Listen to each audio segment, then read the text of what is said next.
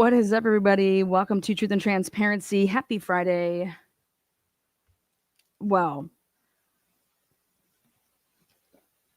I think I read about 500-600 pages yesterday.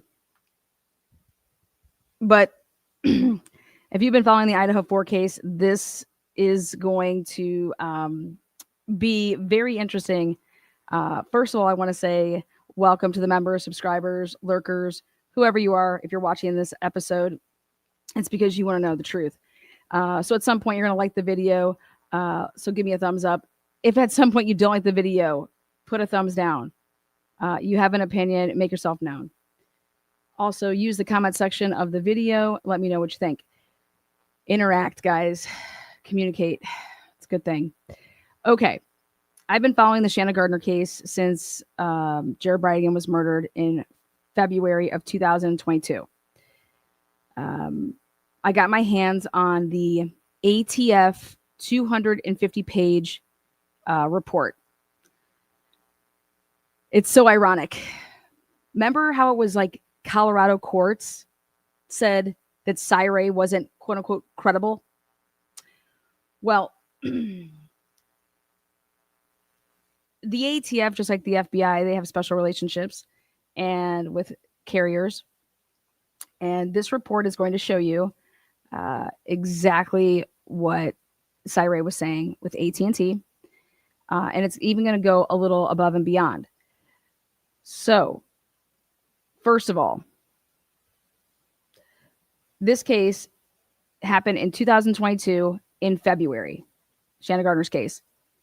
That would be before the Idaho4 case, which happened in November of 2022. Why is that important? Because everybody's saying you can't get certain things until such and such date, right? Well, this case is going to show you that that is all a bunch of bullshit. Jacksonville Beach Police Department immediately had the Attorney General on this case going to be doing the prosecution of it. It involved a gun being used and fired at Jared Bridegan. He dies from his gunshot wounds. He was ambushed while he was driving, dropping off his kids that he shared with Shanna Gardner. He still had one of his children in the back seat of the car. She was 2. So after he dropped off the girls or his twins, he still had one of his girls still in the back seat. She was 2 at the time. So he drops off the twins because they share custody, Shanna and Jared Bridegan. So it was a Wednesday. He drops off the twins, and then he's leaving Shanna's, and about 2 miles away from Shanna Gardner's home. The scene would be Jared was struck, murdered, ambushed right outside of his car. There was a tire in the middle of the road, and immediately the ATF was brought in on the 17th of February. The murder was on the 16th. So kind of like the Idaho4 where the FBI was brought in, a day after. So similar situations. I'm going to make this nice and big for you guys to see, but just giving you the background of why the ATF was involved. Okay. Alcohol, tobacco, firearms is what ATF stands for. So it's a federal agency. Now, this investigation, it would span from the 16th, the night of the murder, all the way, and I consider it probably still going, but they did not arrest anybody for the crimes until January of 2023. And then after making an arrest for the crimes for the hitman in January of 2023, then March of 2023, Shanna's new husband was arrested, and then Shanna Gardner wasn't arrested until August of 2023. But during all of this time, immediately, they put in geofence, Google warrants and they did tower dumps. That started immediately on the 18th. And then it would be a week that would go by, 2 weeks, a month, 6 months. And they were doing, when they would get a new cell phone, they would then get historical records. And they would go back. Some would be going back as far as, I just got your phone. I just found out your phone number in July of 2022. And I'm going back and getting your historical records from February. Wow, how could that help? How does that happen? Well, something that was always interesting to me in the Brian Kohlberger case is when you go through the reports, when they're doing neighborhood canvassing, for example, they don't say what the address is. They don't say the name of the person that lives there. They don't say the phone number. They don't do anything like that. In the Shanna Gardner case, I'm going to show you an example of what it looks like. This is all redacted so I can show you. I'm going to show you what it looks like when you do a neighborhood canvass. So really quick, this is what it would look like. These are the reports.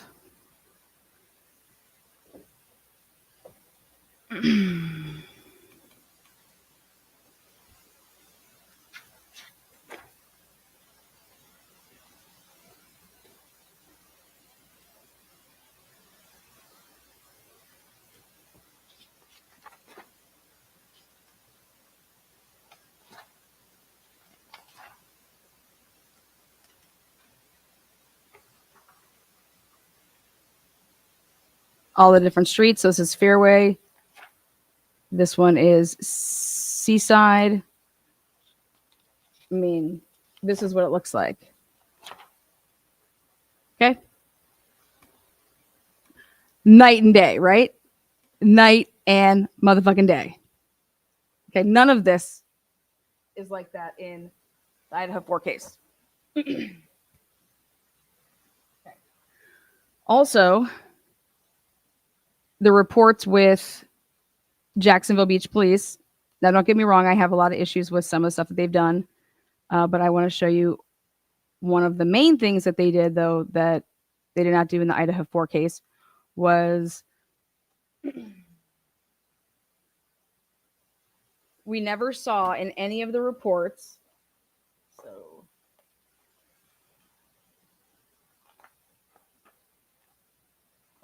let's go with.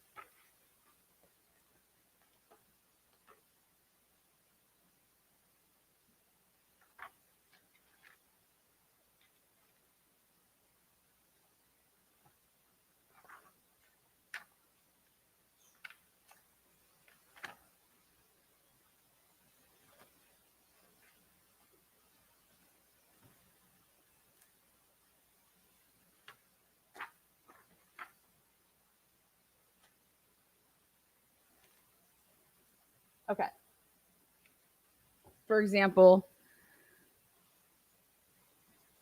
these two officers, Burrell and Detective Hernandez of the Orange County Sheriff's Office, they met with, so they're writing down when they're meeting with people, but more importantly, when they're doing, and when the ATF is doing and writing subpoenas. It'll say in somebody's report that so-and-so, here it is. On Tuesday, February 22nd, ATF Special Agent Mark Mutz completed the AT&T subpoena and T-Mobile subpoena for Shanna Gardner's cell phone and Mario Saldana's cell phone. Okay. I can make that bigger. Let me just zoom in.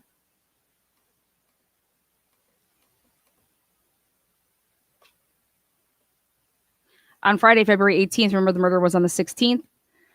Christina Stifler approved the Google geofence search warrant.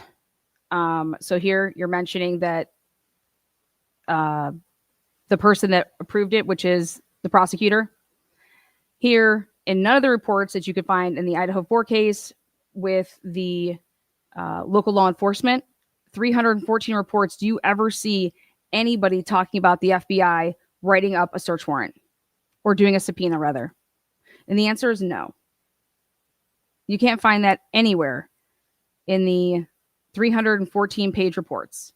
Not a single one of them. Yet they were co-located and working together.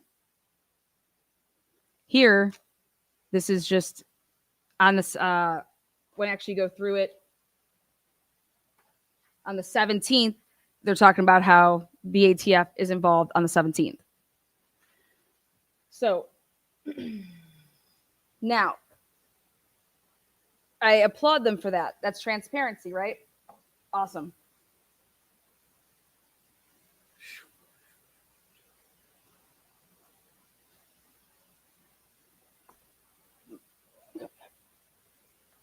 Okay. Ooh,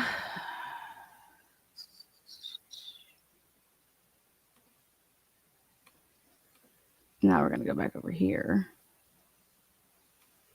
Now, do you see anywhere out of the 314 pages or Idaho State Police, out of those, any of those pages, do you see anywhere in there about them doing any preservation, any reports on the preservation of Brian Kohlberger's devices or emails? Do you guys see any report where they're saying, I contacted Google on the 19th and I did a preservation order, a preservation request for Brian Kohlberger's X, Y, and Z? Answer is no. Go find me a report where you see the local law enforcement or the state police, Idaho State Police, writing up a report and the name Brian Kohlberger is featured, and they are doing a preservation on anything to do with Brian Kohlberger's Google, any emails. Anybody? Anybody? That's right. None. In this case, there was a gentleman by the name of Henry Tenen. Henry Tenen is who they say is the hitman, that he did the shooting. Okay. In July and August of 2022, Jacksonville Beach police detectives, as well as, it was Jacksonville Beach detectives, they called in and put a preservation request in for Henry Tenen's Google. And there was 2 emails associated with it. Okay. Why would anybody do that? Right? Well, because if you don't have a search warrant yet, right, and you want to preserve the data, that's why you would do it. So if you get the name Brian Kohlberger on December 19th and there is no search warrant done for anything to do with Brian Kohlberger until the 23rd, you have the 19th, 20th, 21st, 22nd. Somebody, you would think, hey, let's attempt to preserve some of this shit, right? And in the Idaho4 case, I can't find a report out there where anybody attempted to preserve records for Brian Kohlberger. Why wouldn't you do that? Because you already have them. You don't need to put a preservation order in on anything because you already have them. And local law enforcement didn't have them. Who had them? The motherfucking feds. Right? Those of you guys that are just joining, I'm using the ATF report from the Shanna Gardner case that's going to trial that has Jose Baez at the helm for Shanna Gardner. There is no plea deal. This will go to trial. And so I'm explaining how this is all going to correlate to the Idaho4 case with the oddities, and this is how you do something, and this is how you don't do something. And if you know what you're doing, this is a case that was in 2022, the same year as the Idaho4 case. Okay, this is a capital case. They're seeking the death penalty. There was wiretappings, tons of them. There was pen trap and traces. There was preservations being done. There was geofences being set up in different areas. Tons of phones were taken for timing advance records, toll records. Okay, done with AT&T, Verizon, T-Mobile. There was cell tower dumps done.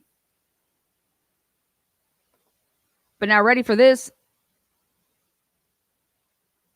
They needed to go back further than the night of the murder because this was a plot. This was a plot, ambush, murder for hire hit. And they wanted to be able to show that they were taking practice runs. Okay. They were taking practice runs of being able to pull this off. So you don't just need location data for February 16th. You're going to need to be able to go back further than that. But they didn't know that at the time, right? They didn't. So what's been said in the Idaho4 cases is that, oh my God, 7 days, we can't get anything after 7 days. Oh my God. Oh my God. Cyree, you're a fucking liar. Oh my God. I can't believe you would ever put in an affidavit like that. Judge Hippler is like, people are going to get fired over this. How damn dare you, you conspiracy theorist, you. That is absolute fucking lies. Lies. First of all, you would need to see the search warrant, whatever was written up, whoever did it, and see what's in it, see the language in it, and then you would need to see the returns of it in order to see how everything went down, in order to see what you got back. Okay, does this correlate? Like, can you compare the two cases? And you absolutely can. You absolutely can. And the best part about it is that this case was in February of 2022. Okay. And the Idaho4 case was in November of 2022. And they went back as far as 2021 to go and get location data. It's called a relationship. It's called a special relationship. It's called local law enforcement couldn't do it. State law enforcement couldn't do it, but guess who could? The federal agents who have special relationships knew what to write in the search warrants or in the subpoenas that would be able to get them what they needed. Now, the icing on the cake here for me is that they said that Denver, Colorado, they told Cyree basically, I mean, you guys all know that. Go check it out. Well, here in this case, Jacksonville Beach went and got, they had their ATF agents, but the ATF agents then went and got an expert, and guess where he is out of? You cannot make this up. Homie is out of Denver, Colorado. I'm going to talk about AT&T and how it is the most, watch this. Here we go. It is the most accurate. Okay.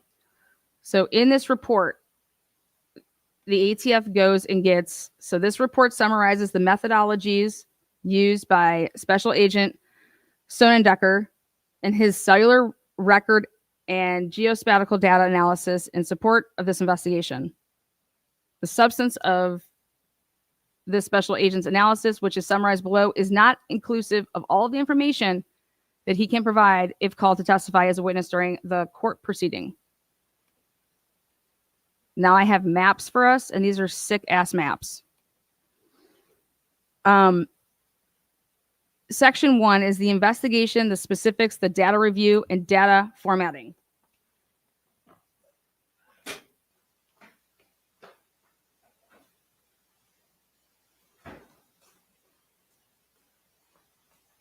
I'm going to talk way too much. I need more water. Okay. Now this is the goods. Okay. So Sonendecker, temporary assignment to Special Operations Division, Technical Projects Branch, permanent assignment to Denver Field Division. You see that? Denver, baby. Was requested to assist by analyzing cellular and Google records obtained in an investigation occurring in and around Jacksonville, Florida. Special Agent Sonendecker was advised prior analysis of the Google location data was completed. So the analysis of the Google location data is this, in this report, is limited. Now, that's what Jose Baez is going to have a field day with, but that's not what our purpose is. So ATF Butler, like 2 ATF agents, and Mutz. So there's like 3. They did a lot of the work, and then, hey, we're bringing in the experts. Okay. ATF Special Agent Simmons and or IRS Lindsay Butler provided Sonnendecker with the general facts of the investigation referenced below. Investigators in this case obtained cellular records attributed to a Tesla car and Google records attributed to a suspect in the investigation. Those records were provided to SA Sonnendecker by Butler via email. This is a summary of the cellular records is listed below. The AT&T usage records and location database of records. Boom, bitch. When I saw that this was surrounding AT&T phones, I said, holy shit, we need to look at this. Okay. Because Brian Kober had AT&T, right? Right. But not only did, in this case, did one person have AT&T, multiple people had AT&T. Multiple people had T-Mobile. Multiple people had Verizon. So we're working with Verizon, T-Mobile, and AT&T. But for what you guys all want to hear about, it's all about hearing about the Idaho4 case. And so I'm correlating this case to show you that if this man is going to testify this way in this court proceeding that's coming up, you cannot have it both ways. That means you cannot go and testify. Somebody cannot go and testify a different way, okay, unless they really want to see some heads roll, okay? So the AT&T usage records with the data range of, do you guys see 12/15/2021? Do you see that? And 10/1 of 2022. When they decided to go and get this, okay, remember the murder is on 2/16. Okay. They didn't put any requests in. They didn't do anything until they put stuff in on the 22nd and then on the 26th and then March, like 4th, 6th, then again in May, then again in June, July, then again in October, all of 2022. Okay. And so they were able to go back with the AT&T location, the database of records, and you can see right there with a date range of 12/15 of 2021.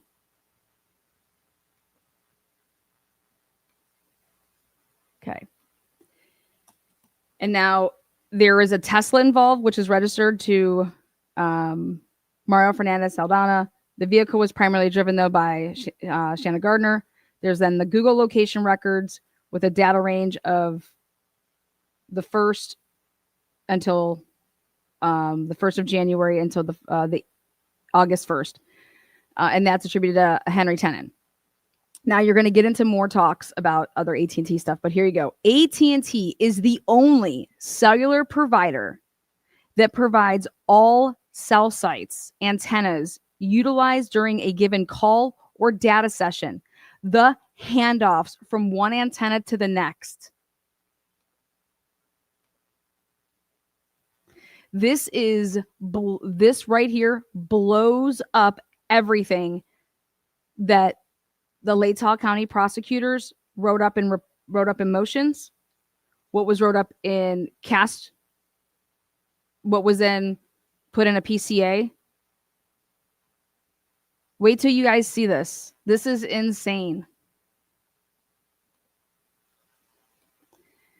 This data allows for the viewing of not only the amount of time a handset spent on a given cell site / antenna, but also the handoff to a different cell site antenna. This is what Balance left off the ticket and did it on purpose. This data is referred to as time on tower. This data can be important as it is another piece of data that helps in the analysis of cell site activity. The data below is an example of how the data is provided in an AT&T return. The green numbers highlighted are identifiers for the specific antenna or cell ID that carried the cellular event. The numbers not highlighted show the cell site identifier. The cell site location based on latitude and longitude coordinates and the azimuth of the antenna. The yellow number is the time on tower, and it is a number in seconds. So in this example below, the handset was connected to cell ID, and then that's the number, for 78 seconds. Okay. Do you understand what we are breaking down here? Oh, shit. Oh, shit. We're talking like seconds like this? Ashley Jennings, how does this cars can just turn around, can't they? Then it hands off to cell ID right here. Okay. It is on this cell ID for 37 seconds. Then it's handed off to cell ID for this number for 2,733 seconds. Holy shit. And we know how we can do, you know, oh shit, get out, Leanna. Told you guys when I go a little quiet is because I'm doing a lot of work. Oh shit. Who's got AT&T? You might want to switch providers. No. This example is not from the AT&T dataset analyzed in this investigation. It was just simply to show, you know, what he's talking about. And then he clips and shows this. Okay. So SA Sonendecker used a program called GeoTime to format and standardize the data. He used the program. So remember how Cyray was like, listen, Nick Balance doesn't do any methodology. Okay. Nick Balance doesn't say shit. He's just got these stupid ass generic slides and this shit ain't going to fly. Okay. What did you do in this case? What is your opinions in this case? This is what a report looks like. Okay. Breaking down the methodology. Was your shit peer reviewed? This was peer reviewed. Nick Balance's was not. Nobody would sign on that shit. Okay. Are you, and then Hippler saying, well, you don't have to do that in Idaho. It has nothing to do with Idaho. It has to do with your work. Okay. We would expect, whether you need it or not, we would expect our work to be peer reviewed, and it should be peer reviewed. And it's for the FBI not to peer review that. That's going left out of what the norm is. Okay. So, he used the program to aid in his analysis and visualization of the cell site location information. He has used the GeoTime program on thousands of occasions and is experienced with the program's functionality. Sonendecker knew, based on his training and experience, that awesome phrase, that data provided by AT&T and Google were provided in UTC time, which is what it's supposed to be. GeoTime software adjusted the timestamps accordingly to local time for the time frame of this investigation, and so it was UTC -5. Number 6, within the GeoTime program, Sonendecker created separate entities for the various data sets to aid in his analysis and understanding of geospatial location data. SA Sonendecker created a usage record, and that's what AT&T calls it. And so this was for the Tesla. He created 2 entities for different Google identifiers attributed to the same suspect, as well as a homicide entity to represent the date, time, locations of the homicide. And you're going to see why and how this plays out. So Tesla, this is the cell site. So that's just the key. And then these devices right here, and they're going to be called the devices, as you're going to see. It should be noted that the mappings for cellular events in this report were created to visualize the location of a given cell site, to visualize the sector antenna orientation, and or to visualize the location estimate. So the visualizations were not intended to estimate coverage areas for a given cell site and or sector. They were not intended to estimate coverages coverage areas for the given cell site and or sector. It should also be noted cellular records can be used to determine the general or approximate location of cellular devices to include connected cars, but do not contain enough data to determine an exact location. Instead, this data can be evaluated along with other data or facts related to the underlying investigation to draw conclusions. Okay, to draw conclusions regarding the potential location of a cellular device / connected to a car or a cellular device just on its own. Sonendecker has conducted thousands of cellular analysis and found it a reliable way to assist in other supporting or refuting the possibility of a given cellular device connected car being in a given area during a time of the investigative interest. So what they did here is, remember when the murder was? This murder was on 2/16/2022. And so there's going to be 3 dates of interest that they break down here. It's January 5th of 2022. And he's going to break all this down. And then there's going to be another day. There's 3 days. So the first day is January 5th. So Sonendecker was asked to look at available geospatial locations data from the various data sets on 1/5/2022. So Sonendecker was asked to see if there was cell site information for the Tesla showing up a trip to Florida Elite Gymnastics location at 175 Cumberland Park Drive. Sonendecker noted movement away from the area of Gardner's residence, 1511 Marsh Inlet, and into the area of Florida Elite Gymnastics between the approximate time of 3:03 p.m. and 3:18 p.m. So this is the Tesla. Again, this is January 5th, 2022. In the image below, the 2 yellow pins represent the Marsh Inlet court address and the Florida Elite Gym locations. The blue dots are cell sites accessed by the Tesla. Sectors of the given cell sites are represented by an open sector with a blue bubble close to the cell site. So Sonendecker included time callouts on some of the cell site events for context of time. See image below for visualizing the data. So I'm going to make this a little bit bigger. So down here is the gymnastics down at the bottom of your screen. Okay, and they're closer. So where Shanna Gardner's home is up where the water basically is over here. And so 3:03:21 p.m., 3:08 and 33 seconds, 3:13 and 54 seconds. Okay, 3:18 and 2 seconds, 3:18 and 40 seconds.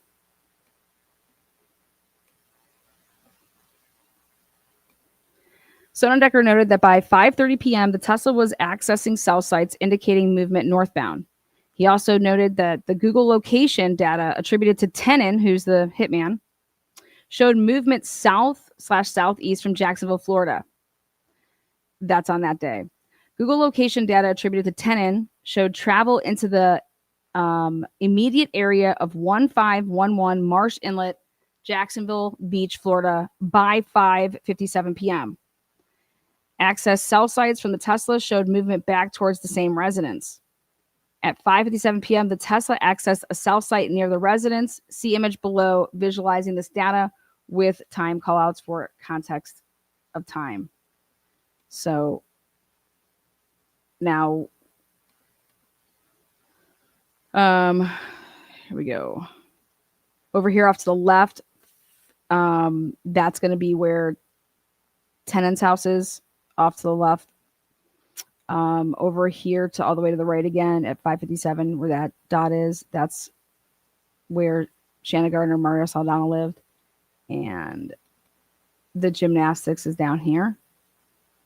Okay, so what they're showing is Henry Tenon's movements on that day are taking him to the area of where Shanna Gardner lived at 5:57 and 52 seconds.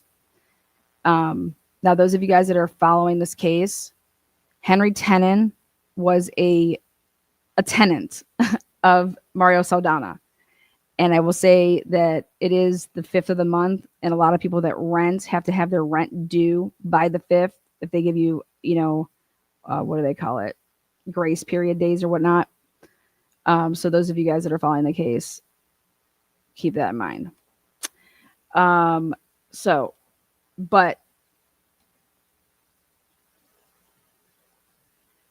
there's the map for you. Stone and Decker looked at cell site and Google location data for the time frame of 6 p.m. to 6:10 p.m. He noted that the Tesla accessed cell sites in sectors that likely provided coverage into the immediate area of 1511 Marsh Inlet. So the Tesla's heading back and should be right around the house. He also noted that there were numerous Google location data points in the immediate area of the residence during the same time frame. Sonnendecker included a blue outline around the Google location data for ease of viewing. See image below.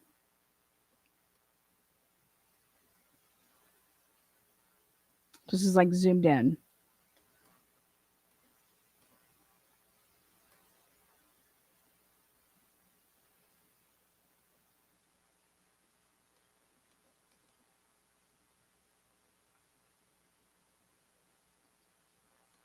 Okay.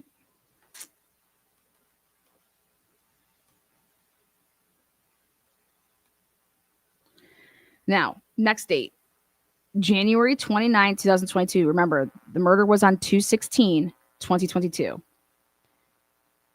So remember this, on 12 occasions or 13 or 26 occasions, Brian's phone was blah, blah, blah. We don't see any of that shit. They don't. And Cyree says, like, what do you, like, where are these? Where is this shit? Where's your report? What are you talking about? So I can, like, I can see how you're doing it, where you're coming up with this stuff. How are you getting to these conclusions? Okay. Where's the data that you're using? Things like that.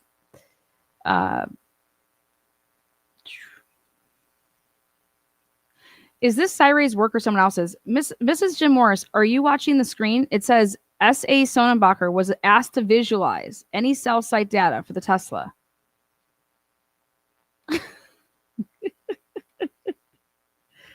So this is on January 29, 2022. Sonnendecker was asked to visualize any cell site for the Tesla on 1/29/2022 from the time frame of noon to 6 p.m. He noted 6 data events that accessed the same cell site and sector during this time frame. Based on S.A. Sonnendecker's knowledge of AT&T data sessions, based on his knowledge of data sessions with AT&T, time limits of data sessions, and connected cars on the AT&T network, S.A. Sonnendecker opined the Tesla was likely stationary during this time frame because it's staying on the same cell tower, and it's not moving. It's not traveling anywhere. It's not being passed off anywhere. So from 12 to 6 p.m., that Tesla, he is saying, he's opining that it's likely stationary during this time frame. Now, for references, Sonnendecker included other AT&T cell sites in the area. See the image below. So 6 events between 12:19 and 58 seconds to 5:19 and 58 seconds. And here's your other towers. But it's staying right there.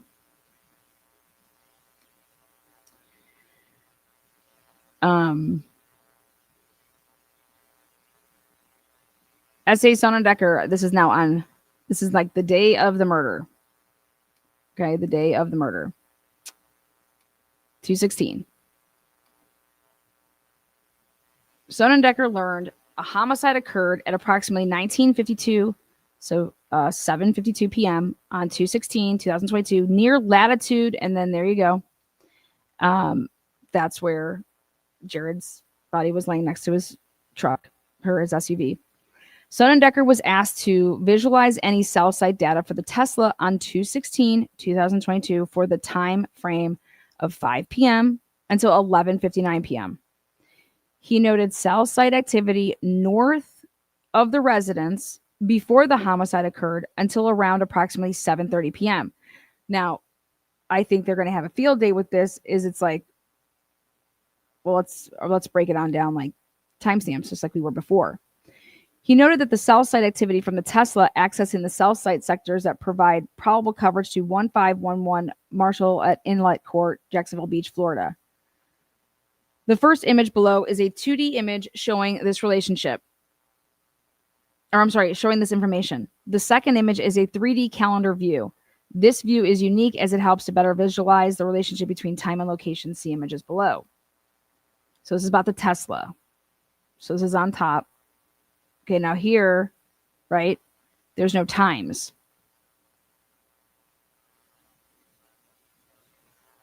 And then what he's saying, like north. So if you go like this. So he's saying he was north. But again, why aren't there any timestamps on here? And there should be. And again, Jose Baez or whoever the expert is going to bring that up. Okay. Next. His expert. Does he do it here? Okay. I don't know why he just didn't transfer it over.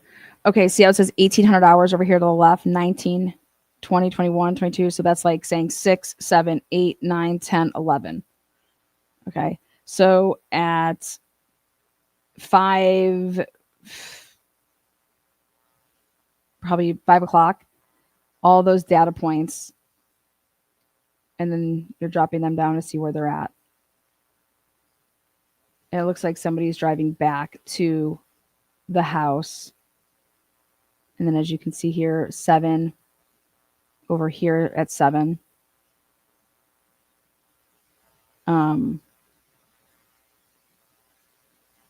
So it's almost like you're coming back from the north. You're going like south, west. 8 o'clock, just before 8 o'clock, you're still pretty much on it, almost. Let's see which one this one is. 7:30. 7:30, you're at the house. Then 8. Now that's here. I'm going to zoom in.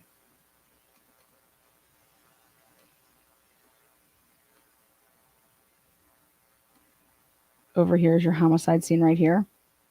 If you go up there, that one, that line, right there,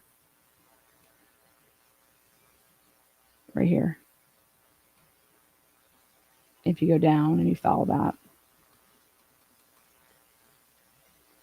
you keep going.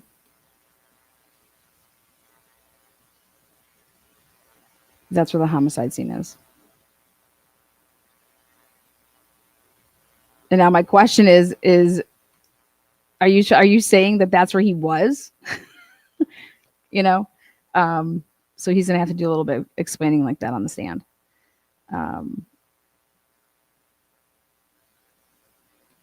But these are pretty impressive maps, huh? Karen gives out 10 Truth and Transparency memberships. Thank you so much, Karen. Karen says, this is for all the lives I've missed. Love you, Cupcake. I just want to make sure that you're all good. You better be all good, Karen. You're all good to spending time with family. $999.99. Back to backer. Good morning, sunshine. My little firecracker who's going to bring it. Cheers, Karen. She's like, I'm enjoying family time, but I'm here. Crime Tourist turns 5 people green. Thank you so much. Cheers. Yuri's math teacher turned 5 people green. Aliens. Look at Lottie Dottie. Look at you guys. Friday spreading love to everybody. I love the love. Moon Vale. Such a sweetheart. Back to backer. And then Suspicious Minds. Thank you for your dedication. Thank you for being here. Gotta spread the truth. Gotta spread the truth. Now check this out. So we gotta put people on blast for blast is due. Next, we scroll down. Okay.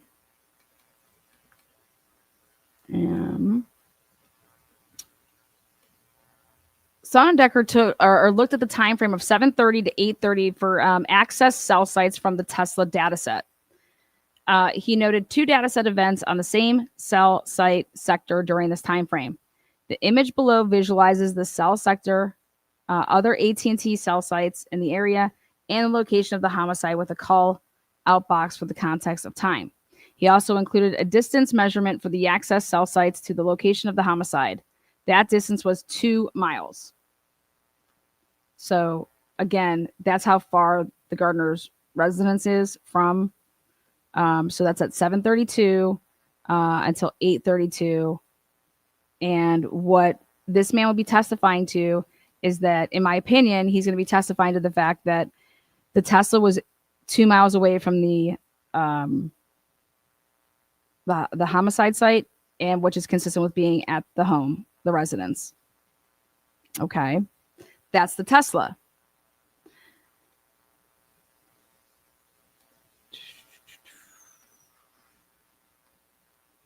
Now,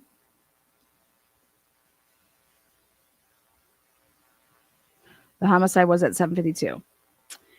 As referenced in the images above, the Tesla accessed a cell site to the east of the Marsh Inlet Court residence on multiple occasions. SA Sonnendecker conducted a cell site frequency report and noted this cell site was the most accessed cell site by the Tesla. The Tesla accessed this cell site and sector on 7,290 occasions out of 45,276 cell site events within the data set. That equated to 16% of all cell site usage occurring on this cell site. That cell site had assigned, blah, blah, blah, blah, blah. The image below isolates the cell site / the sector and contains a distance measurement between the cell site and the residence, which was 0.7 of a mile. S.A. Sonnendecker opined that when the Tesla accessed this cell site / sector, it was probably the Tesla. It was probable the Tesla was in the general area of the Marsh Inlet Court residence. As I just said, he would be testifying that that car is home. Okay. Now.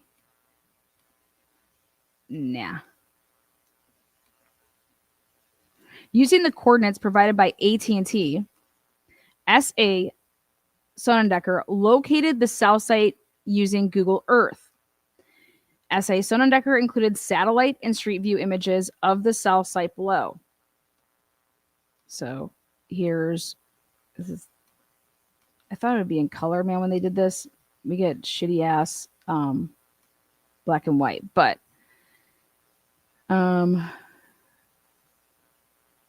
let's go like this.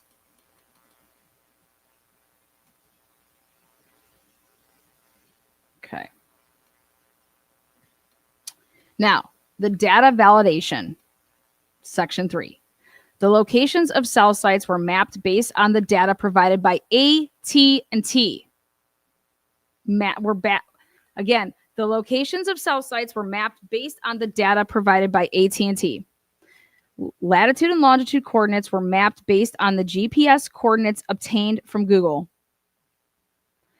These locations can be validated and or replicated by using various mapping programs.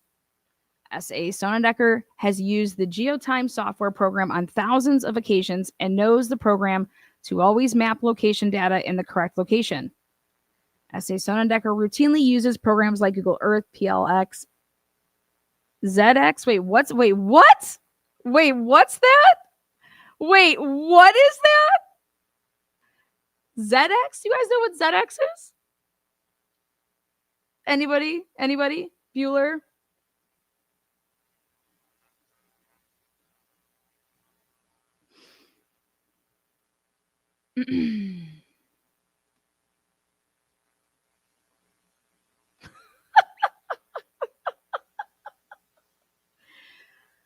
Boom!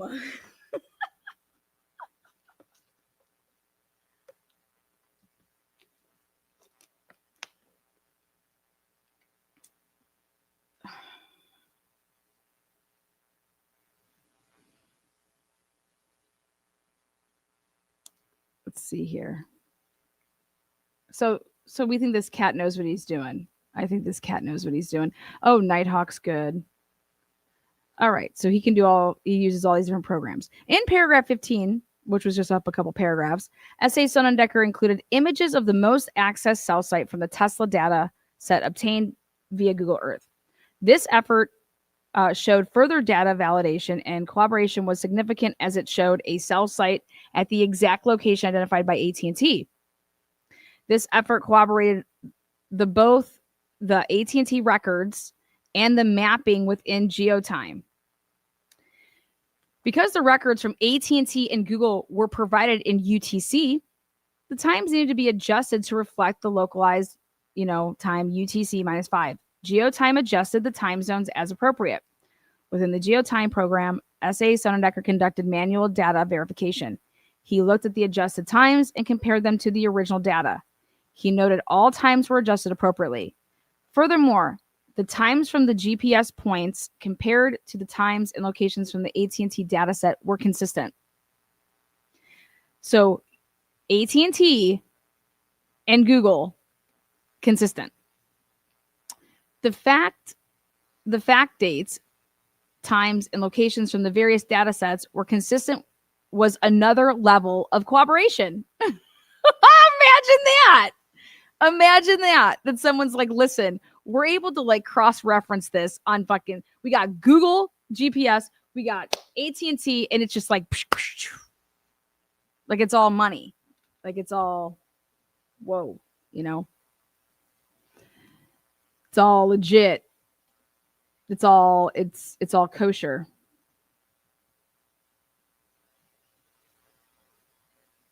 Okay, so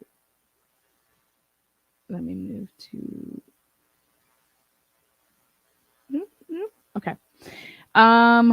Denver County District Attorney's Office Senior Criminal Investigator Corey Brodzinski is an expert in the area of call detail record and cell site analysis. Is that right? Oh my goodness. Okay. He peer-reviewed this report for accuracy. Why would you do such a thing? You don't need to do that. Not in Idaho. These validation efforts show the data referenced in this report is accurate and can be replicated using other motherfucking programs. This is what Cyree was saying, that Nick balances saying one thing up here, and then what he's saying later down here clashes. He's using handoffs over here, but not using handoffs over there. He's acting like handoffs don't matter. You guys saw the first words in this paragraph where AT&T is the only cellular provider that provides all cell sites, antennas utilized during a given call or data session, the handoffs from one antenna to the next. The data allows for the reviewing of not only the amount of time a handset spent on a given cell site / antenna, but also the handoff to a different cell site antenna. The handoffs, which was everything in the Brian Kohlberger case, which was why they acted like the phone shut off at 2:47. Okay. 2:47. They said phone shut off. Phone shut off. Phone shut off at 2:47. The phone didn't shut off at 2:47. And it's like, why lie about that? Why lie about that? Because as you can see from this type of mapping, okay, dude, 2:47 to 2:53, that's a big ass difference, especially when you're going to be talking about where this vehicle, if you're able to pass off the handoffs, you're able to show truly where the hell this car was headed. Okay. And then better yet, when Ashley Jennings wants to say cars can just, you guys act like cars just can't turn around. Ashley, cars can turn around. The problem is you have the surveillance cameras. Is there another white car coming through your precious little area in 6, 8, 9, 10, 12, 13 minutes? And the answer is no, there's not, is there? So the car didn't turn around, did it, Ashley? That's how you argue that. Balance is so freaking lazy. Balance isn't lazy. This is that he's not lazy. He knew. He knows. He's a veteran. He's not lazy. He did that's purposely done because they needed to connect a car, a white car, okay, to the movements of this cell phone so that you could say to a jury, hey, that white car, it's his. Look at it. It's coming right in. It's coming right in.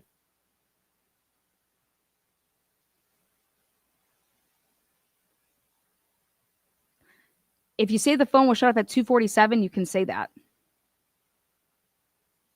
If you lie about the data. If you lie about the data, you can say that. Look at what this is able to do. And now, do you guys understand why they're saying that they didn't have Brian Kohlberger's timing advance records?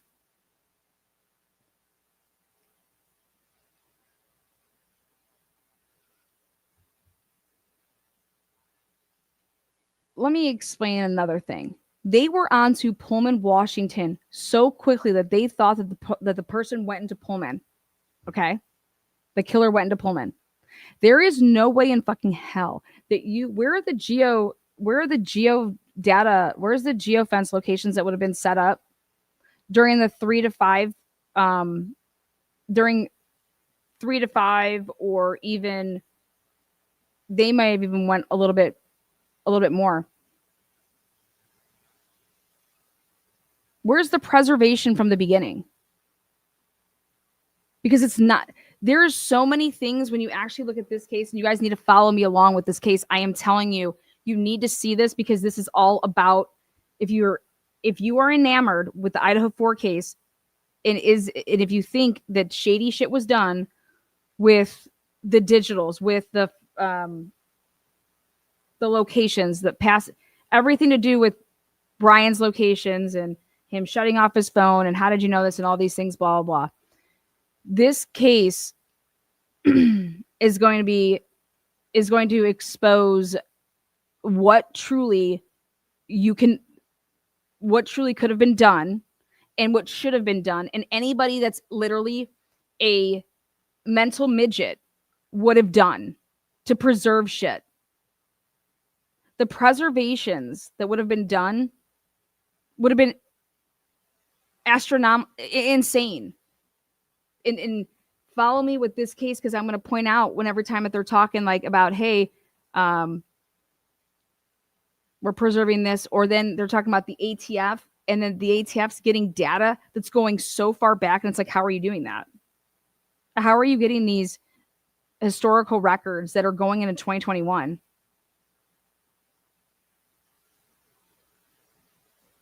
How are you doing that? I thought global legal demand didn't do that. Oh, that's right. You didn't get it through global legal demand. You got it through, and then what you can see happening in the Jacksonville case here is Jacksonville is saying that they're working with ATF. Okay. But when I was able to get the discovery here that's listing out all of these search warrants that they did, I go through all the Jacksonville Beach police reports and I see that Jacksonville Beach police detectives unit, they weren't writing up these search warrants. Okay. And then you go and I look further into, let me show you one of these things. Let me show you something that I found. I had an epiphany last night when I was like, oh my God, hello. One of the biggest things is this whole preservation. Like if you're looking and this is a nationwide manhunt. Okay. This would have been exigent circumstances as well. You're going to be able to preserve so much shit. And you're also going to be able to do, I would think, different time frames. Just like they did in this case. They were going in different areas based off of, so check this out. They used the Ring cameras in the area. Okay. And when they were saying like a car of interest or a truck of interest in this case,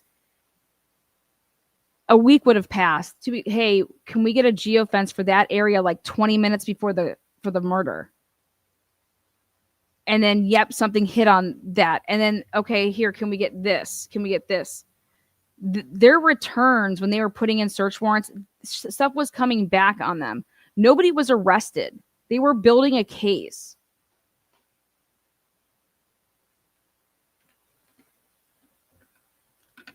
Now, do I think that they did everything on the up and up? Absolutely not. And it comes down to the tire. The tire just doesn't show up on somebody's lawn 6 months later. That's a match to the tire that was in the middle of the road. That's at the house of Henry Tenon, who, oh God, he's the hitman. Like, why would you ever have a tire on your lawn, okay, that was the matching tire to the tire that was in the middle of the road? And Mario Saldana was constantly going over to that's his property. You think you're just going to leave a tire? No, you're not. That tire was in the back of the truck, and that truck was put at a way different location. Nobody would have known. And you'd had to do a lot of digging and searching to find it. And all of that, the digging and searching came from the ATF, but they're still hiding when they truly got that tire, because I believe that tire was planted. There's no way that tire is just going to remain on the front lawn of the killer who killed somebody that matches the tire that was left in the middle of the road for 6 months, filling up with water. And then just miraculously, these two detectives from Jacksonville Beach Police just stroll on up. Oh, we noticed that tire. Do you want us to get rid of that for you? What? So if you want to, that's where I think the shady shit comes in. Also, I want to know how they were able to get search warrants in this case for example, let's say that I call you. Let's say I call you and I only call you like, I don't know. Let's say that I call you 35 times. Okay. But the cops find out that I'm a landlord and you're my tenant. Isn't it normal for us to talk?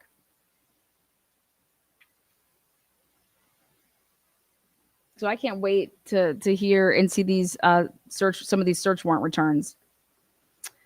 But anyways, going back to the Idaho4 case, it is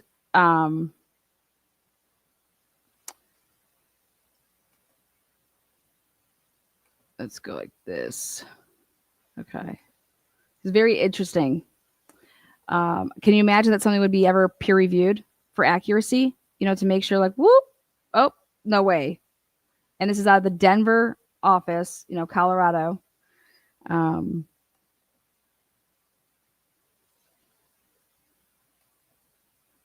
So I want to show you another.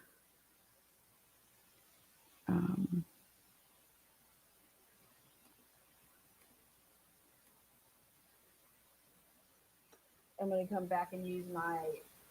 Oh, I can probably just do it like this. Okay.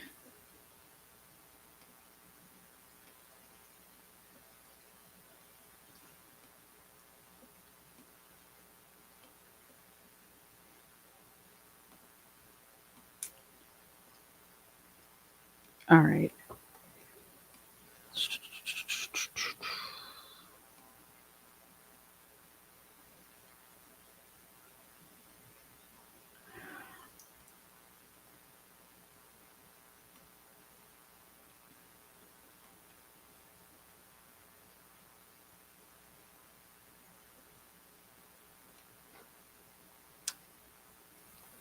Check out this report.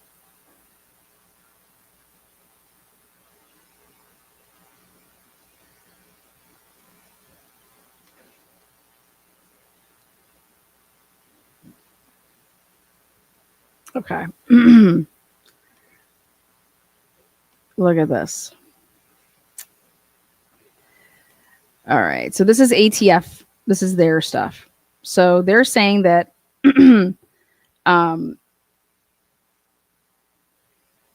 okay. On March 1st, 2022, ATF Special Agent Mark Mutz took 7 DNA swabs into ATF custody for further processing at the ATF Forensic Lab. These were actually swabs taken from the people that were on scene, that worked the scene as far as like police officers. Because actually on the tire, there was multiple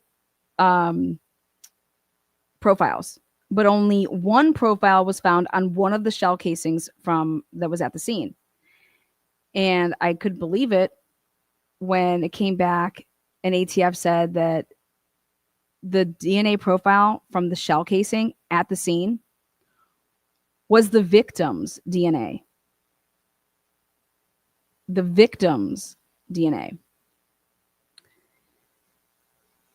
Now, they took 22 samples of all the different police officers that they thought could have come in contact with this tire. And the results of all of them, except for 2, have come back as negative. Now, I was looking at a timeline with this case, and I want to show you guys that if you look at this report and the date of it, it says that investigative activity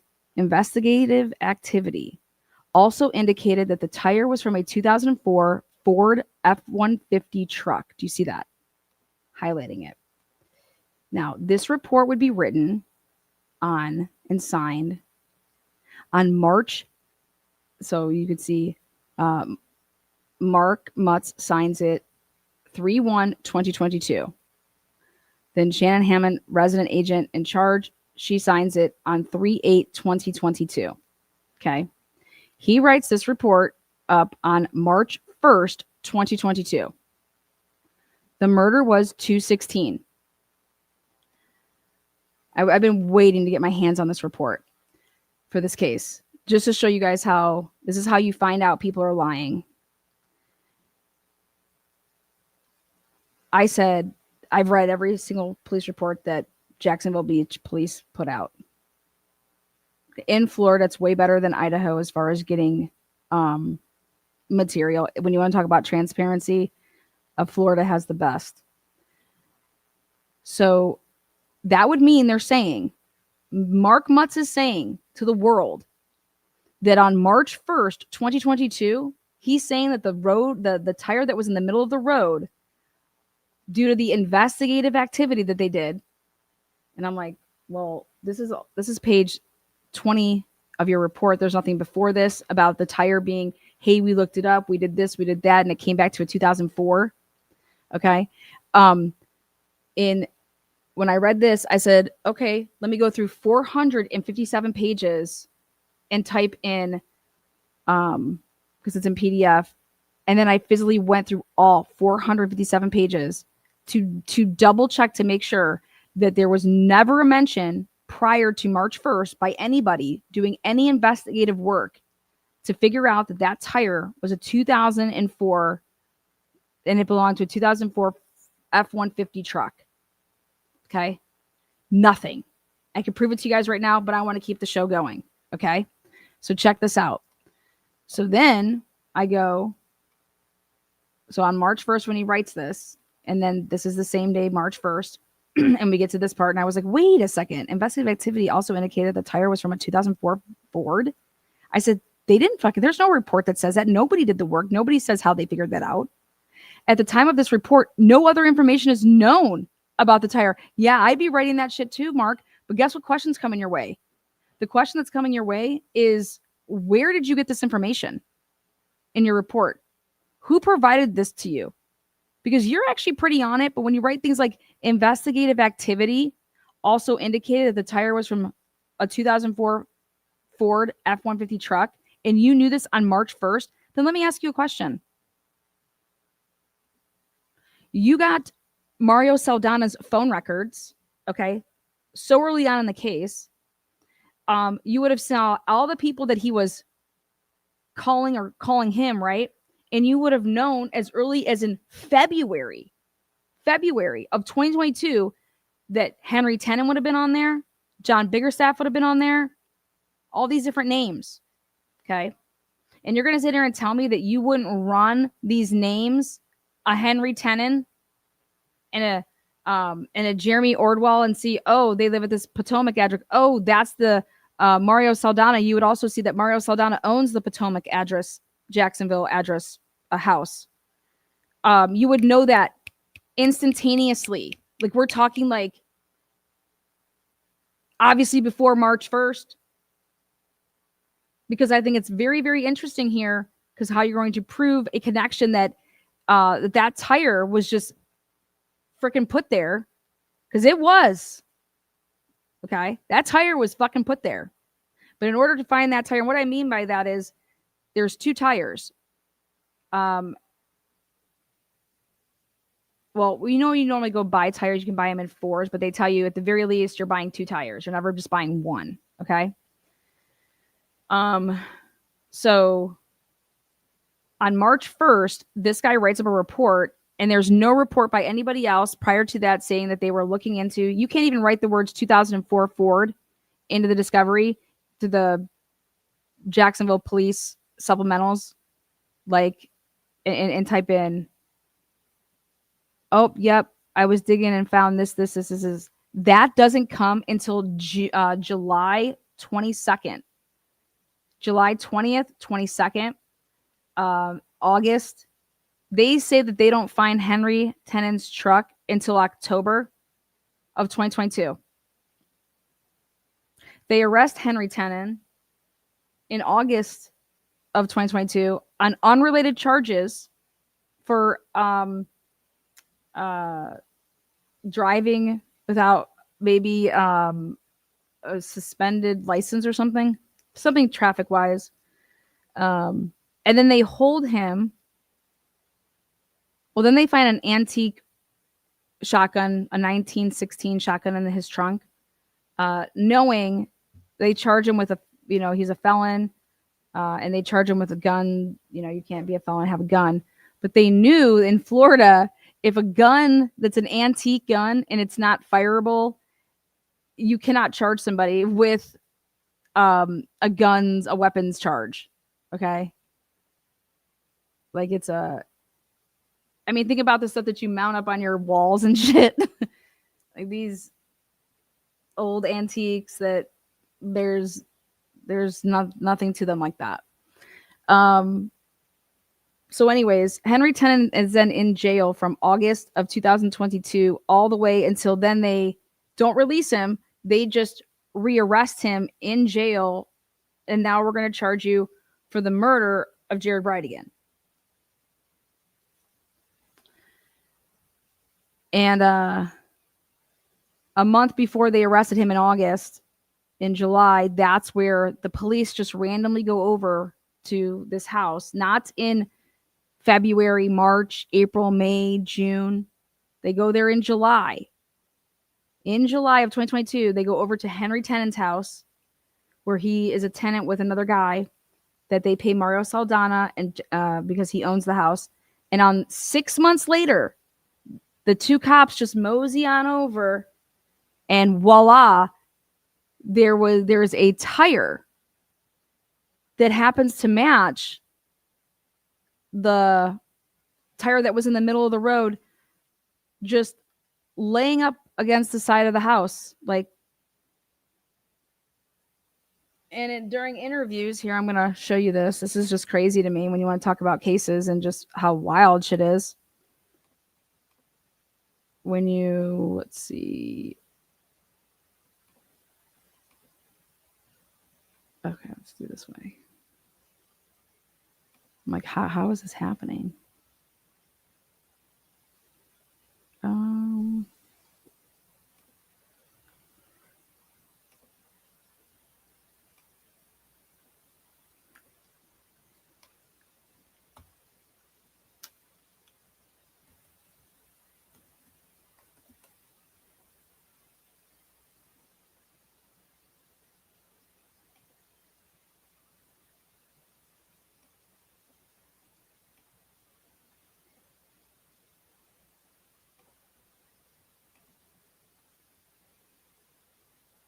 Okay. At approximately 1100 hours, Henry Tennant's cell phone was received from Cellbrite. The cell phone was placed back in the property. They got all of this stuff by getting into his information, not until August is when they got his cell phone. and they were able to go back August of 2022, and they were able to go back all the way until 12/15 of 2021 and get his historical locations.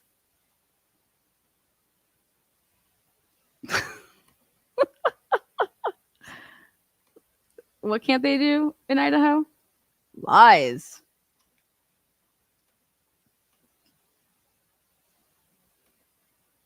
Oh, wait, let me.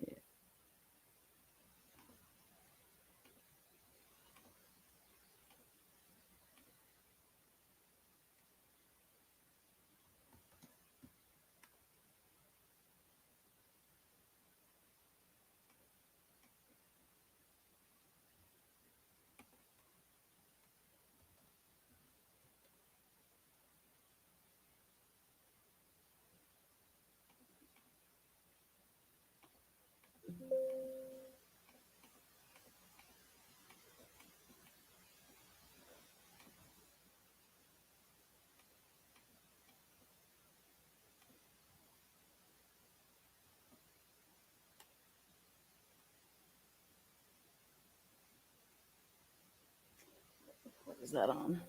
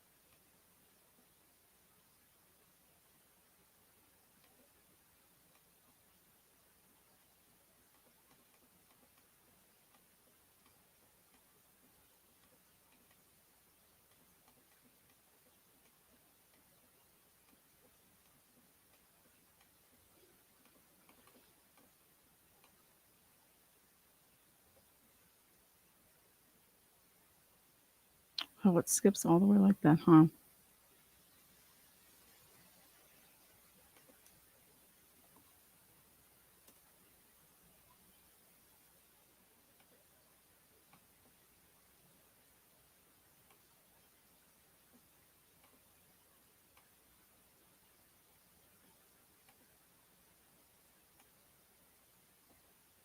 Hold on one second, guys. I'm looking for a date here.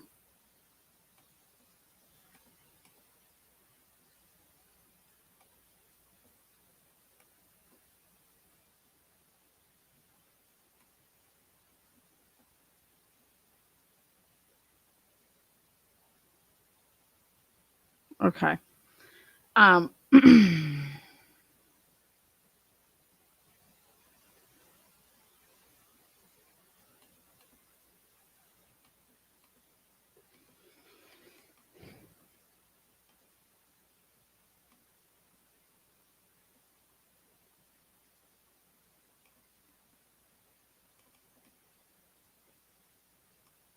Does it just skip?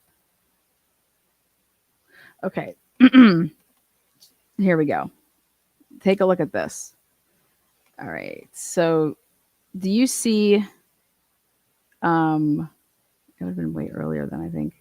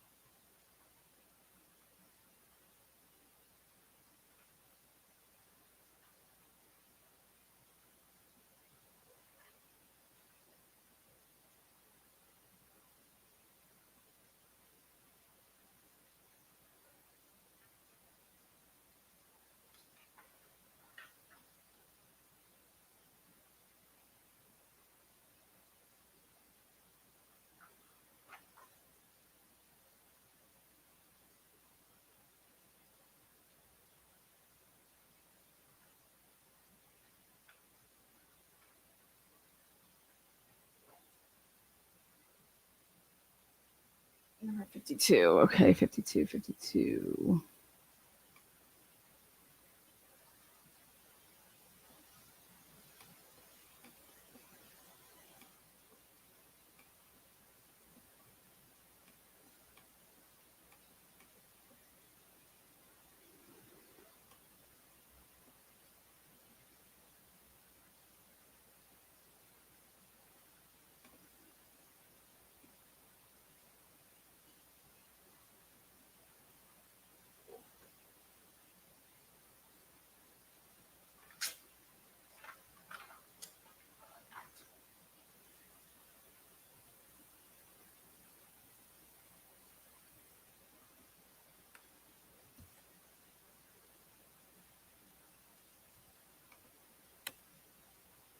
Okay. Take a look at this. They think we're dumb. Sorry, it took me a minute, but it mattered. All right, check this out. This is a report that, as you can see, and her name is Allison. Okay. Notice how her last name is different. Pressler. Okay. Now, I'm going to read this to you. And you're going to lose it when you see what they say about this report. Okay. Allison will get married to her eventual boyfriend here, who she was walking a dog with on the night of the murder. Okay. So her last name is different in 2022. All right. Ready? At 10:07 hours on February 24th, I called Allison. Okay. As she had previously, blah, blah, blah. She said that on the night of the homicides between 19:15 hours and so 7:55 and 8, she and her boyfriend, Joseph, were walking the dog. They walked the dog from his residence on Sanctuary North to the east corner of Jacksonville Drive at America when she said she heard the 4 shots. She said she did not hear any screaming or arguing, just the 4 shots. She said there was no pause between the shots. She and her Joseph then began walk back to his house. When she got back to the corner of Sanctuary Boulevard, she saw a blue older model truck, okay, which had been going south towards JTB, that's the name of the street. She saw it do a 3-point turn and drive out of the southbound lane. She said the truck was going really slow, and she knows it was a man driving, but could provide no details such as race, etc. Do you guys see that? Okay. This is on February 24th. February 24th. The AG's office announces here on July 26th, 2024. I'm going to use Hector. I don't need to. Jose Baez is asking for more discovery. And he wants he says, all statements contained on lead sheets, blah, blah, blah. And we get to this part. Allison, now her name is different in 2024. She married this guy, so Magish. Allison Magish advised ASA Stifler and Weingard and Detective Johns in a non-recorded discussion on 7/26/2024, so 2.5 years later, that she observed a 2-tone Ford truck on 2/16/2022. A 2-tone Ford truck in the area of Sanctuary Boulevard, and observed a single male driver in the vehicle. And then in parentheses, it says, as related in her statement to police on 2/24/2022. So I found this. So I found I was like, these little shits. Her last name is different than it is now, than it was then. And contained in Supplemental 36 and on 3/8/2022 in Supplemental 59. She further stated on an unrecorded interview that the individual was a light-skinned black or Hispanic male with dark hair, middle age, and an average build. Are you out of your fucking mind? Dude. Oh my God. Stifler is a cheater. Okay, take a look here. She said the truck was going really slow and she knows it was a man, but could provide no details such as race, etc. She said the truck had a wide silver trim around it, like on a two-tone truck, but was unable to say if it was a two-tone truck. Okay, this is on 2/24/2022. Then she only was able to say it was blue on the top, and she said she noticed large black full trash bags in the bed of the truck up near the driver. She further said she believed it was a two-door with a long bed. Henry Tennant's truck is a four-door. When asked if she saw anything else, she advised there was a dark car and a tan or gold car behind it stopped on Sanctuary Boulevard. Well, that's really, really important. She did not see people or activity and said it looked like they were just stopped there. She said it was dark and she could not really see and said there was no flashing lights or anything. That means this would have been right before the shooting. So she is saying that there was that vehicle and then other vehicles there. Okay. And here, literally when Jose Baez is like, we need X, Y, and Z, where can I get in touch with, because they didn't put on her first, when Stifler gave them the first round discovery, she doesn't even put that this person and her boyfriend, she doesn't even put them on the witness list. She hides them. What's up, buddy? She hides Allison and her boyfriend. She does not put them on the fucking witness list. You'd have to go through the discovery like anybody would and realize what this person's saying and saying, oh, I want to talk to this person because, and then you realize, oh, wait, yeah, here, this is her name. And let me also disclose to you, we have more for you. We don't have a report, but so Jose Baez asks for this, obviously before 7/26/2024. He asks for it May of 2022. I'm sorry, May of 2024. A couple days, 2 days before she's going to give this to Jose Baez, she meets with this Allison girl. They had a meeting on 7/26. I'm sorry, on the same day, on 7/26, the same day that she's going to file this. She asks Allison to come on in. Hey, Allison advised ASA Stifler, so assistant. This is the state's attorney's office. Stifler is the prosecutor. So Stifler calls this girl in, and she's there with Detective Johns. And she's like, hey, can we go over can we go over a couple of things? We're not going to record any of this. And then Stifler says, oh, I have some more information for you. In a non-recorded discussion on 7/26/2024, the same day I'm filing this for the discovery, we had Allison in. Or maybe I talked to her on the phone. I can't really recall. But Allison told me that she observed a two-tone Ford truck on 2/16/2022 in the area of Sanctuary Boulevard and observed a single male driver in the vehicle. Well, first of all, she never said that it was a two-tone truck. She said she couldn't tell if it was or not. She knew it was blue. It was an older model.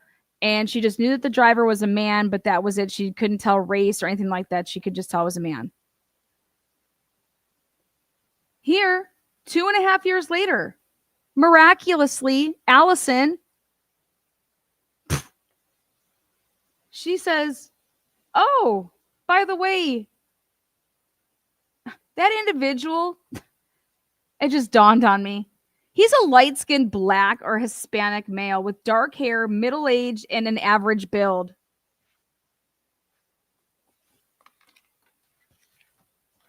No report.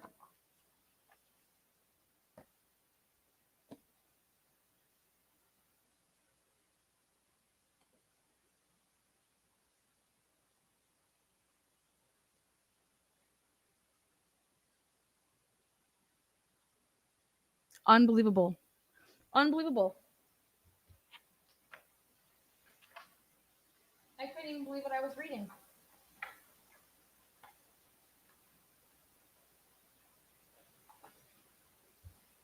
This case is all based on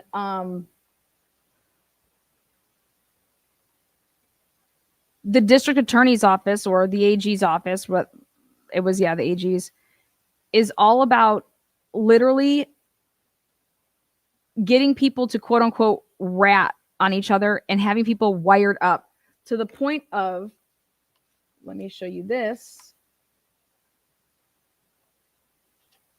I can't even believe.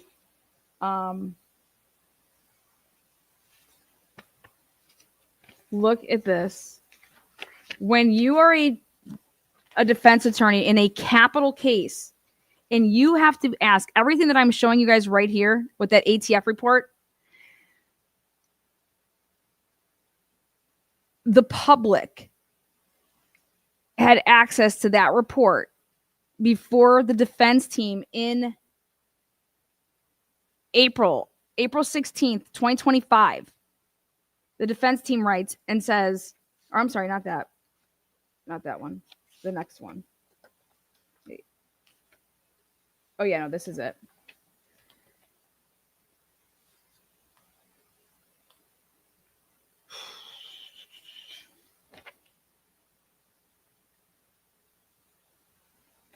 They write on May of 2025.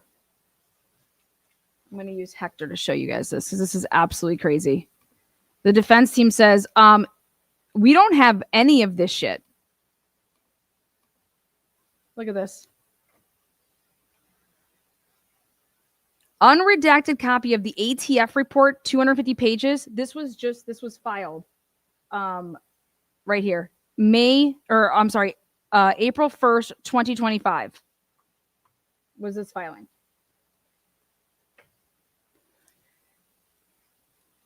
Unredacted copy of the ATF report, 250 pages. While this report is not listed in the state's discovery, the defense team discovered a redacted copy of this report online.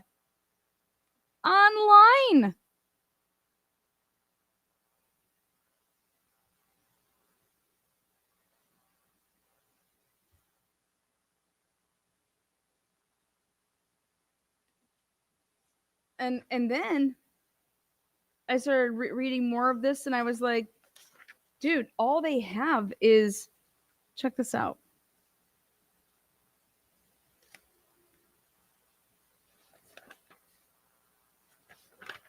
It's all wiretappings.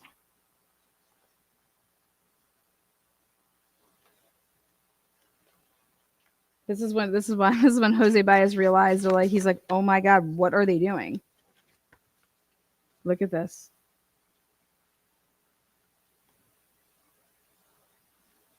June of 2024. This is when Jose Baez finds all of this out.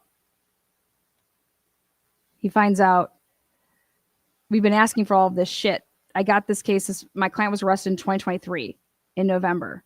This is June of 2024. This is the state's supplemental discovery.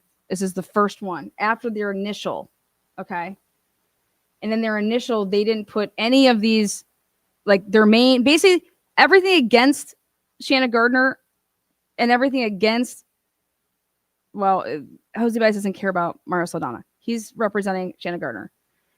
And so when she gets arrested in November, it'd be almost a year. And so he's like, hey, we need all of this shit, whatever the hell you sent us, 911 calls, hasn't still heard them. Written statements previously provided and list. recorded interviews of all these people. See these? Taylor Lee's, JRB, JO 10/6/2022, JO 7/19/2022.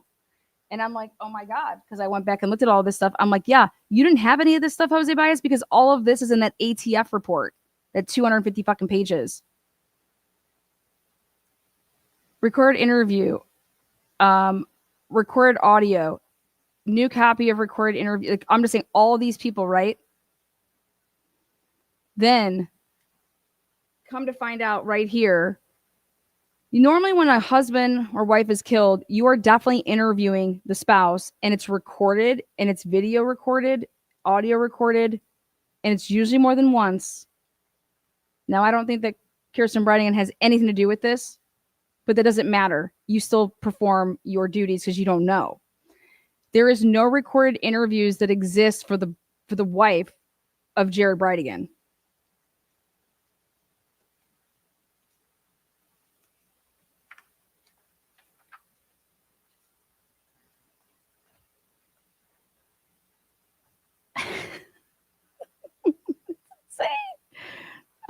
See where it says controlled calls? Controlled calls. These are people working with law enforcement to try to get, like, you know, it's like a wiretapping. Hey, you're going to say da-da because we need to get them to talk, get them to admit something, say this to them, say that to them. Henry Tennant was told that, you know, his DNA was on the tire that was at the scene. When they told him that, they didn't have that.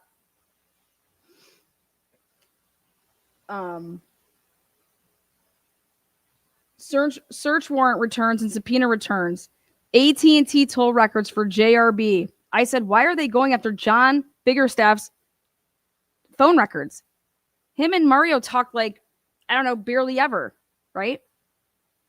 Just because, so that's what I was saying. Just because somebody calls me, that means that you get to go get my phone records? No, guess what happened? The FBI has Biggerstaff flagged for for trafficking back in the day.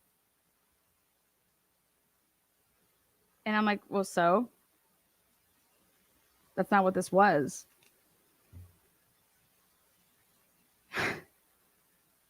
Toll records for these phone numbers. Toll records for these phone numbers. They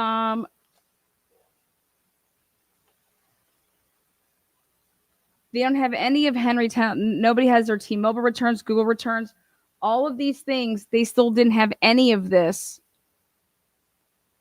None of this shit. Did the defense have?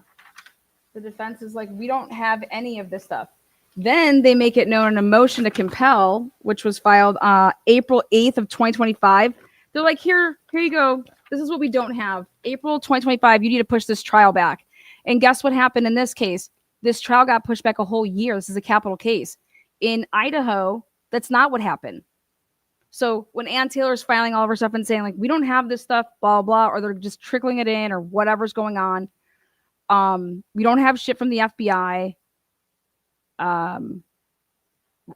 There has to be stuff because there's missing links. They're acting like they don't have things that we know that they have to fucking have because they have mappings of it, okay? Well, here in Florida, same case at the same time, except actually the Florida case happened. There was actually an arrest, if you think about it. Henry Tennant was arrested in January of 2023.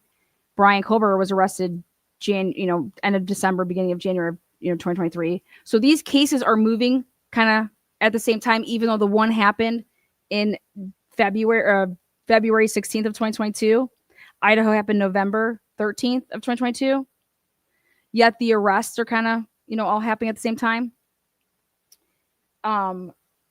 This case that happened how many months earlier, and they're saying, hey, we need more time and we don't have this stuff. What's happening? Yeah. How do you not have this stuff? I mean, nope, we're going to trial and blah, blah, blah. Nope, that's not what they said in Florida. This case was scheduled for October of 2025. I was going to be covering this immediately after the Idaho4 case. Well, in the summer, end of summer, or beginning of summer, like right around May, the case got moved to not start in October of 2025, but now it's going to start in the summer of 2026.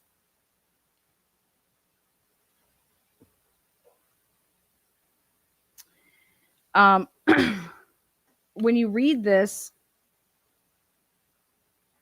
and to find out that, oh my gosh, this website has this ATF report.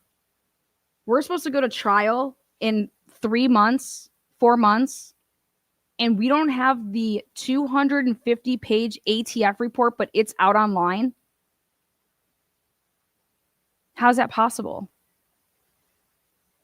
It's 2025. My client was arrested in 2023. And everything that you actually indicted my client on is off of the 250-page ATF report, because this is exactly what it says. It says, it is set U.S. Department of Justice, Bureau of Alcohol, Tobacco, Firearms, Explosives, and it lists everything that it did. And then right here at the end, it says that this is what they used. Basically everything in here, the recommendation is right here, is set for prosecution. Oopsies.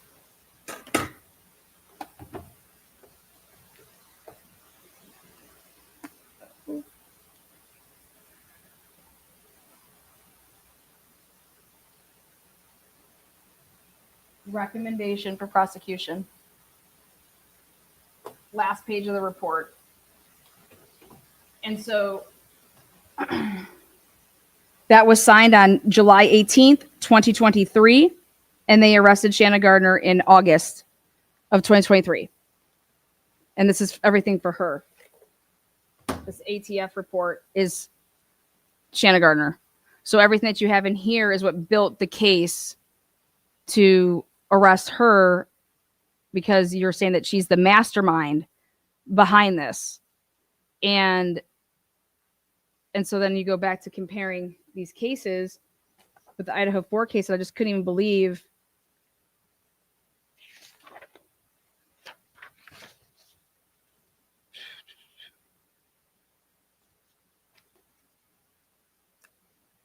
in the Brian Colbert case, everybody was wondering if there was like a confidential informant or whatever.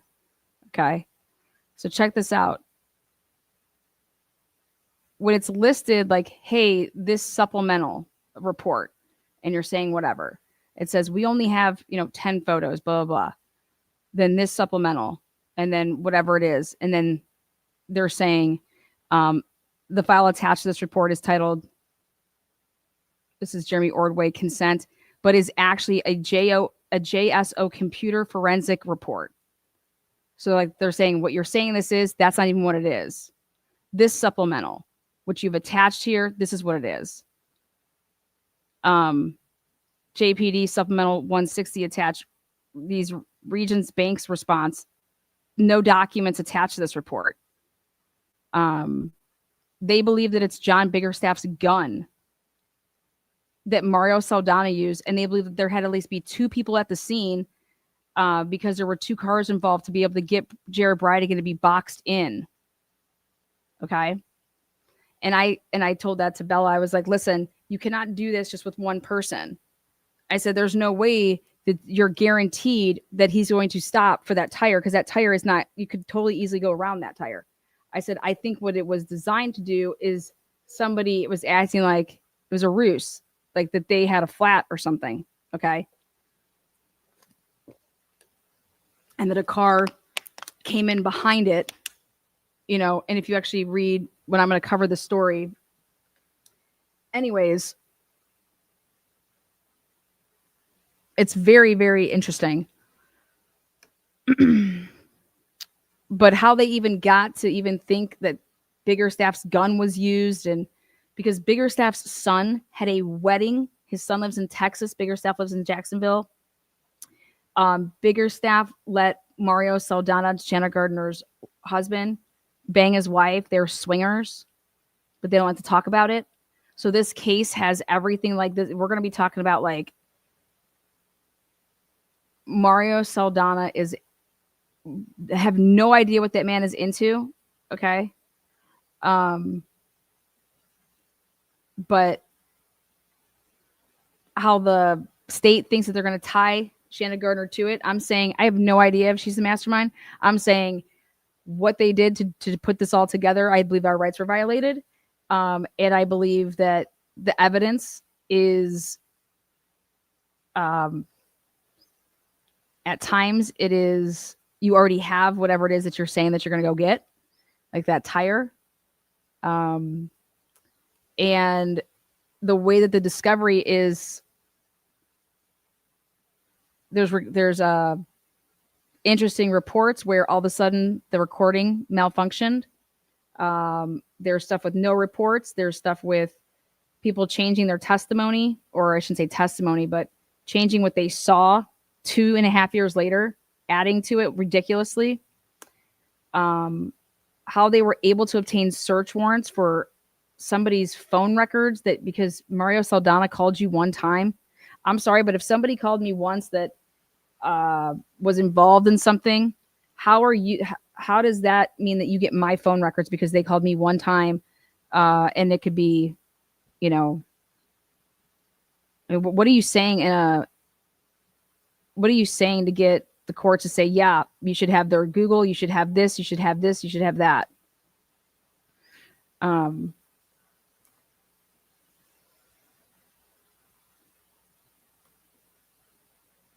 I've been talking about both cases the whole time.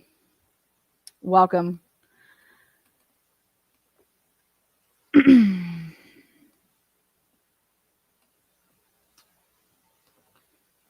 So the ATF in their report basically tells Idaho, you are full of shit. And I can't wait for Cyrus. I can't wait. What's Hippler? What's going on, Hippler? Why aren't you releasing that second batch? Why is the second batch under seal what the answers were? Okay. Is it because it has something to do with the agreement of what you guys were going to lie to the jury about? Is that what this is about? Why? What's taking so long with the second batch? I want to know why there's an investigation going on because there's a leak, which was literally the biggest piece of evidence. Second biggest piece of evidence in this case was Brian Koberger's phone. That got leaked. How? Well, the feds leaked it. The feds did not want this to go to trial for the Brian Koberger case. No way, no how. It was going to expose shit, and that's not going to fucking happen. I personally think that I don't even know if Bill Thompson had a choice to take the plea deal.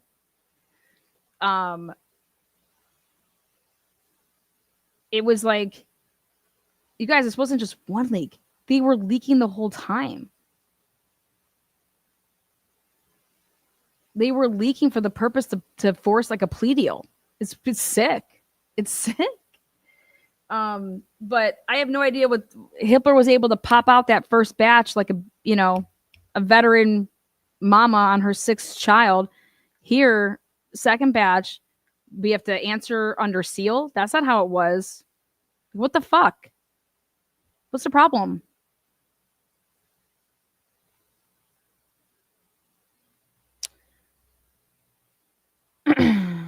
Look at this. Uploaded FBI CAS cellular analysis slides, right? Do not have 2025, a couple months away from trial here. The CAS team that did this case for Shanna Gardner's case, Jose Baez is over here saying, okay, the updated FBI CAS cellular analysis slides, it's additional slides included from a previous draft disclosed July 10th of 2023. Okay. You guys wrote all this. You said that this was, uploaded and then we could find it. Well, it wasn't there then, and we don't have it now. And where is this shit? Then we have two other FBI reports, FBI CAS report, and this was from 7/7/2022. And when I was looking at that data, I was like, that's what the ATF dates are. and FBI historical mobile device location analysis. Did you guys see that? FBI historical mobile device location analysis. Does everybody see that?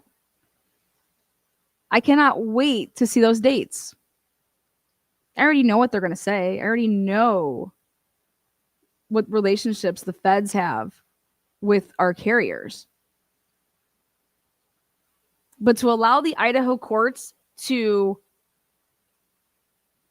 well, arms of the criminal justice system, the prosecutors writing up reports or writing up motions that are fucking false in nature, misleading, everything under the sun. Then the courts, then the defense says, no, this is this. And this guy works with them, does all, he has personal knowledge. He can provide this on request. And he has information that goes to this case that shows that there's forensic digital information that proves that they have shit and that they were given shit and it was not by the legal demand like they're saying. And I think what Cyree was also going to be dropping the bomb on was this whole preservation.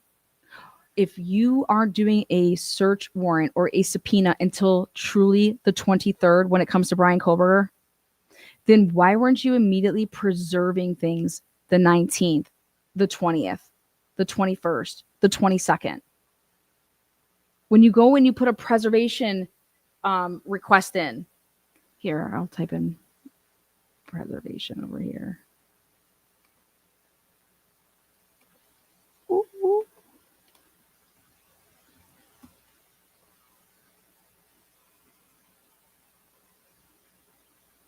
Okay.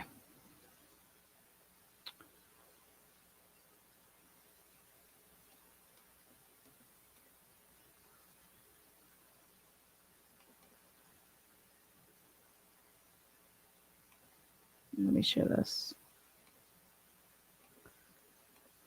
You don't need to put a preservation if you have it already. Okay. In this case, Jared Bridegan's case, Shanna Gardner case right here, right? Look at, this is March 4th. I submitted a Google preservation letter to Google via the law enforcement portal for John Biggerstaff's information. Google reference number, blah, blah, blah. Also, I submitted a Google preservation letter to Google via the law enforcement portal for the Cradle Creek area. This is March 4th. March 4th. Okay. The Cradle Creek area is where John Biggerstaff lives. We're putting in these preservations for what? Google, for what?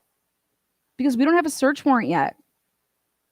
In order to possibly submit a search warrant for a Google geofence of the area, Google reference number blank. You guys see that? It's telling you why you're doing it. This is how every report should look. Go type in the word preservation into the 314 reports from Moscow. Type in preservation in the search terms for the Idaho State Police. You're not going to find the word preservation.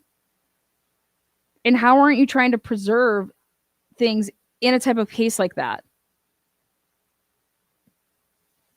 You're doing all of this in this type of case. Again, it says it right here. It is in order to possibly submit a search warrant for Google geofence of that area. Hey, preserve this. Crazy, right? Whoopsies. How about this one? Judge Eric Robinson approved the geofence search warrant today. I submitted the Google geofence search warrant to Google. Submission reference number blank blank. Also, the Google preservation letter was submitted. Reference number blank blank. I scanned the Google geofence search warrant into this report. That was done before Wednesday, February 23rd.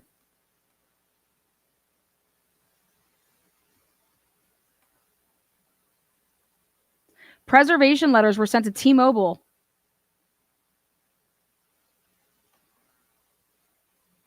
I submitted both of the search warrants to Google via the law enforcement portal. The Google reference number for the Cradle Creek preservation search warrant is this. preservation. Okay. On Wednesday, March 16th, ASA Stifler approved the geofence search warrant requesting the 3 device IDs for the incident location for the time period of 1840 hours through 1850 hours because they did the tower dump and they found 3 phones of interest. The ATF did. Also, she approved the Google geofence search warrant for Cradle Creek preservation location.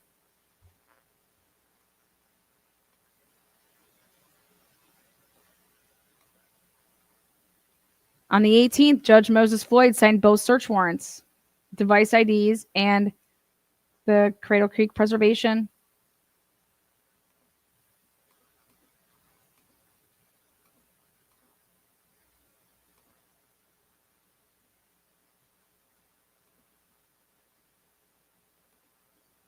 Ridiculous.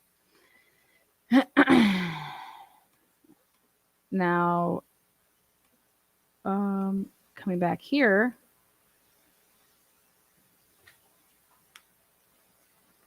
Unsure if any other FBI reports exist. Can you? Where are these? Look at these subpoenas. Look at this. Look at this crap. We're missing the chain of custody of this phone. We're missing the chain of custody for that phone. Let's go to these subpoenas. John Biggerstaff subpoena to AT&T dated March 2nd, 2022, requesting records December 1st through 2021 to March 1st, 2022. Do you guys see that? Do you guys see what that is? AT&T, right? John Biggerstaff subpoena to AT&T dated March 2nd of 2022. That's the date of the subpoena to AT&T. And it's requesting records from December 1st of 2021 to March 1st of 2022. We believe that we have the record responsive, but we do not have the corresponding subpoenas. Just like Elisa Mathis wanted. Let me see the subpoena. I want to see the subpoena. How did you obtain this? What are you writing in it? Isn't that the same thing that Mathis wanted? When are you requesting this? When was the murder? The murder was on February 16th, 2022. Oh, is that after 7 days? Is that after 7 days? Is that after 7 days? Yes, it is. It sure is. So, and now here we are, 2.5 years. Does Jose Baez have the AT&T subpoena?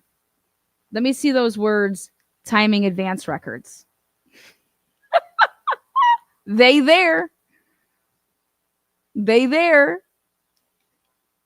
Let me see who, did you send those to Global Legal Demand? No. ATF did it. How did ATF do it? I don't know. They told us what to write in there. Duh. ATF, FBI, CIA, who gives a fuck? Couldn't believe it. I was just like, look at all these similarities. Look at how they're supposed to be going into trial. We don't have the subpoena to AT&T dated May 12th? You did subpoenas on May 12th for what? We're missing those subpoenas and the responses. Then AT&T toll records. When was that? Need more identifying information to confirm if we even have this. John Biggerstaff's toll records, JB subpoena in response. Detective will follow up was what we were told. Do not have any follow-up information or documents. John Biggerstaff's toll records and records for phone number, blah, blah. Need more identifying information to confirm this. John Biggerstaff subpoena to Capital One. John Biggerstaff subpoena to guns.com. May 12, 2022. Unable to open file guns. Got error message that says application is not on the computer. John Biggerstaff subpoena dated June 3rd, 2024. To appear and provide testimony on June 5th of 2024. Only have information contained in state's response to defense motion for sanctions. And that's because we only found out that it even happened. We have nothing. We didn't even know that this existed. And we were asking for sanctions because you didn't even tell us about it. And we have the right to be there because he's a witness. Oh, my hand right there? Yeah. You like that?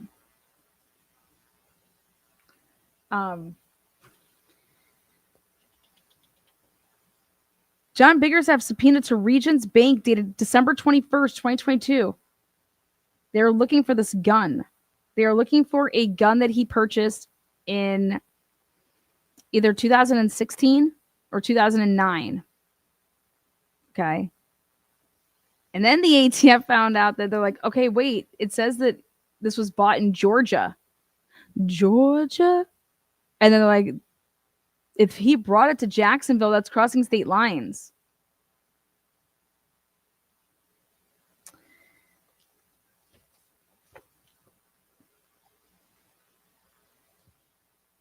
Oh, John Biggerstaff subpoena. AT&T dated February 19th, 2022. I said, I knew it. Look at this. February 19th. Or I'm sorry, that's Jared. But guess what? That's the victim. We have nothing. We have the subpoena, but missing all of the responsive records. Subpoena dated May 2nd, 2022, requesting January 1st, 2022 to May 1st. Not listed by the state, only have records from June 1st. So this is how Jose Baez is realizing, like Ann Taylor was right here, that wait a second. Jared Bridegan subpoena to AT&T May 2nd, 2022, requesting January 1st, 2022 to May 1st. This is not listed by the state, but guess what? We have these records. So how do we have these records without a subpoena? Okay. Well, because I'll tell you how. We'll tell you how. The relationship with the FBI. That's how. The feds with the carriers. Look at this. You guys, it's all right here. This is insane. It's the same shit. Jerry Bridegan subpoena for that was the bank one. Hold on, let's go back to AT&T. Oh, here we go. Jared Bridegan subpoenas to AT&T and the reciprocal responses requested by the defense on May 27, 2024. State's response on June 3rd, 2024 indicated January 2022 to May 2022, Kirsten and Jared phone records to be provided do not have. To be provided. They said it's to be provided. Okay, this is what they told them. Okay, and this is what happens with everybody that ends up getting a defense attorney that's worth a goddamn. Okay, then this stuff starts not turning up because we're not going to turn that over. Because how we got it, we'd be revealing what. So look at this. They wanted Jared Bridegan. This is the victim. Okay, the victim in the case. Where is the subpoenas to AT&T and the reciprocal responses? So that means you subpoena, we want to see what you wrote in, we want to see how you filled all this out, and then we want to see the response from AT&T. Okay? And it was requested by the defense asked for this May 27th of 2024. And the state responded just a couple days later and indicated that the January of 2022 to May of 2022 of Kirsten and Jared's phone records to be provided. So we will get those to you, okay? To be provided. And then here the defense is saying in 2025, on April 8th, 2025, hey, I'm sorry, on April 1st, 2025, hey, we don't even have the victims' responses or the subpoenas that you told us we would have back in 2024, June 3rd, 2024. It's a year later. We still don't have them. And see how that says number 61? Then if you want to know if a judge is worth a damn, you go and you look, because this is the order. And this is a motion to compel. And so she granted in part and reserved the ruling in part on defense's joint motion to compel discovery. And during the hearing, because they had a hearing for this, the state agreed to provide some of the items listed in the motion to compel. And it was not, there was no objection. After considering the arguments of counsel for the parties, it is hereby ordered that defendant's joint motion to be compelled is granted in part as follows. And I was looking at this and I'm like, wait a second. I mean, what on there shouldn't be granted? And it's like, okay, the defendant shall provide hard drives or other materials to the necessary facilities to transfer all the digital discovery to the state. Now, the state's over here saying that if they have all this shit, we just have to give it to you. Okay? The state's saying that there's issues with transferring over the discovery. There ain't no issues, you guys. The issues is Jose Baez is on this case, and he has all of his team. He brought in a new sick ass female out of Columbus, Ohio. Cheers. What's up, Columbus? Boom, boom, baby. Diane is a beast. Diane doesn't lose. Literally, the last go try to find a case where she's lost. Her and Jose Baez worked together in 2022. He came into Columbus and worked pro hoc vice on a case for a doctor here in 2022. He was acquitted of over double-digit murders. And now they had such a great working experience. And he said he's never, like, he's really, really organized. He's, you know, and he really prepares for trial, and he's going to outwork you.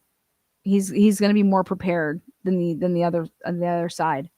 And he said he's never met an attorney that he thinks is more prepared than he is. I mean, that's a pretty big statement to make about her. Anyways, she just signed on to be Shanna Gardner's pro hoc vice representation September 15th, a couple days ago.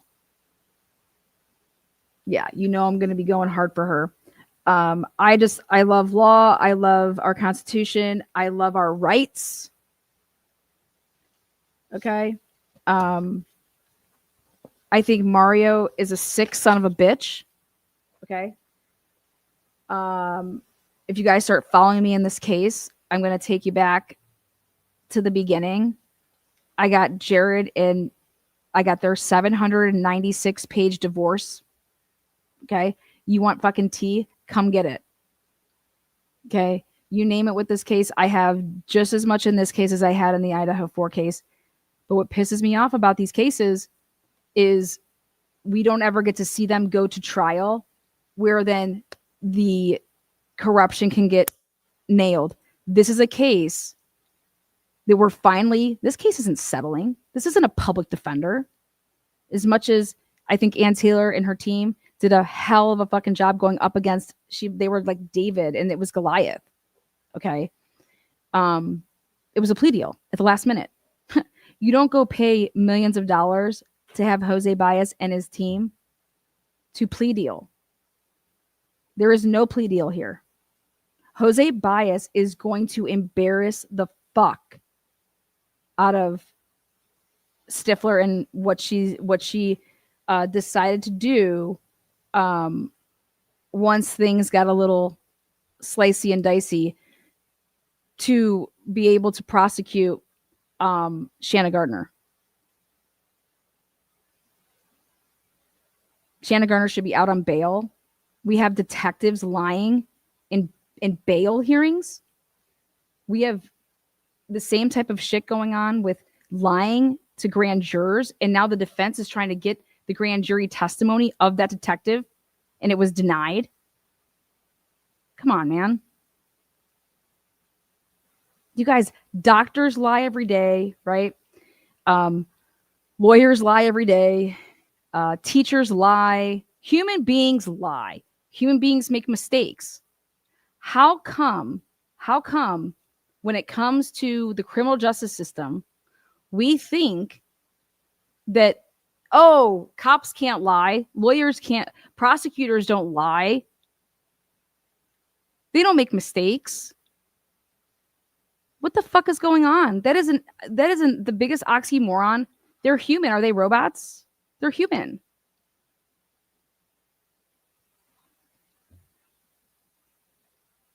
These judges need to start imploring common sense and stop looking for loopholes how to protect people when they do make mistakes and when they are wrong and when they do lie. Because why? Just let it all play out. We don't need to protect anybody.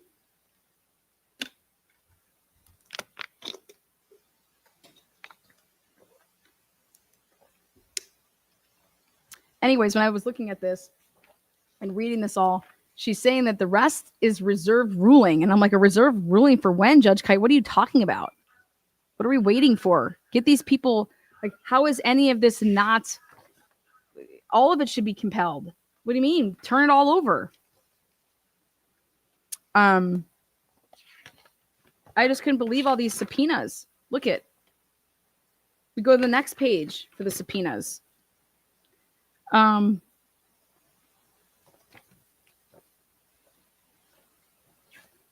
We don't have any of the bank records, the subpoenas for any of the, for Shanna Gardner to possibly say like, hey, you need to look, you guys need to even look elsewhere, right? Oh my gosh, look at, it's over 100. Do you guys know that there was something like over 100 subpoenas in search warrants in this case? In fact, I have all the numbers. If you guys really want me to nerd out on you. Look at this. Subpoena to, like, we don't have that. Kirsten Bridegan subpoena to AT&T dated February 19th. February 19th.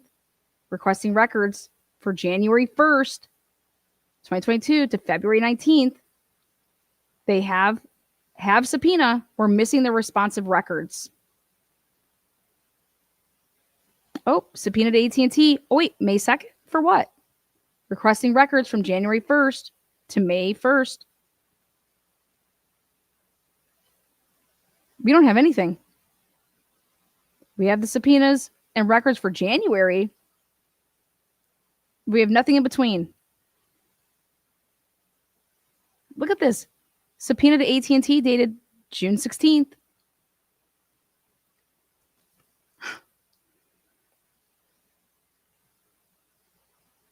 AT&T, I just cannot wait to see the words timing advanced. I was trying to look through and see, we need to find if there's anything with T-Mobile or Verizon. And when you go and you look, I can't find anything. That they, oh, Shanna Gardner subpoena to AT&T dated February 19th. Have subpoena, missing all responsive records. They do not have their clients, Shanna Gardner's subpoena for AT&T dated February 19th. So they went after her phone on the 19th. They have the subpoena, but they do missing all responsive records. It's 2025. She was arrested in 2023. They're supposed to have trial. They were supposed to have trial in October of 2025. This was put out in April 1st saying April Fool's Day. Hey, we don't have any of this shit. Let's see. WhatsApp have subpoena and 5-page of PDF, but unsure if that is the entire response. Like, so thorough to go. Oh, here we go. Oh yeah. Shanna Gardner subpoena to T-Mobile, February 19th. Missing subpoena and responsive records.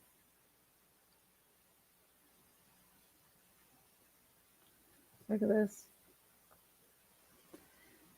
Shanna Gardner subpoena to T-Mobile dated February 19th, requesting records from January 1st. Okay. And this is what I'm showing everybody, that with the AT&T stuff, they are requesting past the 7-day mark. Okay. Back in 2022 at the beginning of the year. Okay. And I showed you the report at the beginning of the live and said, look, AT&T, what do they have? They were able to do Henry Tennant shit, and they didn't go and get Henry Tennant's subpoena for his phone from AT&T. His shit was he had T-Mobile. He had a couple different carriers because he had like three phones, I think. I know he had at least had two, but I believe he had three. He might even have four. Anyways, when you're able to go and get AT&T historical records and literally go back to the time of the murder, when you're going and getting a phone that's months after the murder, how are you able to do that? Because I thought you couldn't. I thought they said that Brian Culver, we can't do it 7 days, bitch. What? 7 days? What are you talking about? This case is proving, like, holy shit. Holy shit. It's proving a couple things.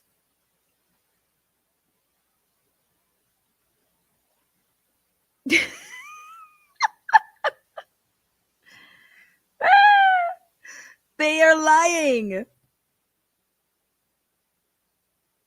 And I'm over here like, why haven't this is stuff from 2000?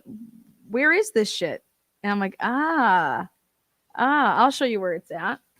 So then if you go to what the state put out, which I thought when you look at it, you're like, oh my God, look at all this discovery and look at how this is laid out. The initial, check this out. This is the first discovery dump that the state provided in their initial. So Jose Baez says, hey, we want blah, blah, blah. Okay. Just like how Ann Taylor got their initial dump. And then after that, it'd be called supplementals. So this is the discovery attachment incorporated into the state's demand.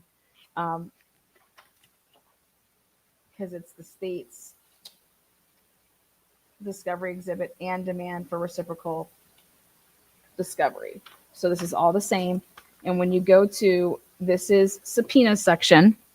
So I go to the subpoena section and now look at how it would tell it to us is that they only had, look at where May comes into play. So see these? So you have February, and this is the things that they were subpoenaing. Okay. AT&T was on the first time that they subpoenaed AT&T from Jacksonville Beach, like doing it Jacksonville Beach detectives, like local. All right. The first time that they're writing up a search warrant or subpoena, AT&T, March 2nd. But hey, Lana, you've been saying all these dates that are way before that, haven't I? Well, I'll show you. Because these dates, like here, T-Mobile, dated February 19th, you know, the AT&Ts, all that stuff. Well, guess who did that?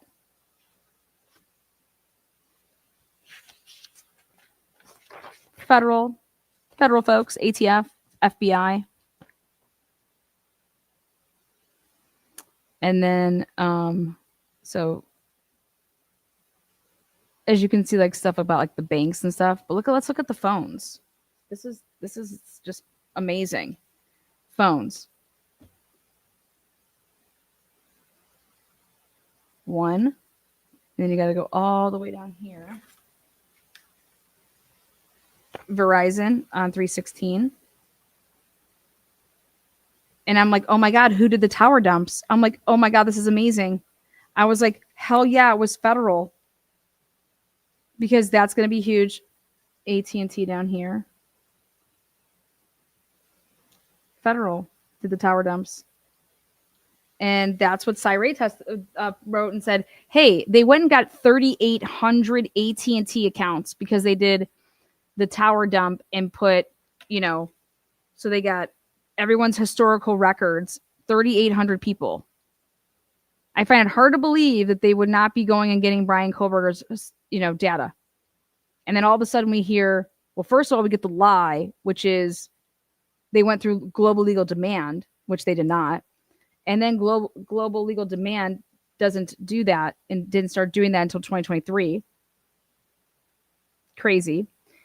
Lies. Yeah, maybe, but that's not how you were getting your search warrant. That's not how you're getting your returns, because that's not who you're giving it to. And so then you decide to write, after Cyree opens that ass, you write, well, it's just 7 days. They can only get stuff. Yeah, global legal demand after 2023, when they can start doing it, is 7 days. That's 2023. We're talking about 2022, the year you were writing stuff. Or not you, but them. And you were there working with them and co-located in the same room and same office in that little Moscow poo-poo pee-pee little room with everybody and their mother. You knew it was, you got an email on 11/15 saying, hey, use this verbiage. You wrote it. You know what's up. You wrote it. And so this just shows you all of these subpoenas that Jose Baez is asking for and they're talking about is 3-2.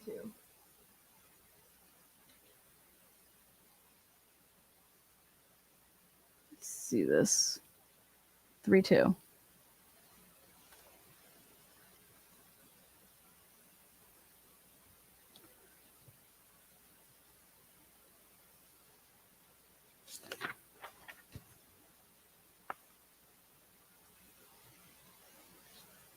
AT&T. March 14th. Is March 14th on here? 3/14. Nope. March 14th.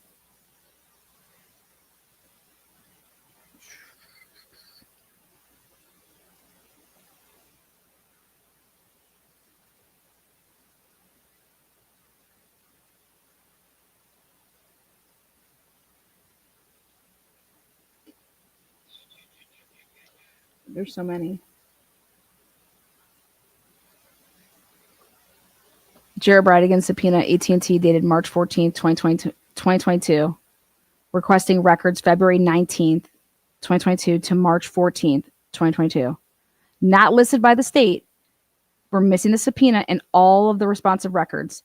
And if you go and look at this, March 14th, see 3/9,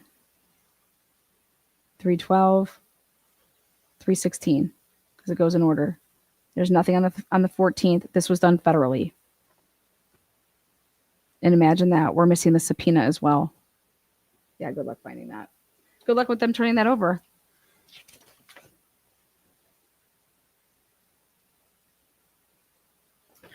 So basically what this proves is that if they could do all of this stuff in 2022, back months before the Idaho4 murders even happened, that means they did have the ability.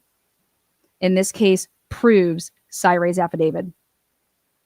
And I just love nothing better than bringing the work. Like, this is like me. Prove me wrong. Here, this is everything I'm putting out here. This is where I feel this way. Tell me I'm wrong. Show me how I'm wrong. Because what's so interesting is that Jose Baez and his team is literally having the same fucking problems that Ann Taylor's having. Or Ann Taylor had, which was,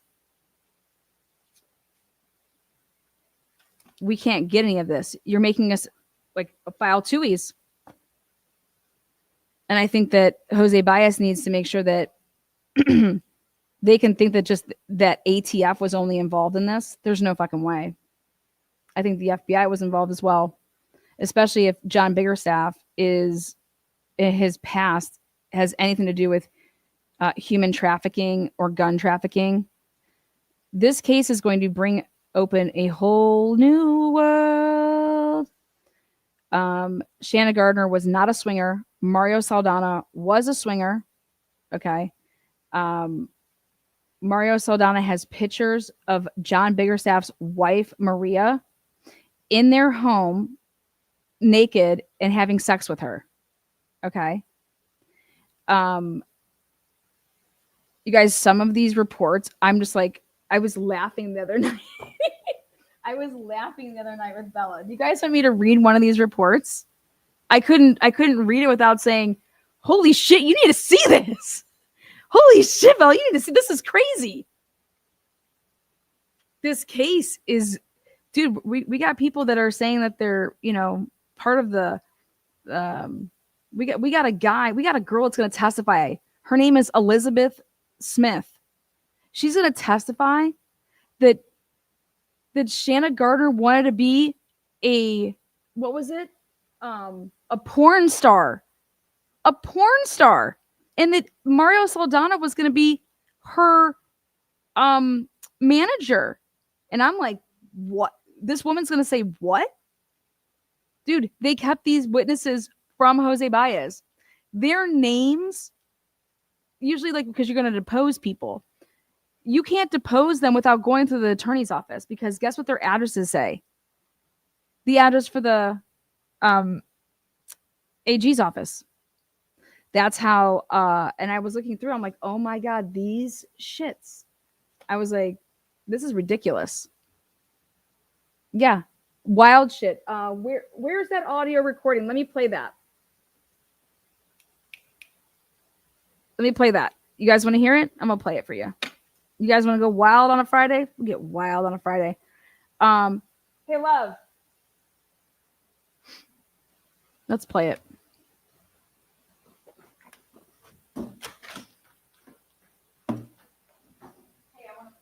I want to play Elizabeth Smith's shit. I was going to keep all this stuff under wraps, but let's get wild. Oh my God, are you ready for this? True Crime Cafe? You want to come up here and hear this?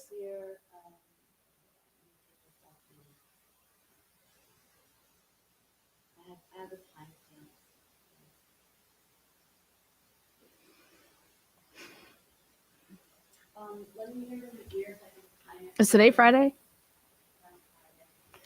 Let's do it. We're going to play it. Wait till you hear this. This is wild. People that don't follow this case, they're missing out, man. They're going to be missing out. And so what I'm going to do for you guys, I'm making a 45-minute, I don't want to say it's like a pre-record, but it's kind of going to be like a pre-record. But I have it all typed out.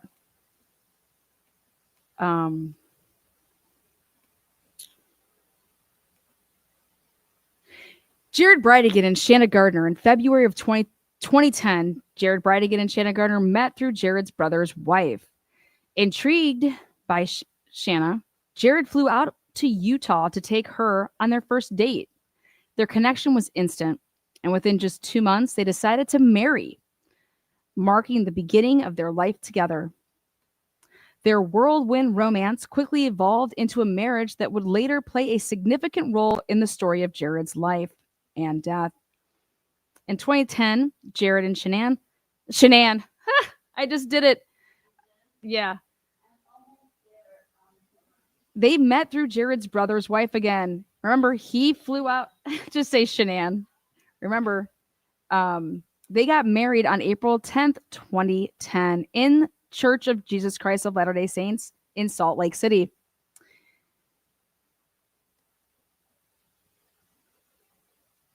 Jared and Shanna had twins. We won't mention the names, but the son was born with a medical condition. In December of 2013, Jared moved to Connecticut. January 11th of 2014, their son had a surgery. January 27th of 2014, Shanna and the kids followed Jared and moved from Utah to Connecticut due to the son having a medical condition that required them to be close to his specialist. In June, at the end of June of 2014, Jared convinced Shanna to move to Florida for a fresh start. following the doctor's recommendations for their son's medical condition. They moved in with Jared's parents. At that time, Jared was pursuing a master's degree online at the Savannah College of Art and Design. Shortly after Gardner and Bridegan were married, don't know if I told you guys this, but Shelley Gardner's family's trust entered into a scholarship and stipend agreement with the Gardners. With the Bridigans, aka her daughter and their new son-in-law.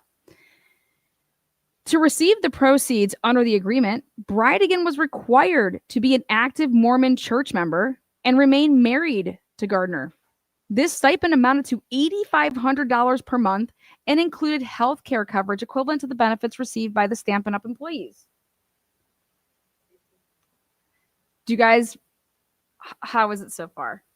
It's so good. You guys are going to love it. This is going to get you hooked on the case. Ready? It's cute. It's very temperamental. Okay, I'll just press play. Push play and okay. Investigation of Jared Bridegan. Oh.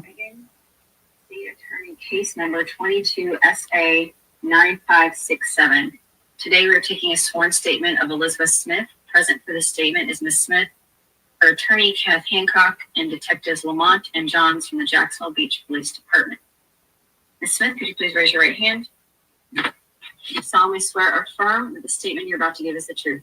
Yes, thank you. Put your hand down. For the record, the witness has been sworn.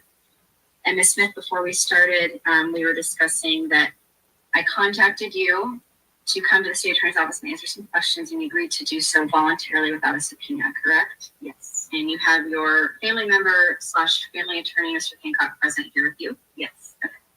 Has anybody forced you or threatened you to be here today or promised you anything in exchange for your statement? No. And are you under the influence of any drugs or alcohol, prescription or otherwise, that affect your ability to understand and tell the truth? No. All right. We are talking about some observations and statements you have that you decided to come forward and contact someone you knew with the ATF because you thought law enforcement might want to know about in the death investigation of Jared Bridegan, correct? Yes. And you are actually friends with a woman named Shanna Gardner. Yes. And you stated that your relationship was that you both worked together at a preschool starting in about 2016, but your relationship was very close, much closer than coworkers, would you say? Yes. You told me before we started speaking that you guys work out together, your families spent Thanksgiving together, and that you knew her children, she knew your children, so you would call it a very close relationship. Yeah. And I want to ask you about a relationship between Shanna Gardner and a person named Mario Fernandez, and Mario is somebody that you have met before. Yes. When you first met Shanna, she and Mario were not together, correct? Yes. And at some point when you were friends with Shanna, she and Mario began dating. And you described it as a very quick courtship. They met like 4 weeks later, they were engaged. Yes. Just like the first marriage. And you were talking about something that Shanna told you while you all were working at the school, that she was complaining about her and Jared's kind of custody battle and his sort of attacks through the courts on her parenting.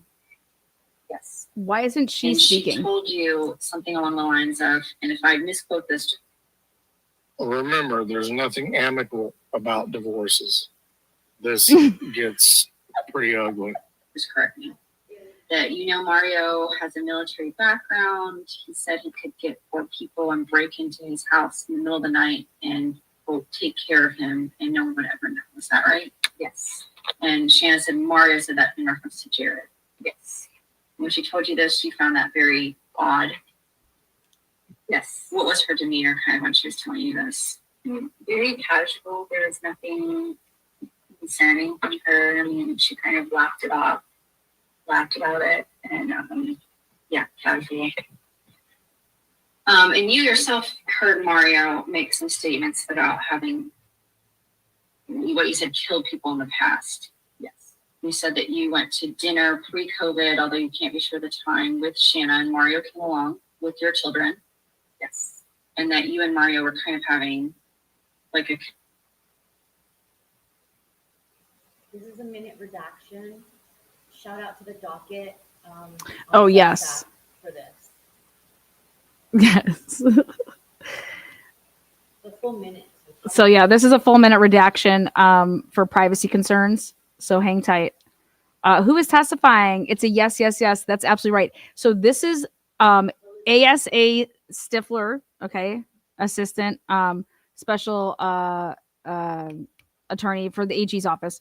They're prosecuting this case. She's the one, not a detective, the prosecutor, Stifler. I love it. Stiffy. She's, dude, between her and Ashley Jennings, I have to give it to Stifler. She is way more seasoned of a cheater. Who had aspirations to become a porn star, and he decided to manage her. She also had caught him or come into the home and seen that he was getting massages from girls that he had over to the house. Why did massage artists? Mario's a PIMP. Of their relationship was that despite all this, Shanna was planning on staying with him and working this out in therapy. Yes. And their relationship when they got married, he said that Mario kind of wanted to keep it secret, and Shanna sort of told him that the marriage, it would be better for her custody battle for her to be married. Yes. And that you knew that she got more money from her family if she was married because, they're very devout Mormons. Yes. And lastly, you said that you haven't had much FaceTime with Shanna since COVID started and you guys were busy with your children. But in April, Shanna did contact you. Can you tell me about that contact? Yes, she was letting me know that Kirsten had reached out to news outlets and was using pictures, which Shanna did not give any authority to Kirsten to do so. And Kirsten is Jared's first wife. No, he's wrong. Shanna was really upset about that and said she was going to reach out and get an attorney to protect the kids. And she just, wanted to make sure, just like I know that people that know me and love me are on my side. And This you case said that is the text she's saying April was kind of bizarre and out of the blue. She just was like, let's get together, even though you hadn't been together in a while. Yeah, she said, are you free today? Which was odd to say because we hadn't been that close anymore, so for me just to, hey, what about today? It was odd. Yeah. And oh shit. She said, if this doesn't work out, people know where my address is because of Kirsten. People know where my house is. We're not safe. And I'll just pick up, move, sell everything, and start over. And I she don't have did. any other questions, Ms. Smith. All right, that concludes the sworn statement. Okay, you guys. Holy shit. I was like, you got to see this shit. This broad is planning on getting on the stand and literally testifying in this trial that Mario Saldana, her husband, who she got married so quickly to Jared. I feel like I should just continue to read my lovely poems for you.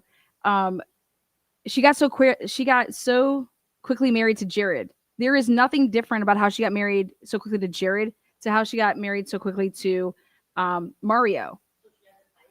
Well, it's just there's nothing out of the ordinary for that. It's patterns, okay?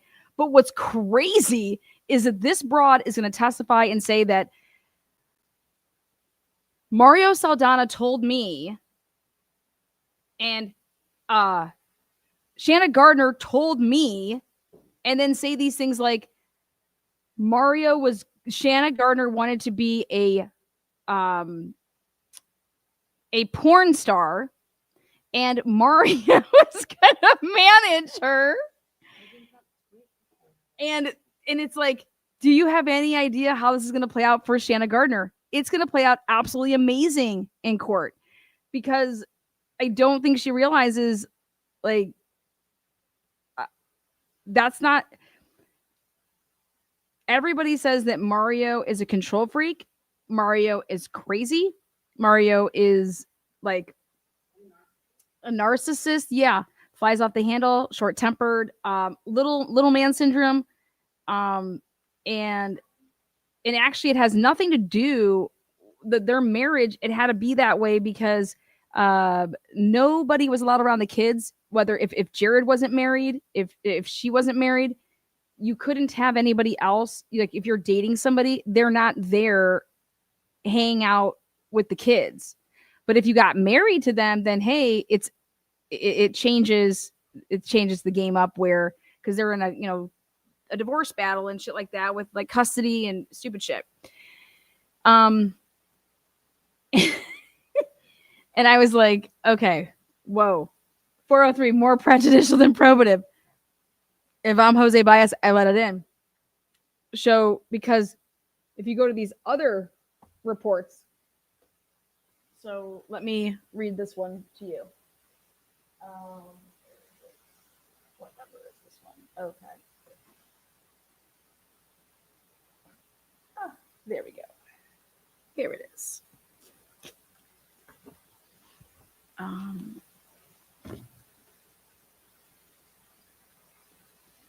When they went through Mario Saldana's phone records and they went through his phone, they saw pictures of John Biggerstaff's wife, Maria, having sex. He was video recording it. Mario was having sex with Maria. But because they're swingers.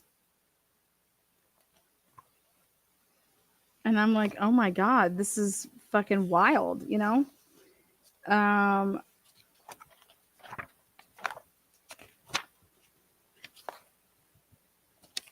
Okay. I can stay there. God, I got so many fucking binders. Okay.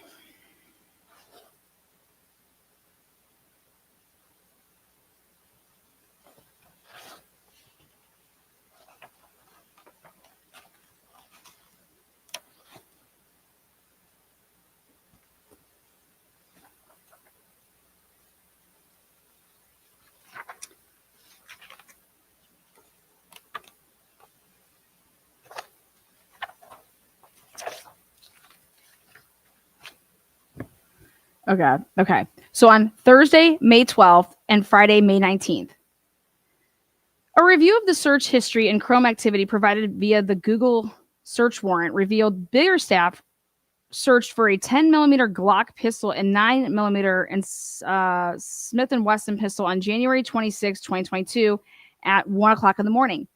He then visited guns.com and viewed details about a Glock 20, 10mm pistol. Screenshots of the search history have been attached to this report. A subpoena was served to the guns.com to see if there were any purchases for history for Biggerstaff. He is a felon. He cannot purchase guns. Now, further searches of the media files appear to show Mario Fernandez Saldana engaging in sexual activity with Maria Biggerstaff at the Biggerstaff residence. I said, oh my God. A request was made to court programs of North Florida LLC to provide GPS information from this guy's ankle monitor. And I'm like, what? The date will be attached to this report. So I said, oh my God, we got to keep this name in our back pocket. Now, that report was written May 19th, 2022. This goes a whole month. So then we have, that's why I was like, dude, somebody else is having these interviews, because there's no way that there was no work done by the Jacksonville Police Department for a whole month, meaning May 13th, 19th until June 13th. I said, there's no reports. I said, there's no way. There has to be another agency involved. Okay. Was Lana right? Ding, ding, ding. Lana was right. Now, guess who's the next person interviewed? Literally. If you go in order, it's report 93. That was the one in May. And I'm like, what is this shit? Why is it stopped? They interview literally report 94 on June 28th, myself and Detective Lamont met with ASA Christina Stifler. The ASA asked Elizabeth Smith to come to the Fourth Circuit AG's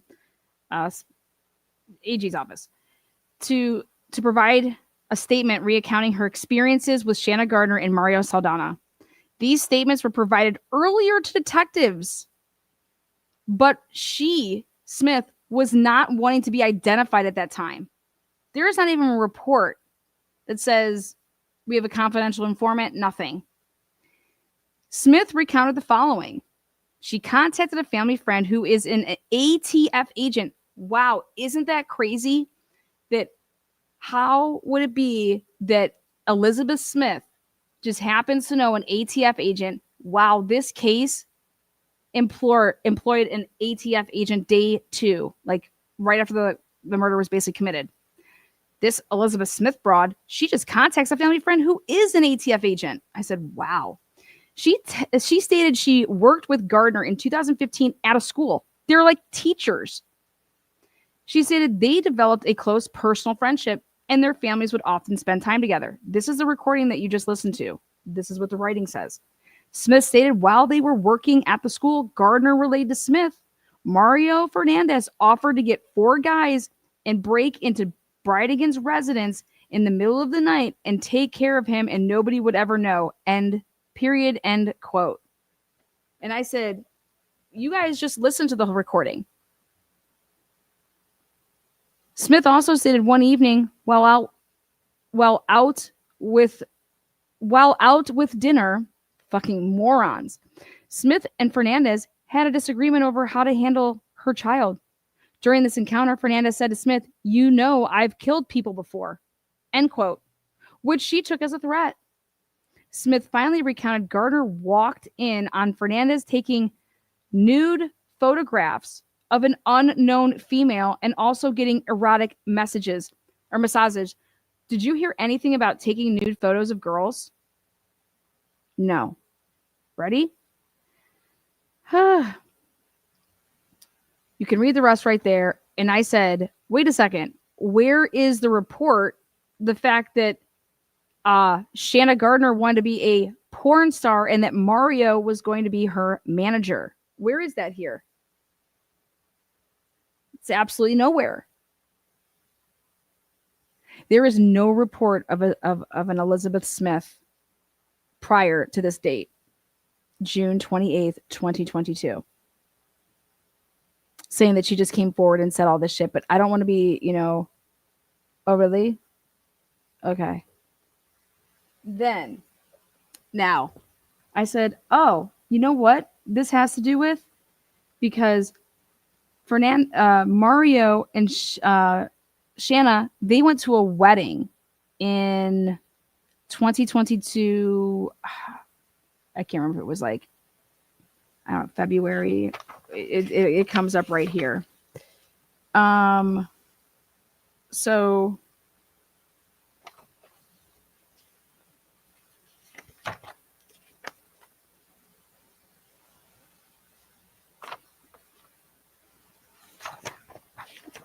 bigger staff, biggest staff, biggest staff, biggest staff. Oh God, sorry. Okay, then the next thing that happens. So July 18th.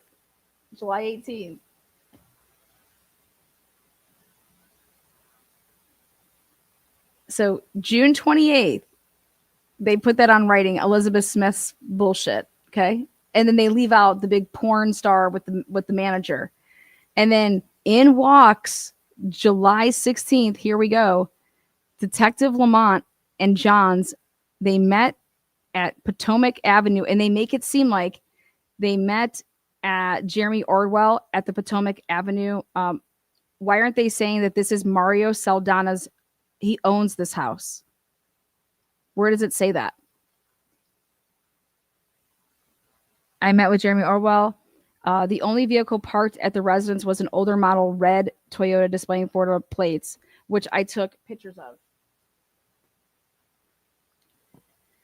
While Detective Lamont interviewed Ordway near the front door of the residence, I was standing nearby in the driveway. Approximately 5 minutes later, and while Ordway was talking to Detective Lamont, an older black man driving a white, older model four-door Ford Crown Victoria with Florida license plates backed into the driveway. Ordway identified the man as Henry Tenen and continued with interview with Detective Lamont. Tenen got out of the car, got a metal bowl out of the trunk, filled it up with water, and set it out on the ground near what appeared to be a truck tire. Specifically, a BF Goodrich Advantage TA Sport LT size 265/60R18 leaned up against the corner of the house. There was no truck in the driveway and did not see any other tires in the area. I knew Detective Lamont may have wanted to speak with Tenen and spoke briefly with Tenen on unrelated matters while waiting for Ordway and Detective Lamont to finish speaking. After Detective Lamont finished talking with Ordway, Detective Lamont interviewed Tenen. Following the interview, I asked Ordway about the tire.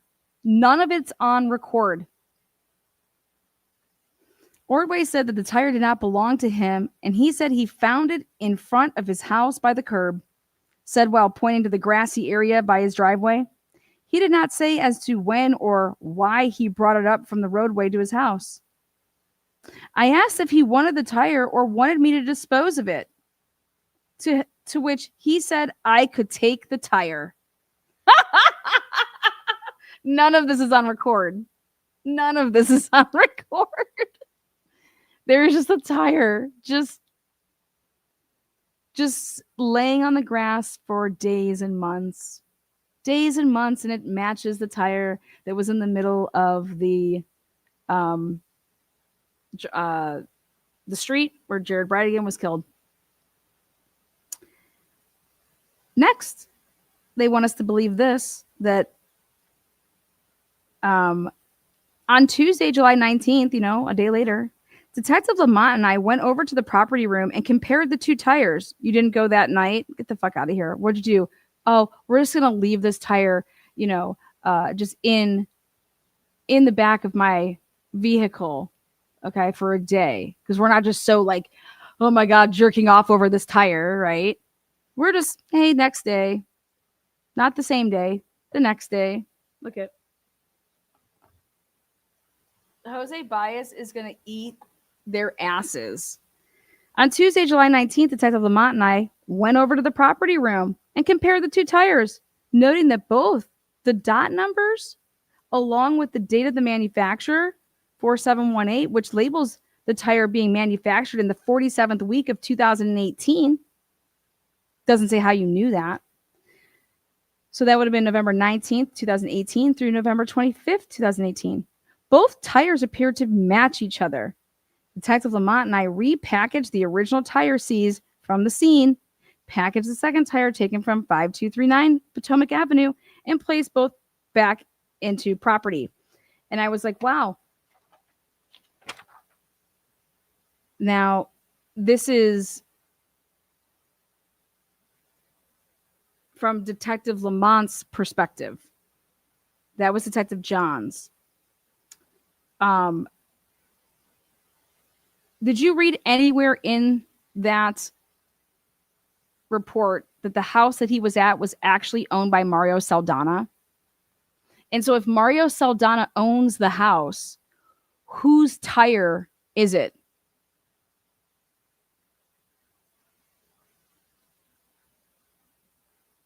Ooh, Lana. Ooh, Lana. It was laying up against the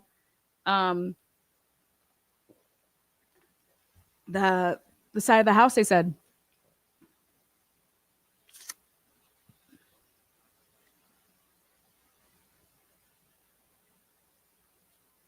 Mario goes there all the time. You think Mario would just allow a tire from the back of this truck, which the truck was moved to a location right after the murders, okay? And so that means that this tire was with that truck because it was in the back of the truck, okay? So how the fuck did that tire get on the front lawn? You think that Henry Tenen, old man, let me get this tire. Let me take this tire with me. Take me home. Throw the tire.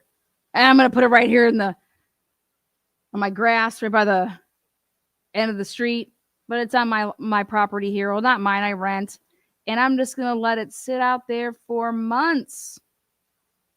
And it matches the tire that was in the middle of the road. And Mario Saldana is coming and going from that house all the time. And he doesn't say, oh my God, what the fuck is this tire doing here? Oh my God. Are you dumb? And take the tire himself and dispose of it? Nobody touched the tire. How did the tire get there? Who put the tire on the lawn? Okay, now, Jeremy Scott Ordway, okay? Same day, but this is from Detective Lamont's perspective on this day. So they arrive at this address, and again, they do not say that it's Mario Saldana's. Also present for the interview was Detective B. Burrell. So I'm sorry, I think it was Detective B. Burrell and Lamont, not Johns on this one. So they tell him, Ordway, remember, he's there and Tenen's not there yet. And they say, hey, we're going to record this, okay? So Ordway was advised interviews were being conducted with people associated with Jared Bridegan. While Ordway does not directly know the Bridegan, he is currently a tenant of Saldana's who is directly associated with Bridegan. Ordway began by saying he moved into the residence in February, the same month of the murder. Okay. After living the house next door. God, these people cannot write. Ordway advised he lived in the previous address for 2.5 years. Ordway explained he knew Saldana from interactions at the current address. When Ordway had to leave, he reached out to Saldana about living at 5239 Potomac Avenue. Ordway advised the previous tenant was an individual named Henry, who was later identified as Henry Tenen. Now, according to Ordway, Henry Tenen didn't live there anymore. He was just the previous tenant. Ordway stated that Tenen lived at this residence a long time and had his own police issues. Ordway would go to explain he has known Saldana for a couple of years. Ordway advised Saldana has recently sold the residence and he has until December 1st to vacate the residence. Ordway advised Saldana came by a week ago. And I was like, there it is. Right? Heather, Ellie has lost all integrity. It's out the door. So right here, he's like, yeah, Mario was just by here a week ago because Mario still owns the house. You're going to sit here and tell me that Mario is just like, oh my God, that tire, it's all over the news. Like, you don't have to be in, like, if you think that Mario is involved, right? Mario is just going to let a tire that's from Henry's truck that can be matched to Henry's truck with that tire just stay there. Get the fuck out of here. No. Sorry. So he says that Saldana was there a week ago. Jeremy would go to explain he does not talk to Saldana other than to pay his rent. It should be noted Saldana and Ordway have extensive contacts present in phone records. Ordway was asked if Saldana has a maintenance person who works on the house. Ordway advised he conducts repairs around the house to supplement his rent payments, so he'll do the work. Ordway advised he has no other individuals living in the residence with him other than friends staying from time to time. While interviewing Ordway, Henry Tenen pulled into the driveway. Ordway advised Saldana does not speak to him about his personal life. Ordway advised he does not talk to Saldana other than when he needs building supplies to work on the house. End of the interview. Once the interview with Ordway was complete, Henry Tennant agreed to speak with detectives who were present. So this detective right here says nothing about this tire. Okay.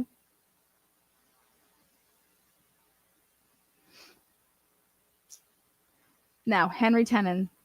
At approximately a couple minutes later, the interview with Tennant was conducted at his residence located at 5239 Potomac Avenue.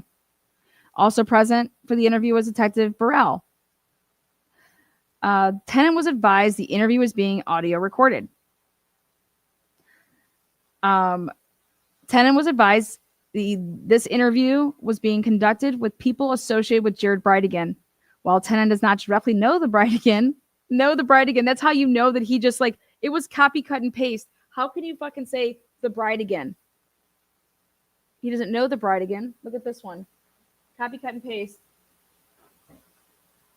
The Bridegan. Doesn't know the Bride. I mean, just absolutely shit jobs.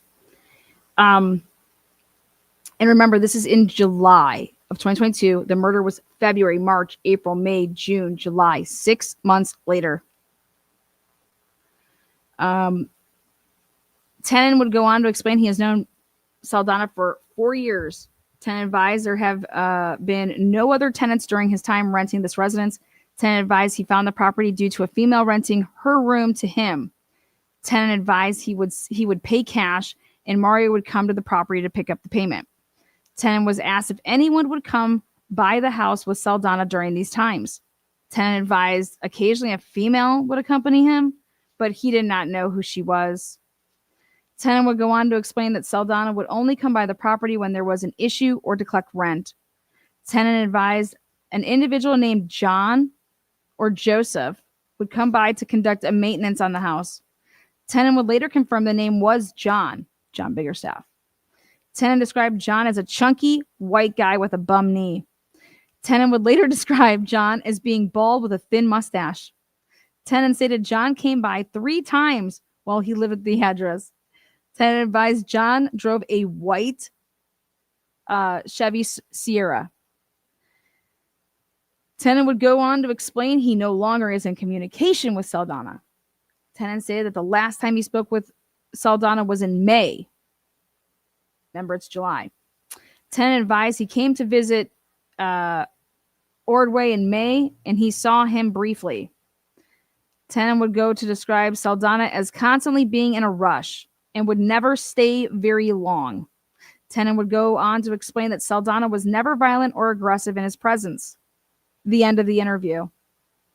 Once the interview with Tennant was completed, look at these idiots. Once the interview with Tennant was completed, awesome. Detective Burrell noticed what appeared to be, so after everybody's been interviewed, he's saying after he interviewed Tennant. What? So Detective Burrell noticed what appeared to be a BF Goodrich truck tire leaning against the garage. Detective Burrell spoke with Ordway about the tire and collected it. The interaction with Ordway is documented in his supplement, not recorded. Holy shit. Both interviews have been placed into property as evidence. There is no record of this tire on any device.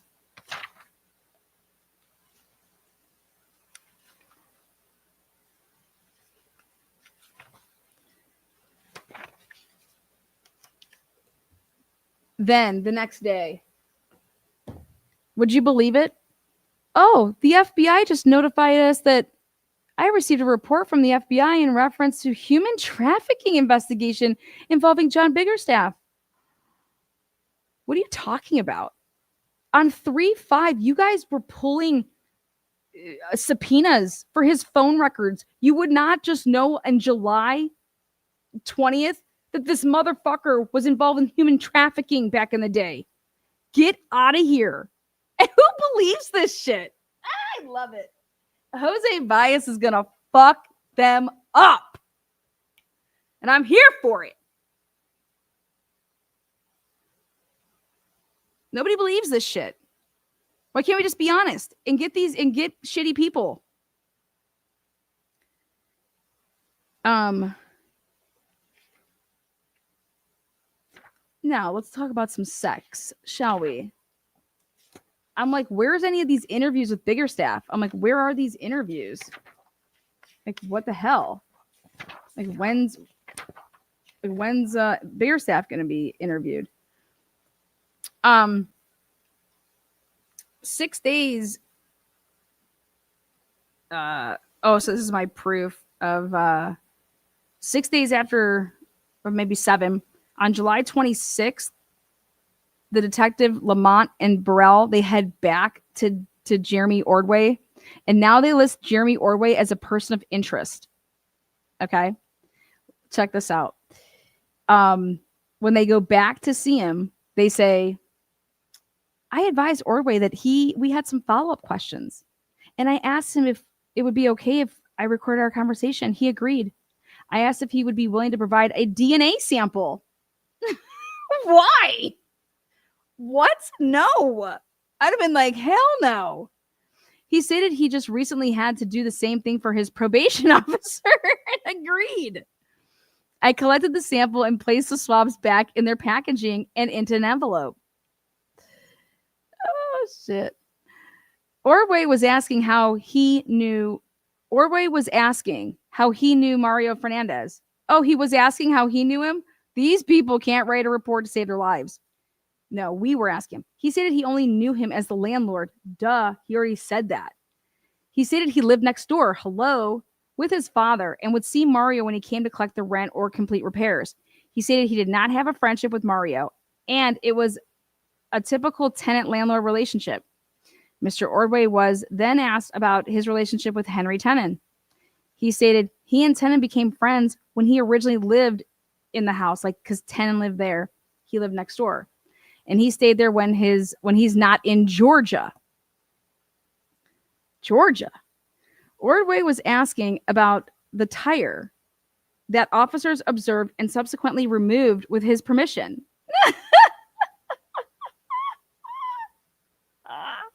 They just had to get that on record again. Hey, remember we were here talking about that tire that you said we could take? Because it wasn't recorded. So now, hey, Ordway was asked about the tire that officers observed and subsequently removed with his permission. He stated he did not know anything about that tire. He stated it was initially in the ditch in front of the house. He initially stated it somehow ended up on the side of the house.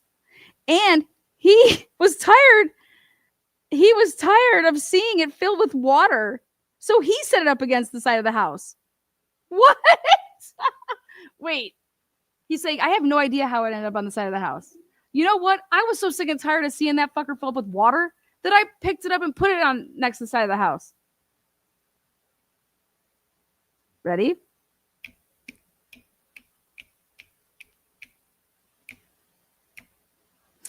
Wow. He stated he was not concerned with the tire because he did not own a truck. Who makes that statement like that? I cannot wait to hear these recorded conversations. It did not go down like that. That's absolutely absurd. Oh, I don't give a fuck about that tire because I don't own a truck. That is just ridiculous. No, it was probably like, well, do you own a truck? Like, why would it be here? No, I don't own a truck. That's how it would be.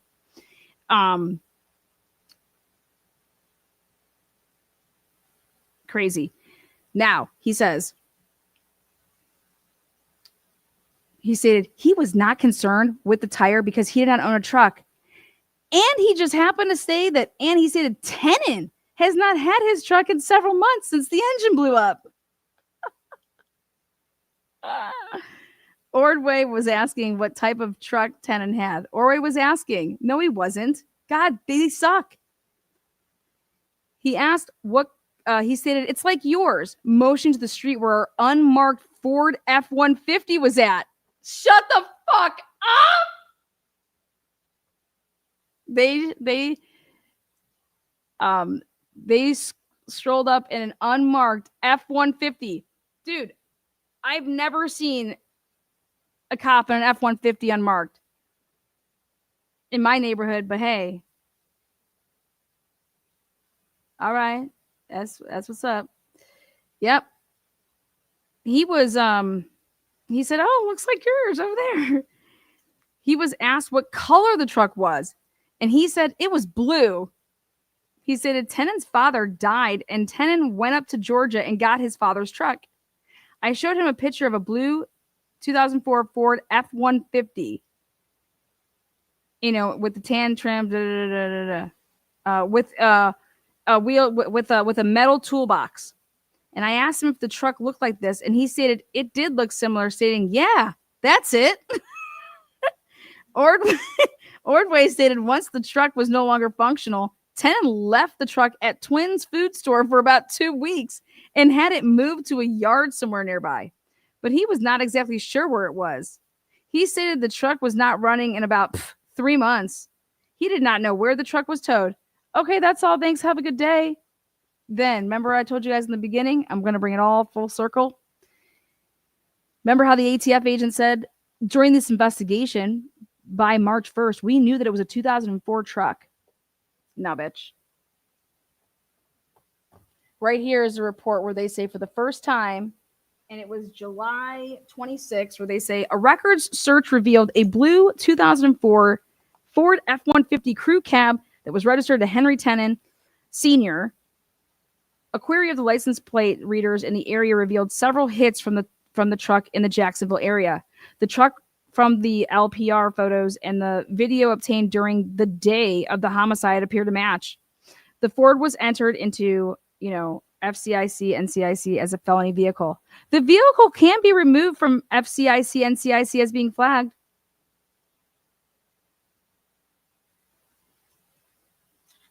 Wow. So you didn't know about the first time ever the words blue 2004 Ford F-150 crew cab is ever mentioned in the discovery in any report is right here, July 26th, and that's why I call bullshit.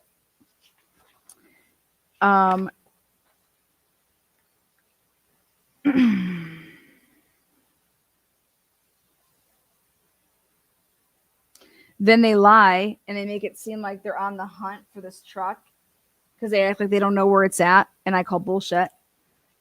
I sent some tips to the defense because I can't stand liars. You want to know what the biggest lie was? Go ahead and type into your phone all of these places right here that they said that they went looking for these addresses that belong to people that knew Tennant, places that he would go. If you pump in all those addresses, if you think that you can drive around and get it done in the amount of time that they said that they did that, it's humanly impossible. I did the math. Next. Then they just rented a helicopter. Here you go. Whoop. We just flew over Cypress Hunt Club located in Fargo, Georgia, in an attempt to locate this blue tan colored Ford F-150. Selling it really good. Oh, didn't find it there. Now, at approximately 1200 hours, we requested the cell phone location data was received from T-Mobile for Henry Tennant. The date range requested for Tennant's data was, like I told you, all the way back to January of 2022. They realized that he has other cell phones. Upon reviewing the data, it was discovered 2 phone calls of interest were made from Tennant's cellular phone the night of 2/16/2022. The phone calls were made at 9:18 and 9:23. Why were those of interest? Both calls were made utilizing the T-Mobile cellular tower in Jacksonville Beach and were incoming calls. So he didn't make the calls. So first of all, you might want to change your sentence. Okay. 2 phone calls of interest were made from Tennant's cellular phone the night. Were made from. I said, what the fuck? Do you not know what made means? Did you not know what received means? And then here says, oh, but they were incoming calls. And I'm like, you dumb motherfuckers, man. Sorry, but you just dumb. At approximately 10, a review of the license plate readers was conducted. And I'm like, dude, they already did all of this shit. This is the same thing that happened in the Idaho4 case. Now they're acting like they did all of this organically, and they're doing all of this. This was done. Remember when I said, oh my God, look at this huge gap. There is not a Jacksonville police report written in a month. What are they doing?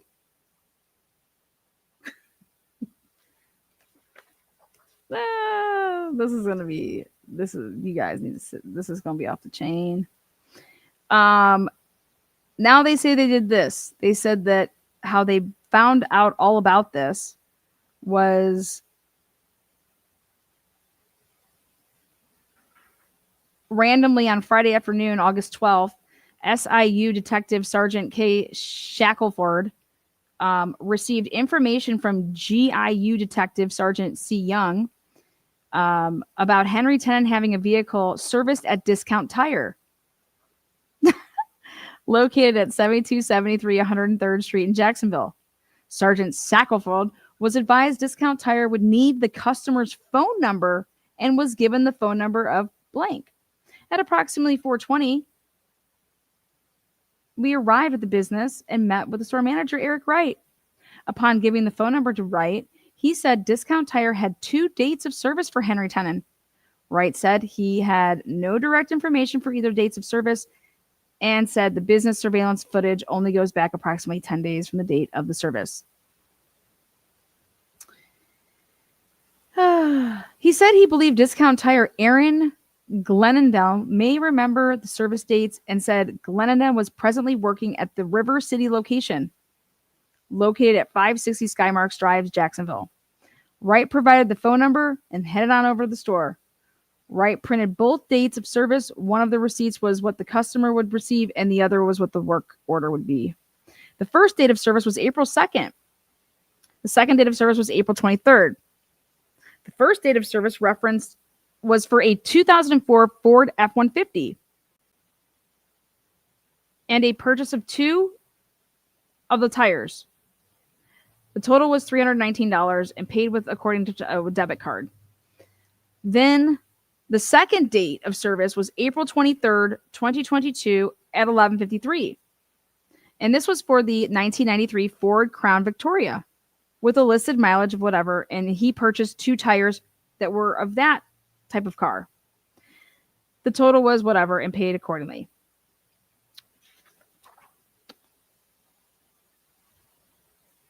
Now, on August 11th, we emailed Customs and Border Protection requesting a flyover. We want you to go fly over this 9324 road and give us all the deets. Please look for an Ford F-150. There's some, links to Tennant with that address. Nothing happens. Nothing comes back.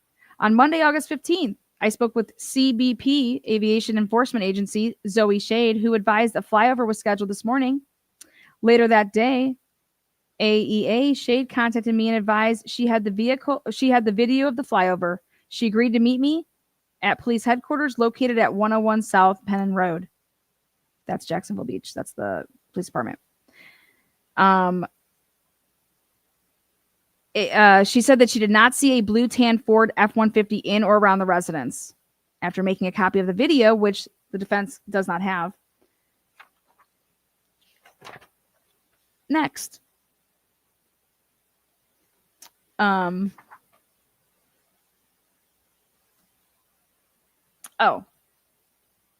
Henry Tennant was arrested on 8/18. I said, what the fuck? How's he getting arrested? Well, Henry Tennant got arrested on 8/18. I said, shut the fuck up. What'd he do? What the hell happened here?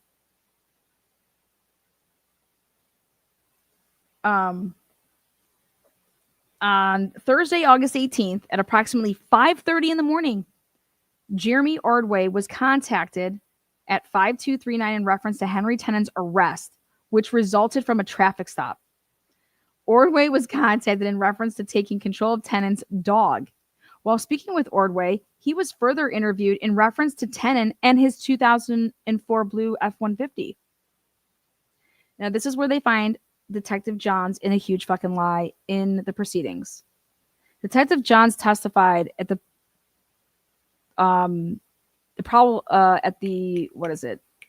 grand jury. Detective Johns.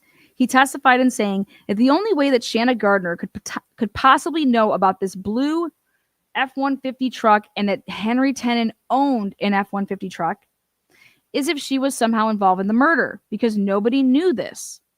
It was not public information. Okay? Au contraire, and report 111 proves it. In this report, at approximately 5:30 in the morning, like I just said, they go on over to his house. Ordway was advised Tennant had been arrested, and Ordway stated he would be willing to take possession of Tennant's dog, which was in the vehicle. Ordway was advised. Tennant's truck was used in the murder of Jared Bridegan. Holy shit! That just stung, didn't it, Detective Johns? You didn't realize that your boys would write up a sick-ass report, did you? And thought that you could get on the stand and lie. Detective Lamont, his partner, wrote up this report and told Ordway, in quotes, I told Ordway that Tennant's truck was used in the murder of Jared Bridegan. Why is it significant, Lana? Well, it's significant because of what Detective Johns testified to the grand jury was a goddamn fucking lie. Because guess what happened? The reason that Shanna Gardner knew about this is because Jeremy Scott Ordway called his fucking landlord and said, dude, Henry Tennant was arrested and his truck was involved in the murder. That's what these detectives are telling me. Why are these ATF agents here? What the fuck is going on? What's going on? And there's phone records tracing it all back. And then what does Mario Saldana do? Mario Saldana tells fucking Shanna Gardner. There's phone records of it. Ordway was advised of the previous statements he has made in reference to Tennant and his blue truck. Ordway stated, I admit I took Henry to go get that truck when his dad died. Ordway further stated the truck has been broken down since January or February. Ordway stated after the truck broke down, he let Tennant drive the Crown Vic, which belonged to Ordway's father. Ordway would go on to explain that the truck was taken to a yard. Ordway would further explain the yard as a general mechanic shop. Ordway advised he gave Tennant $1,000 to fix the truck because it had a blown engine. Ordway stated he gave Tennant the money in March. After previously stating the truck was broken down in January, February, Ordway continued to say that the truck came back to Potomac Avenue on a wrecker. He's not lying. Ordway stated he was never paid back the $1,000. Why does Henry Tennant need money if he just got paid $150,000 to kill somebody in February? He needs to borrow $1,000, right? Ordway would go on to explain that Tennant was his father's only friend, and this is why he let Tennant borrow the money. Ordway would go on to explain that the truck has been broken down since the beginning of the year. Ordway explained that he has lived at his current address since February. Ordway stated he has had his current number for 8 years, his cell phone number. Ordway stated, I am not stressing because I called Henry because, hey man, can you bring me home or something like that? It should be noted Ordway called Tennant at approximately 9:18 hours the night of the murder. Now, if you go back to the report that I brought up earlier, and it says that Henry Tennant's phones supposedly made these outgoing calls, right? No, his phones received incoming calls. Remember? I'm like, why would you say outgoing calls? Henry Tenon didn't make the calls. Somebody was calling his phones or that one phone. And here, out of the blue, they're making it seem like out of the blue that this guy is just sitting here just saying all of this shit. And he says, I'm not stressing because I called Henry because, hey, man, can you bring me home or something like that on the night of the murder? It should be noted Ordway called Tenon at approximately 9:18 hours the night of the murder. That would be one. That means that Henry Tenon's phone that was receiving a call at 9:18 was Jeremy Ordway. Okay, one of them. Next, Ordway was asked why he was hesitant about talking about the truck during previous interviews. Ordway would go to explain he was not trying to volunteer anyone's life story. Ordway stated he wasn't trying to be deceitful, but he was trying to offer any more information than the detectives gave him. Ordway advised he is trying to keep himself from being involved in this incident. Ordway advised he never drove the truck and he has never seen anyone drive Tenon's truck.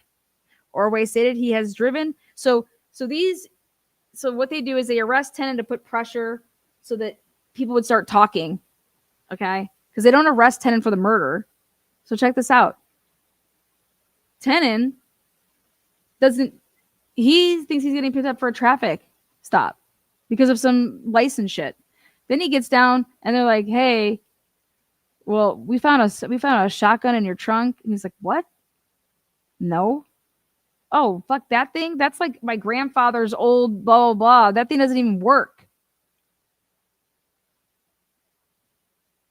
That's why Henry Tenon's not charged with firearm or anything, because it's in the indictment. Ordway advised, yep, no one's ever drove the truck, blah, blah, blah. Ordway would go on to explain that Tenon drove the Crown Victoria to, I don't even know, a place.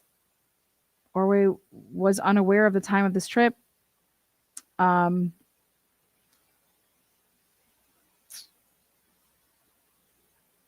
Ordway would go on to explain he believes Tenon and Saldana met through renting the property. Ordway described a time when Tenon helped Saldana fill in a pool at a property. Ordway advised it may have been like 6 months. Who knows? 6 months ago. Oh my God, imagine that. Ding, ding, ding. The 2021 checks that were wrote for $5,000. He's telling him, I think he filled in like a pool for him or something. They were trying to make it seem like these people are crazy. Ordway would go on to explain that Tenon has a phone plan which contains 4 cellular devices. 4 bitches, not 2. Faux. Henry Tenon has since said that he gave false testimony to take a plea deal. So this is going to get really interesting here at trial.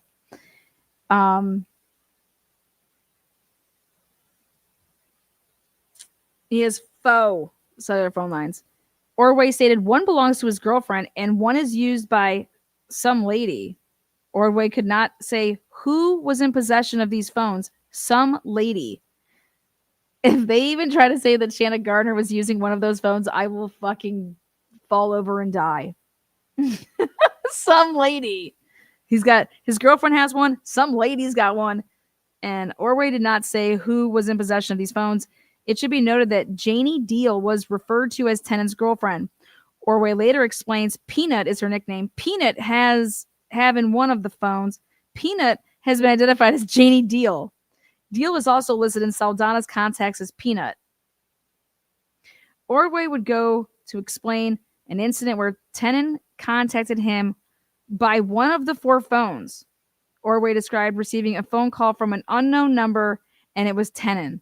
Tenon stated his phone's battery was dead, and this is why he was contacting Ordway with the unknown number. Ordway stated Tenon is usually in possession of 2 phones.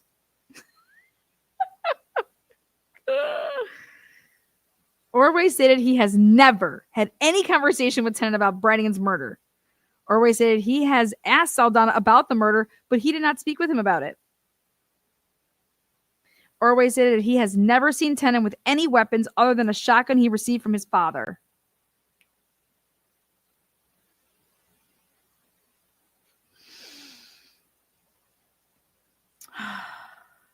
Oh, God, it gets worse now. The day of the arrest of Henry Tenen on August 18th, at approximately 7 in the morning, I prepared to conduct interviews with Janie Deal. Deal and this other dude were present during Henry Tenen's traffic stop. Because guess what? Deal began the interview by saying she was on the way to her methadone clinic at the time of the traffic stop with Tenen. Oh my God! Methadone. She was on her way to the methadone clinic at the time of the traffic stop. Deal advised Henry, or William was the other person in the car, and he was going to the methadone clinic as well. Deal advised that she has known Tenen for over 20 years, and they dated once during this time. Deal advised that Tenen takes her to the clinic every morning. He's actually a really good dude. They interviewed all of Tenen's who employed him and everything like that. They said he was the first one to arrive to work, he was the last one to leave, and he was the hardest worker. And he was, in quotes, a saint.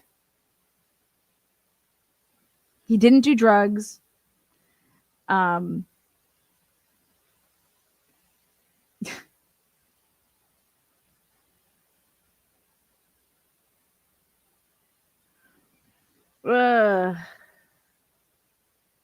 Deal stated that Orway drinks and she does not like being around alcohol. Well, Tenen drinks too sometimes.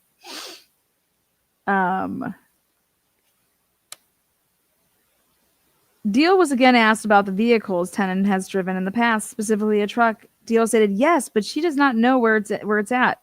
Deal advised the truck is broken down and that Tenen's father gave it to him. Deal was asked why she did not mention the truck when previously asked. Deal wasn't asked. Deal said she did not mention it because it has been broken down. Deal continued to explain Tenen received the truck from his father once he passed. God. Oh my God. She says the same thing. She says Twins Food Store is where it was last the time. That's same that Jeremy said. Deal would go on to explain the truck was with a friend of Tenen's who was a mechanic.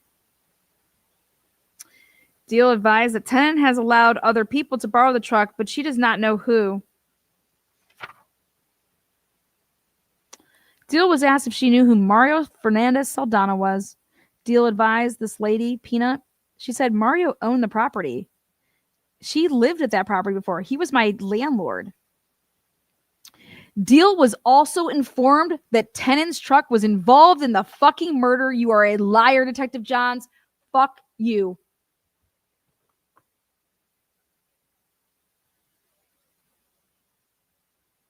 So not only did you tell Jeremy Ordwell, you then tell Peanut. Deal was informed that Tenen's truck was involved in the murder involving Jared Bridegan. Deal was visibly upset and advised she did not know where the truck was. She started crying and shit.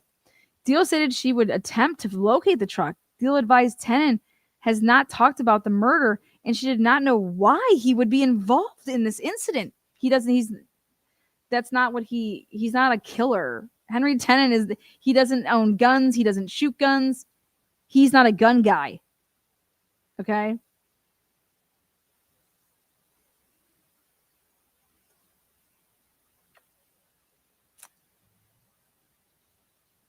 Deal was asked again about the whereabouts of Tenen's truck. Deal continued to state that she did not know where the truck was. Deal stated Tenen was getting the truck fixed by a friend who is a black dude who works on cars. Deal was asked if Tenen has any weapons. Deal stated she only knew about that shotgun which was in the car at the time of the traffic stop. Deal was shown pictures of Saldana and Ordway and she identified both individuals as such. Deal was also shown a picture of John Biggerstaff and she advised she did not know who he was. Deal advised she has not seen Saldana for about 8 months. 8 months it's been. Deal was asked if the truck had any sentimental value to Tenen because it belonged to his father. Deal advised Tenen stated the truck meant a lot to him because it belonged to his dad. Deal did not believe Tenen would just get rid of it due to this. Deal advised she told Tenen he should just sell the truck. Tenen informed her it was a good truck and he did not want to get rid of the truck. Deal advised this conversation took place a month ago.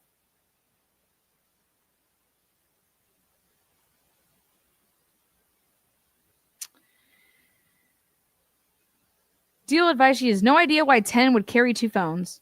Deal said several times Tenen has both phones on him all the time. She said several times. Deal advised Tenen uses one phone for work and one for personal use.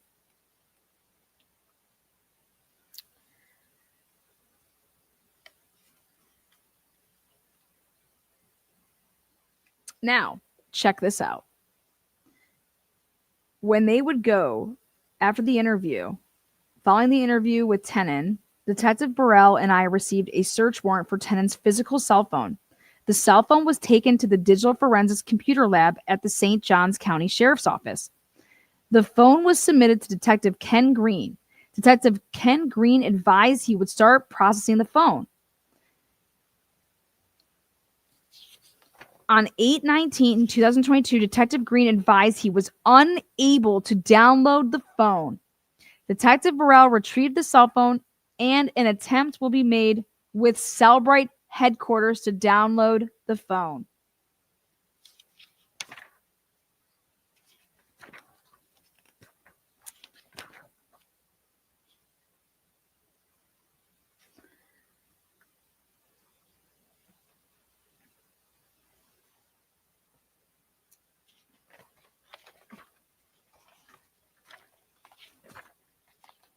Now,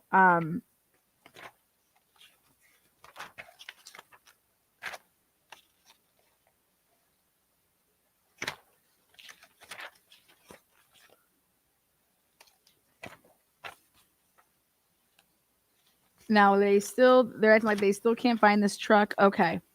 I was like, when are they going to interview this this John Robert Biggerstaff? Like, they got a search warrant for his shit, literally his phone, Google, everything. Within 3 weeks of the murder, they interview John Biggerstaff on Monday, August 22nd, according to this, with the Jacksonville Police Department. Now, ATF, they interview him and his family after. Prior to John Biggerstaff being interviewed on Monday, August 22nd, Henry Tenen chooses, without a lawyer, to speak to the detectives on August 18th after his arrest.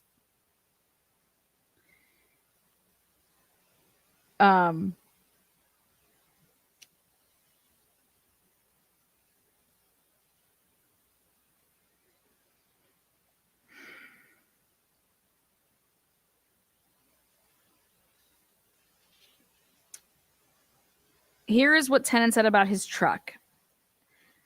Tenen was asked if he's used any other vehicles.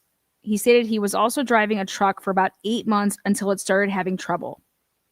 So he talks about his truck, mentions his truck. He has no problem mentioning his truck. He was asked who owned the truck. He said it was his father's. He stated his father passed away and left him the truck. He said he thinks he got the truck around the first of the year. He said it was a 2004 F-150. He drove it until the truck stopped running. He stated he could not afford to get it fixed, so he sold it for parts. Now that's interesting, right? He stated the truck broke down in February. Tenen was shown an LPR license plate reader. It was a hit from April that shows the truck at 103rd and Ricker.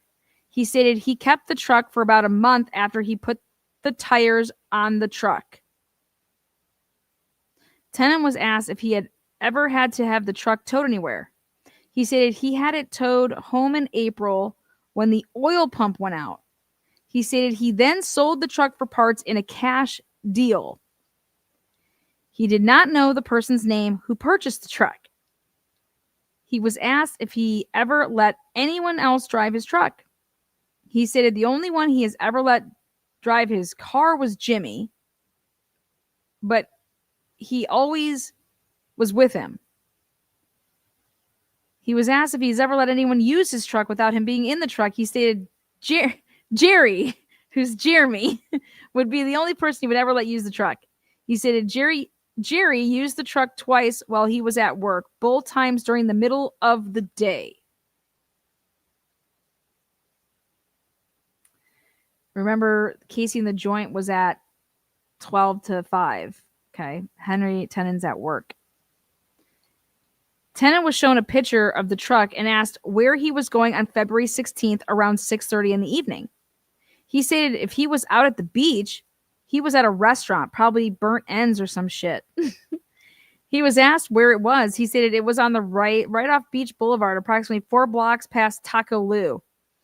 It should be noted that the only barbecue restaurant in that location is Mojo's Barbecue, located at 1500 Beach Boulevard. Tennant was advised the night he was at the beach, there was someone murdered. He was asked who had his truck during the murder. He initially stated he did not know. He then asked, what night was it again? He was asked if he was in the truck. He stated he was not in the truck. He was asked who had his truck. He stated he did not know. He was asked if Mario had his truck. He stated no. He was asked again what happened to his truck that night. He did not answer. He was then asked why his phone was off that night. He said it must have went dead. He was also asked to tell us what happened that night, and he said he really doesn't know. Henry was shown a picture of John Biggerstaff. He stated he used to drive a white Chevy Sierra. He was shown a picture of Mario, and he said that was his ex-landlord. Tennant stated he does not know anything that can help us put him away, motioning to a picture of Saldana.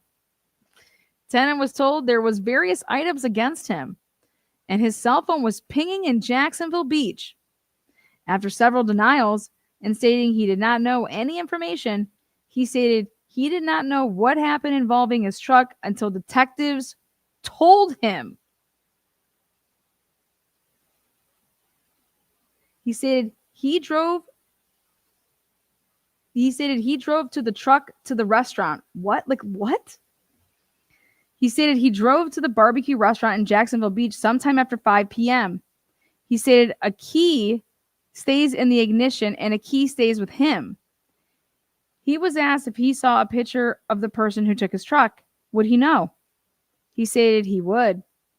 He was asked where he was at when the truck was taken. He stated he was standing in the doorway of the restaurant. Tennant stated the truck was parked in the parking lot of the restaurant near the main road. He was asked how long he was in the restaurant for. He said he was not sure, but it was a pretty long time. He stated he had to walk to the plaza, the opposite side of Taco Lou, to get his truck. He stated a green SUV pulled up and told him he could find his truck in the plaza next to Taco Lou. He stated he walked down Beach Boulevard and made a left at the little store and got a bottle of water and a soda. He stated his truck was parked near the plaza on the other side of the restaurant. He stated this was about 9:30, 10 o'clock. He was asked if the same person who asked to borrow the truck is the same person that took it from the parking lot.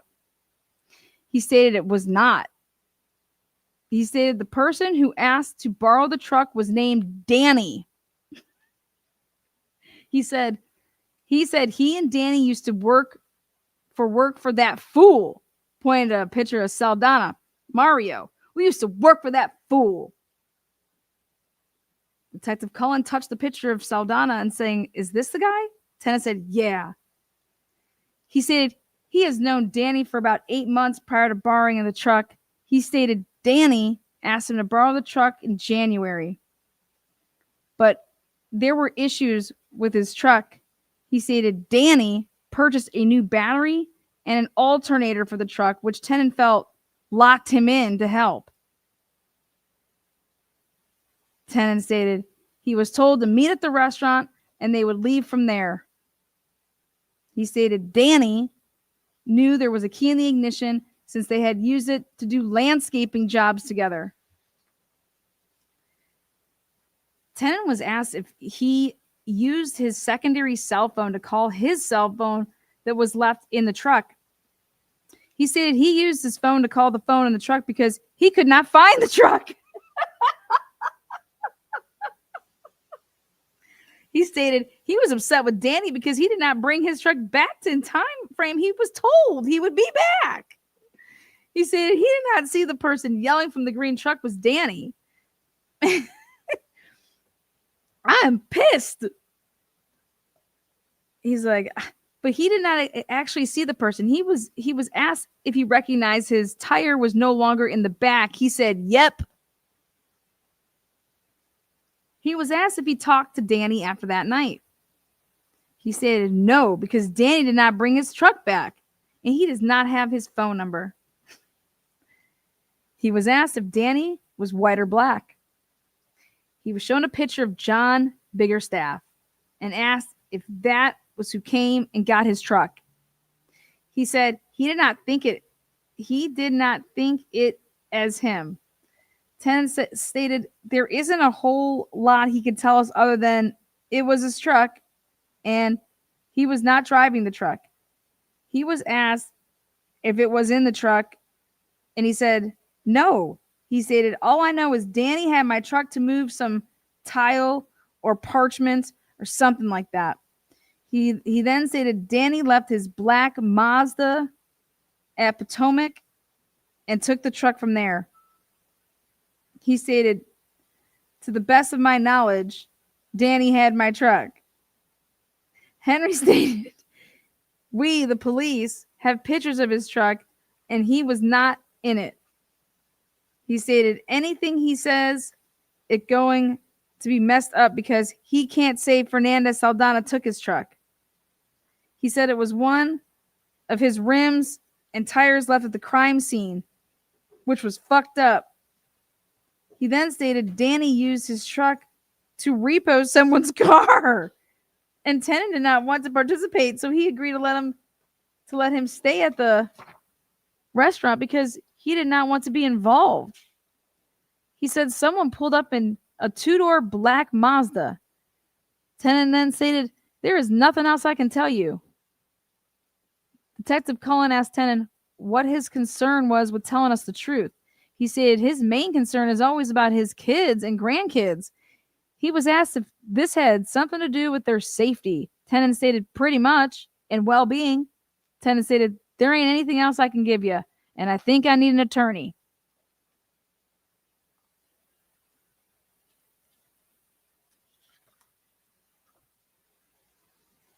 Damn. Now, they got this dude to say that he committed, hey, we're going to go after you for first-degree murder unless you tell us what happened. And allegedly, supposedly, he just said, okay, yeah, I was the shooter. I did it, and I'll testify against Mario.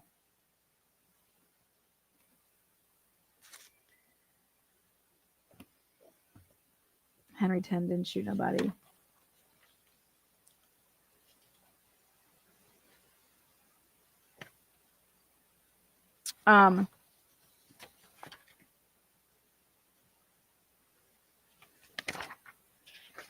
Now, John Biggerstaff.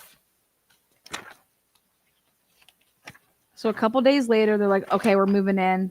We're going to interview John Biggerstaff, who we've just been watching for days.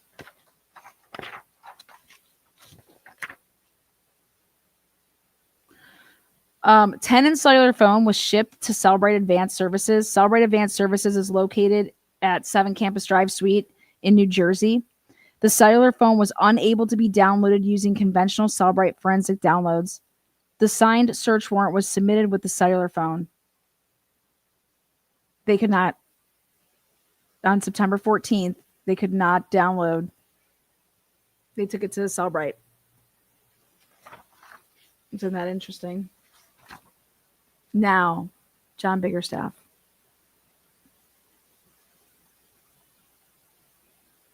They had like 4 people in this interview.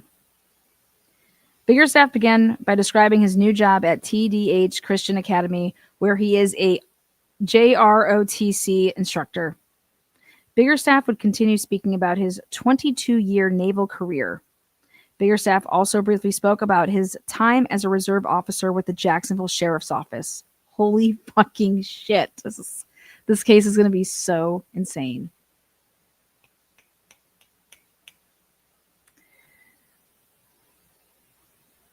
Biggerstaff would go to further explain his son and how he ended up in Texas.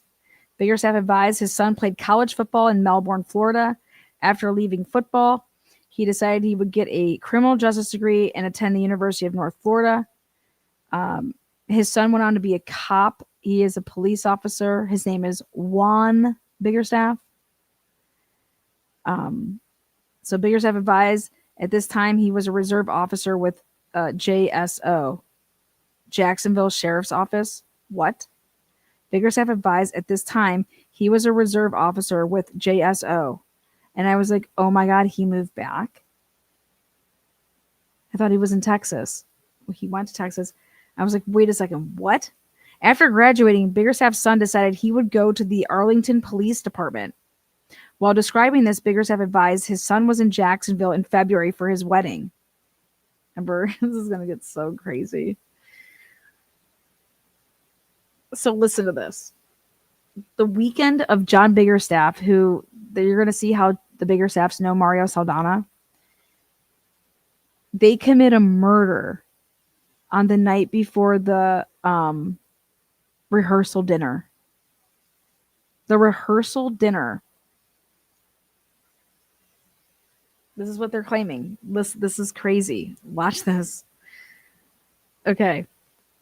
Biggerstaff would go to describe Mario Saldana. Biggerstaff stated a month and a half to 2 months ago, Saldana informed him Jacksonville Beach Police Department has been talking to his tenants. Biggerstaff stated that Saldana was friends with his daughter while she was in high school. Saldana and Biggerstaff became workout partners for years before Saldana left for the Army.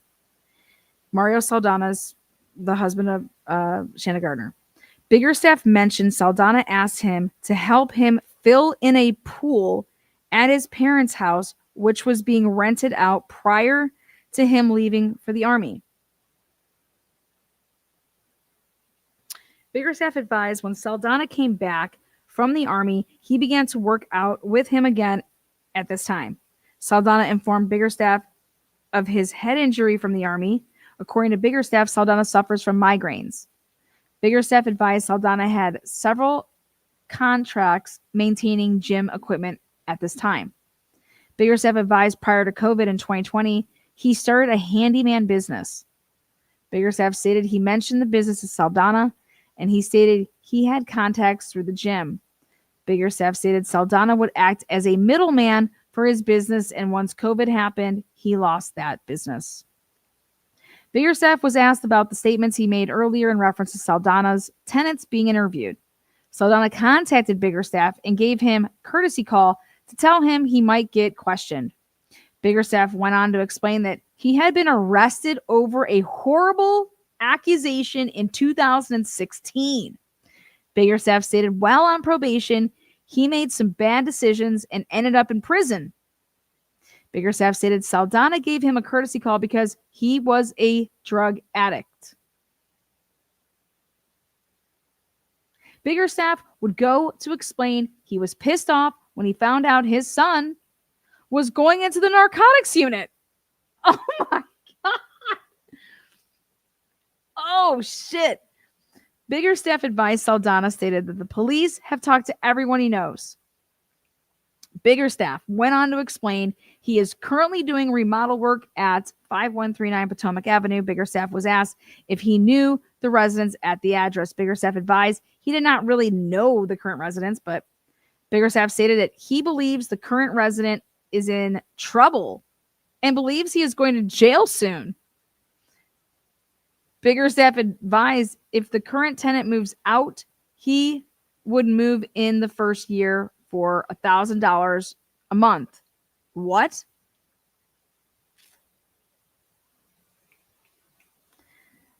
The rent would go up every year after until rent is on par with the houses in the area. Biggerstaff has to do the remodel work for this deal to take place. Biggerstaff began talking about his mismanagement of money and previous evictions. Biggerstaff advised he was suffering from a head injury and began to have accidents on himself and would wake up in various parts of the city. What? What the fuck? Oh my God. Biggerstaff would go to explain he did work previously on the Potomac address when Henry Tennant resided there. He mentioned Tennant worked at a pallet company. Biggerstaff said he quit coming around when Tennant pulled out a bow and arrow. What? His name is Biggerstaff. You guys, this is crazy. You guys, guess who had the bow and arrow? Guess who owned the bow and arrow? The Jacksonville Sheriff's Office deputy who is his son, Biggerstaff. Biggerstaff's son is the one with the bow and arrow. Now they're trying to say that Henry Tennant had a bow and arrow? Dude, these people are so sick.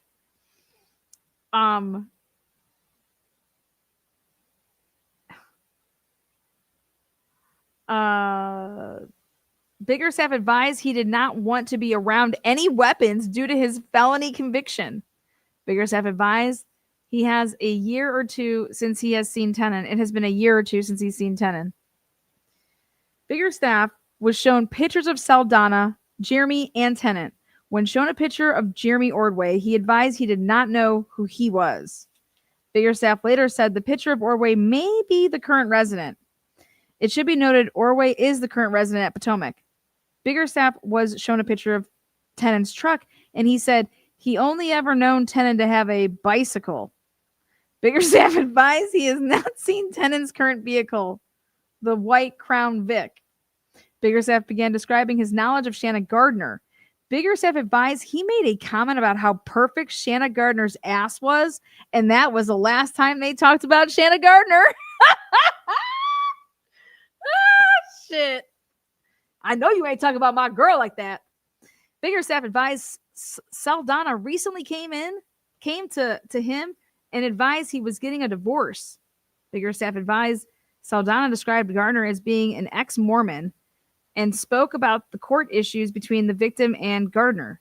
Biggerstaff advised he did not know Saldana and Gardner were even married for a year. Biggerstaff would go on to describe the first time him and his wife met Shanna Gardner. Biggerstaff stated they went to the beach. After the beach, Saldana invited them to go back to the house for a barbecue. Biggerstaff's wife did not want to go, and this was the last time he saw Gardner. This is all lies. Biggerstaff would go to describe his conversations with Saldana and Gardner about the divorce. Biggerstaff advised that Saldana's reason for the divorce was over a disagreement with how to raise the children. Biggerstaff would further describe the issues with the victim and the constant court appearances. Saldana informed Biggerstaff he was going to buy a toy hauler to live in. Biggerstaff was shown a picture of Tennant's truck and informed the truck was in Jacksonville Beach the night of the victim's murder. Biggerstaff advised he didn't know about the murder until one day Saldana spoke about how hard it has been on the kids. Biggerstaff advised he did not even know where the area was until about 2 months ago when he was driving down JTB.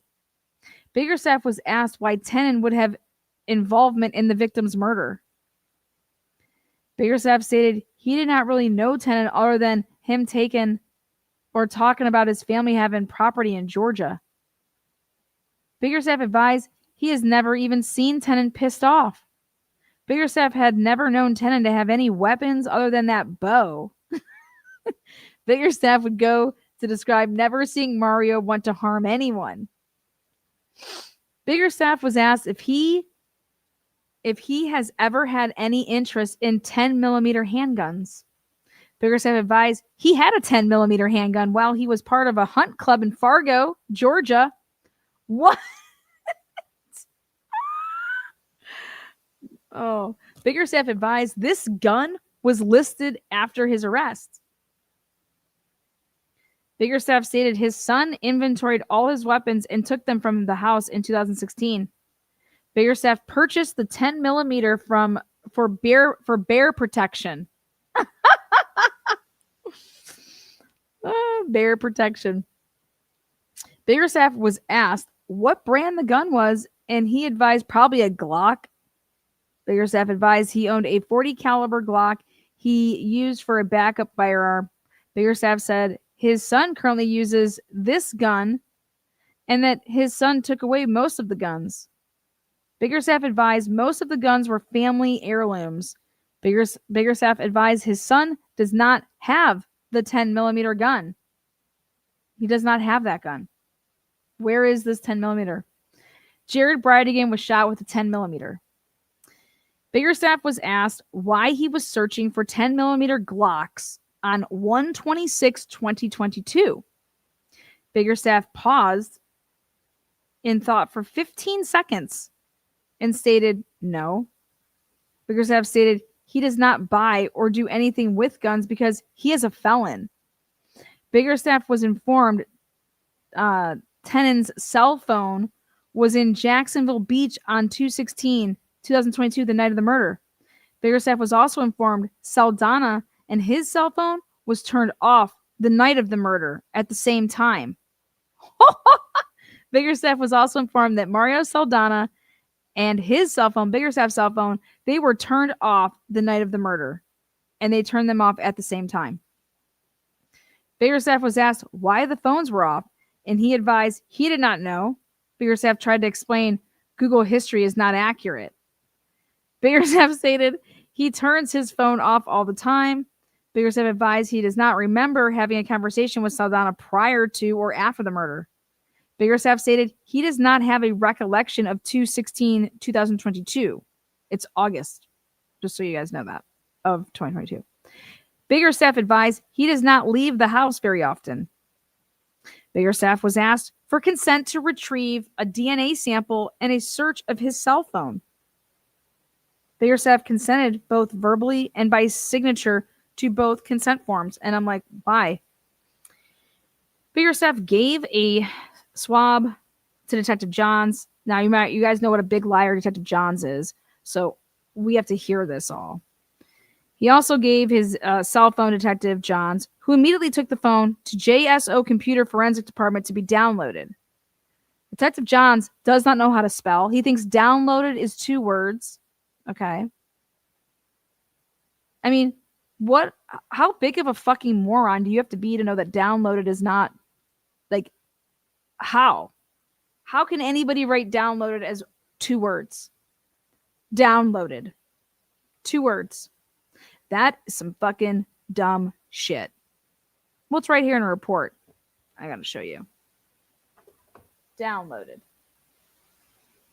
Where is it? Downloaded.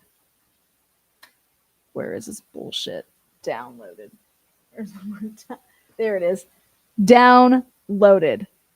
Get the fuck out of here, man. Get the fuck out of here. Excuse my language. Get the F out of here. Okay.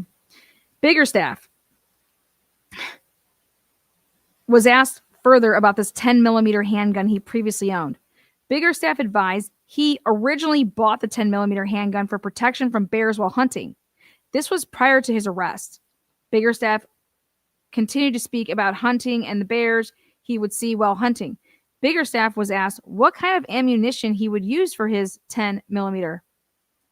Biggerstaff stated he does not remember and advised he would purchase it from Academy Sports on Kernan Boulevard. Biggerstaff was asked again where his firearm went to after he had them inventoried after his arrest. Biggerstaff was asked if he had to give the guns away.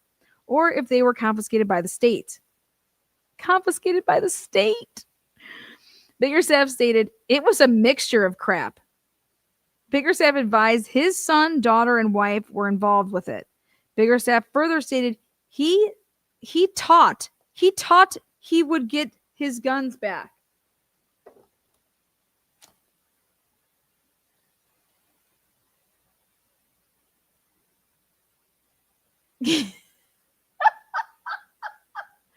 Wait. He further said he taught he would get his guns back.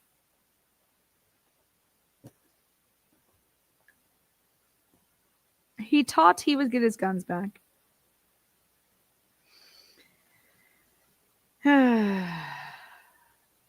He taught he would get his guns back because he thought the charges against him were BS.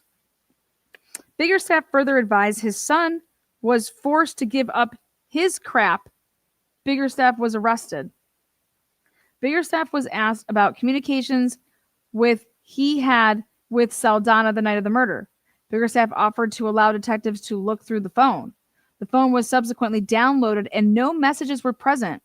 The communications with Saldana had been deleted up to May of 2022. Maybe that's the last time they talked. Biggerstaff further advised he has a bad memory due to injuries. Biggerstaff continued to describe situations where he has memory loss issues. Biggerstaff was asked again how often he comes to Jacksonville Beach. Biggerstaff advised he comes to Jacksonville Beach often. Biggerstaff further advised he does not know where Jacksonville Beach starts and ends. You really don't, though. Biggerstaff stated he typically comes to Jacksonville Beach for the 4th of July. Biggerstaff advised he does not know how many times he has been to Jacksonville Beach this year. Biggerstaff further stated maybe a dozen or more times. Biggerstaff began to further describe his relationship with Saldana. Biggerstaff stated he has known Saldana before Saldana joined the army or the military. Biggerstaff was shown a calendar of his communications with Saldana. Biggerstaff was asked about his communication with Saldana the night before the murder. Okay? Holy shit. So on the 15th, 2/15/2022. Okay, I have to show it to you guys. Ready? Here it is. This is where I was just like, Bella, you gotta hear this shit. Here it is. He's gonna let the cat out the bag, and he's like, all right, listen. We are swingers, okay? This is why we hide things. So, Biggerstaff began to further describe his relationship. Biggerstaff stated he has known Saldana before Saldana. Okay, blah, blah. Biggerstaff was asked about his communications with Saldana the night of the murder, or the night before the murder. Biggerstaff stated the conversation was of a personal nature. Biggerstaff advised he and his wife are swingers. Biggerstaff advised he does not know why Saldana was at his house. What? Biggerstaff advised he does not know why Saldana was at his house. Biggerstaff was asked if there would have been a reason Saldana and him were together driving around Jacksonville. Biggerstaff advised he does not know. It may have been to go to Potomac. Biggerstaff advised Saldana helped him move some scrap. Actually, this is what it was for. He had moved stuff for the wedding. He had rented all of these tables and chairs and all of this type of shit. Okay. And so it does come back that he has a receipt for it and everything. And when they talk to the daughter, she's like, that was my brother's wedding weekend. We had a what do you call it? Rehearsal dinner, the night before that. Then it was just my family eating. I believe Mario helped us move like tables and chairs and shit like that. So he's like, I don't know why. Now remember, this is what happens when you ask people questions in August of 2022 for something. You want me to tell you what I did in February of 2022? Like that sucks. Like, what do you mean? How the fuck do I know? Like, what the fuck?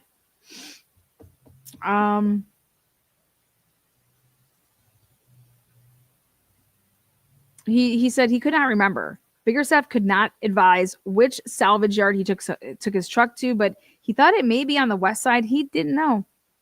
Biggerstaff was asked again about Saldana contacting him in reference to the police. Biggerstaff advised Saldana was giving him a courtesy call because he was previously arrested and his drug use. Biggerstaff was asked further about Tennant and his truck. Biggerstaff advised Tennant only ever had a bicycle.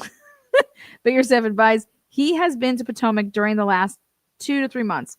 Biggerstaff stated in that time he has not seen the truck in question. Biggerstaff was asked when the last time he spoke to Mario was. Biggerstaff advised Saldana came to his school today.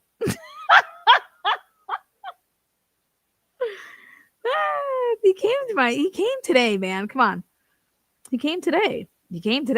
Yeah. Okay.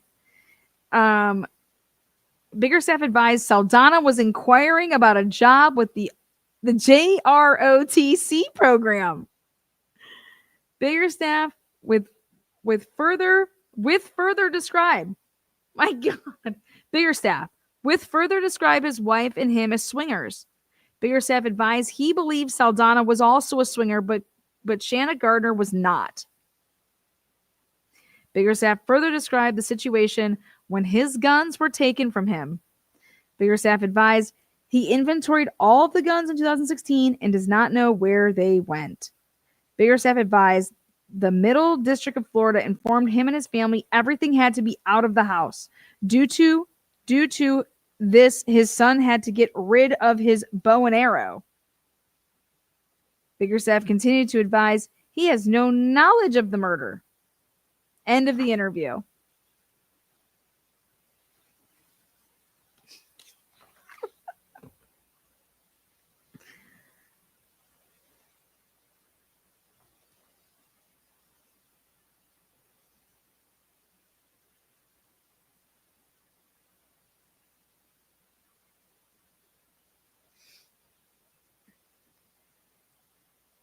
What do you guys think about this crazy shit?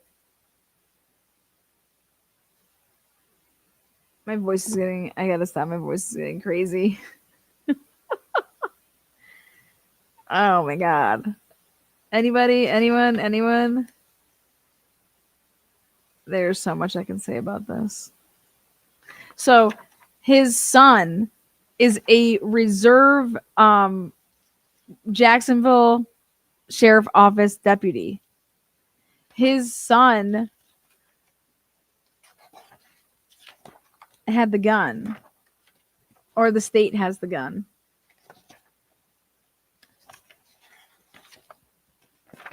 They ask him about it. Is that the part you guys want to hear about the gun?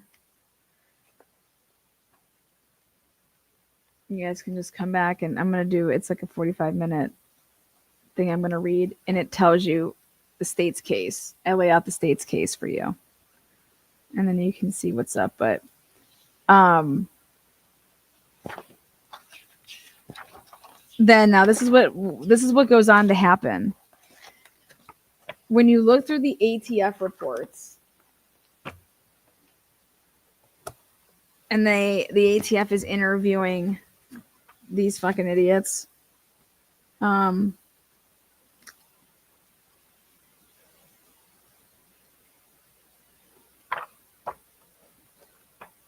The sister makes a lot of sense. She's like, and the brother does too. He was in town for their wedding. They had their wedding that weekend. And I'm like, oh my God, who the fuck commits a murder the night before they're going to get married? 2 days before they're going to get married. Who does this? Who commits a murder? And now I know why I think ATF got involved and was so heavily involved. This gun was purchased by an alleged convicted, I don't know, sex trafficker, but that dude's son is a cop, and that is the kid that has the gun. What? So Mario Saldana thought that he could pull this off with a cop. Because if you actually go through the ATF report, they redact names if you are a cooperating witness.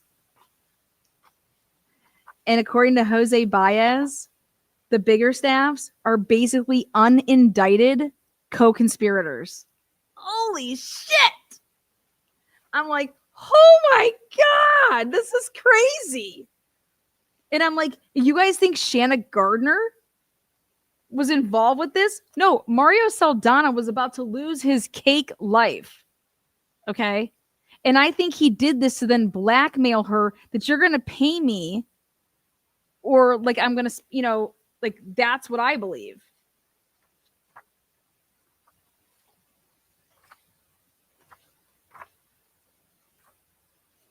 There's women that are going to testify to being at like a party or a wedding, and then all of a sudden Mario comes, picks them up, and the next thing you know, he's taking pictures of her naked at their home, and Shanna's there. This is going to get crazy. And the wife is under the impression, John Biggerstaff's wife, Maria. Now, Maria's going to have to come clean and talk about her swinging lifestyle, and that John Biggerstaff would basically be like, here, you can bang my wife, Mario. But she's over here saying that there was a falling out and that John Biggerstaff and Mario Saldana don't talk anymore.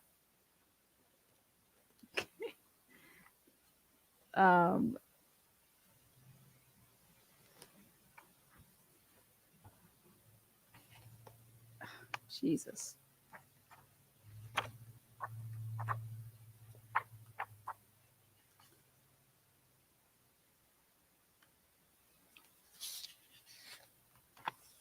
So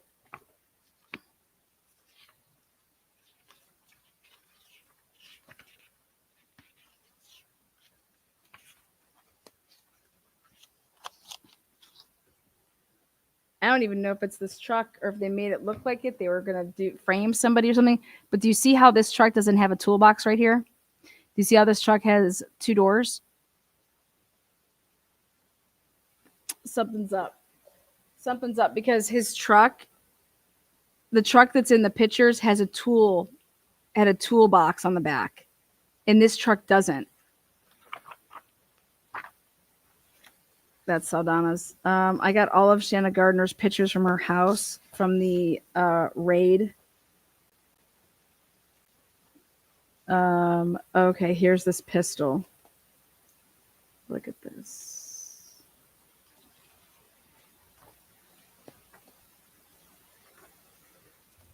They basically got Henry Tenen to say that he did the shooting. I don't believe that he did the shooting.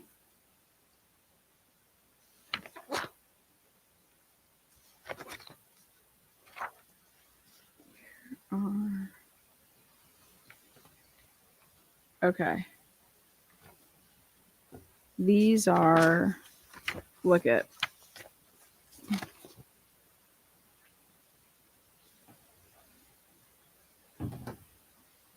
Juan Biggerstaff, that's the son of John Biggerstaff, okay?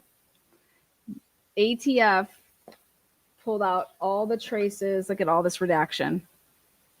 It's because of he's a cooperating witness, but he's going to be getting in trouble in some capacity. This whole inventory of this list of these guns, ATF goes and pulls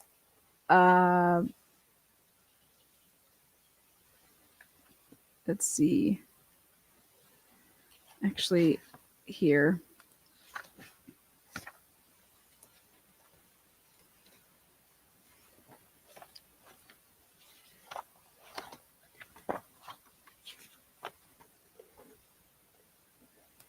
This is going to be interesting.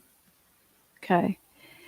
So ATF DNA lab has tested all submitted swabs for the DNA analysis. It's 22. And so they can eliminate literally 22 swabs, but there's 2 outstanding profiles yet to be identified.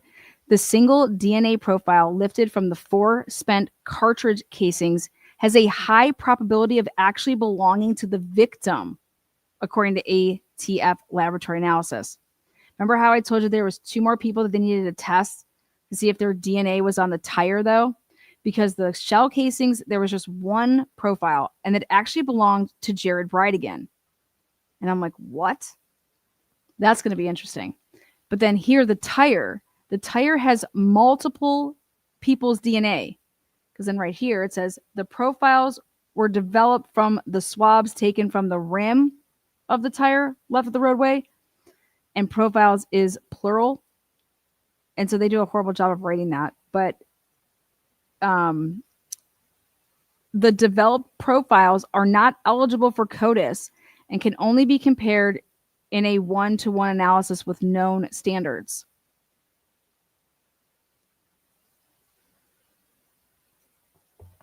Then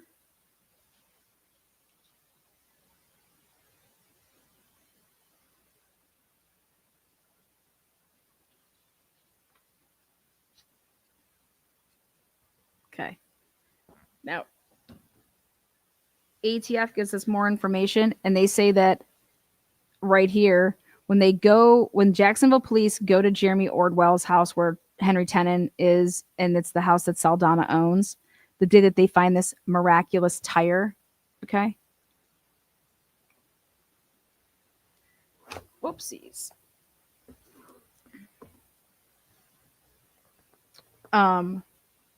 They say that Saldana also spent, they say that both, when they arrived, they conducted a consensual interview with Henry Tenen, and see how it says redacted?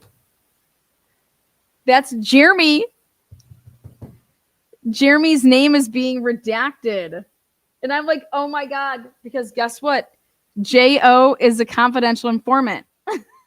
J.O. is Jeremy Ordwell. And I was like, holy shit, Jeremy Ordwell is going to be turning state's evidence. Okay. Jeremy Ordwell, some way, somehow, had knowledge of this. Both were also observed on toll records received from Saldana's call records. So that's why I said, why would you ever wait until July of 2022, okay, to go over to that house, especially if you're trying to get evidence, you know what I mean? You knew because you got Mario's phone right away. You had all the calls on there. You knew shit. So why would you ever wait? Because we need to find that fucking truck. We need to find that truck. We need to find that other tire. That's why.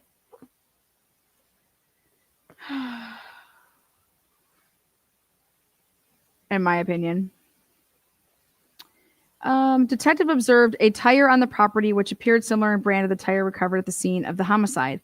When asked, Tenen and this dude abandoned the tire to the detectives and said it was trash. That's not true. I love it though. Detectives later identified that the tire was manufactured at the same facility and on the same week as the tire left at the roadway at the homicide location.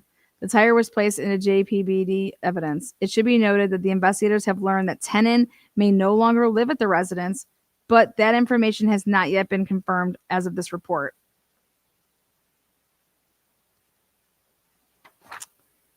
Huh. Is that right?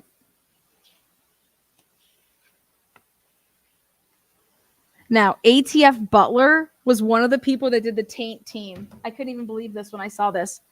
ATF IRS Butler, she performed and was part of the taint team. I was like, get the fuck out of here. I said, stop.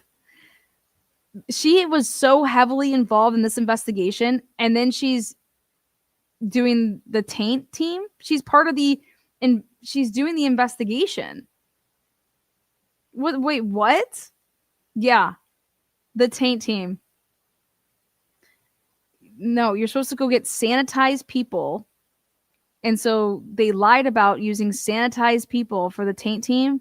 And that's when Judge Kite was like, what the fuck are you doing? And reprimanded them. Jose Baez is going to just, I don't know who they thought they were messing with. Shanna Gardner's parents have so much fucking money, it's not even funny. But then I started wondering, I'm like, why are they're taking all these police officers' DNA? And I get it, the ones at the scene is one thing. I was like, but 29 officers? Why are you taking all of their DNA? Oh, well.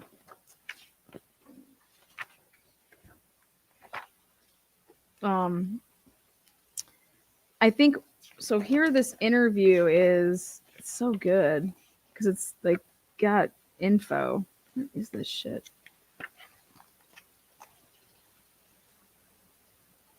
So, Shanna Gardner or Saldana sold the Tesla.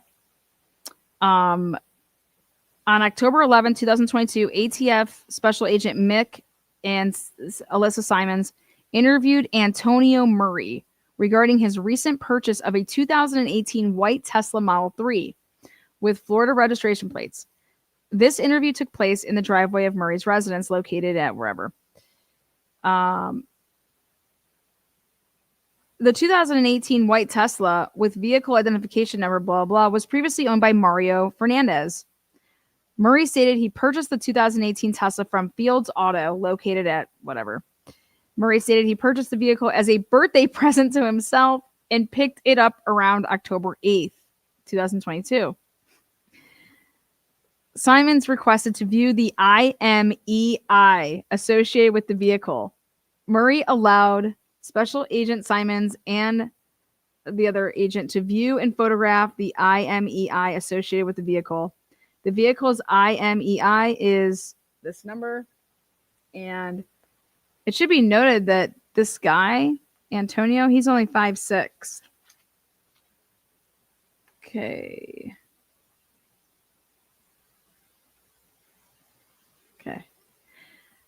IRS Butler then reviewed Tennant's Google activity from June 7th, 2022, and observed Tennant conducted a Google search on June 7th, 2022 at 14:44 hours, and it says, "Who's the cheapest towing company near me?" I can't even imagine. And then visited Rivers Auto Transport.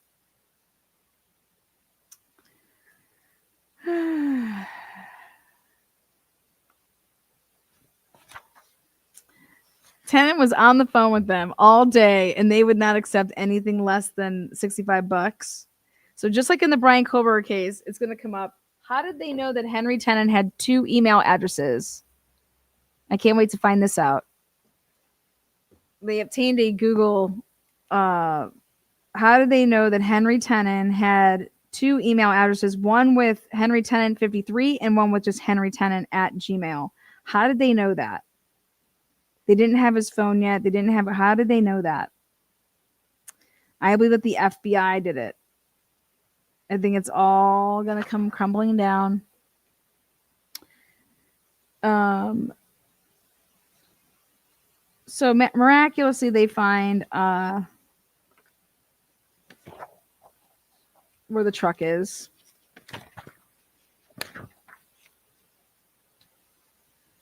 In October.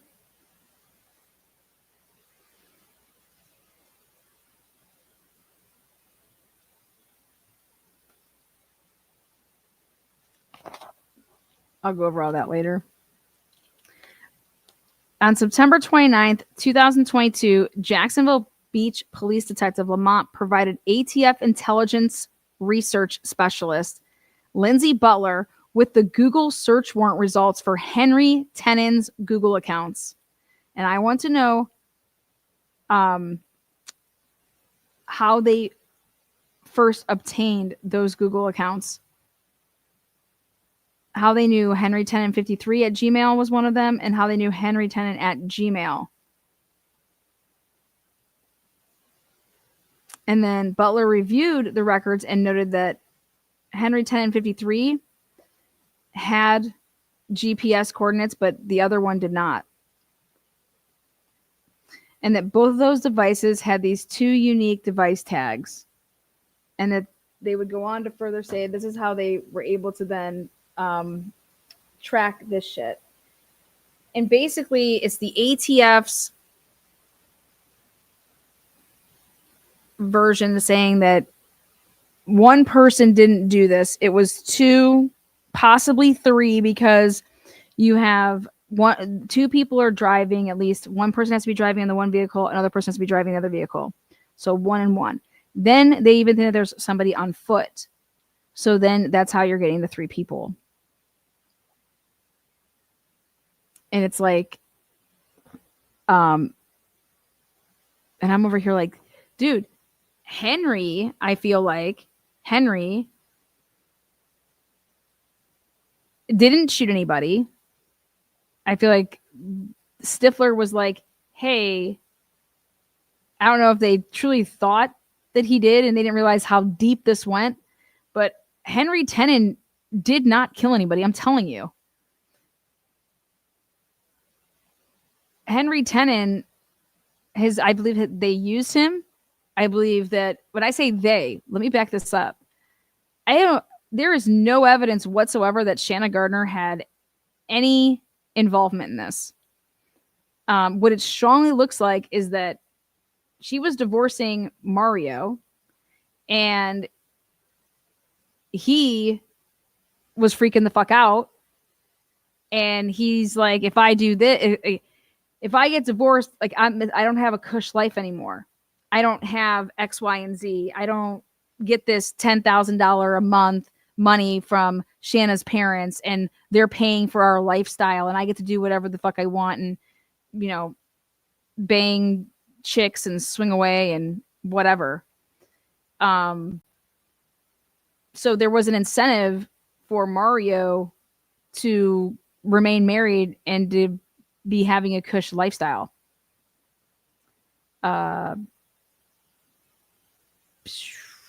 Nobody was looking to like relocate or do anything like that. It wasn't like the Adelson case where it's like we're trying to take, you know, come live with us type of thing.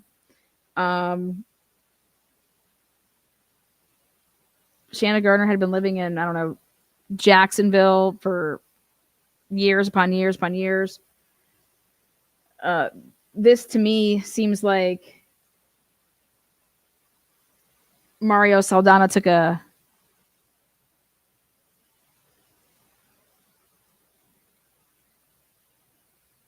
desperation play. I don't know.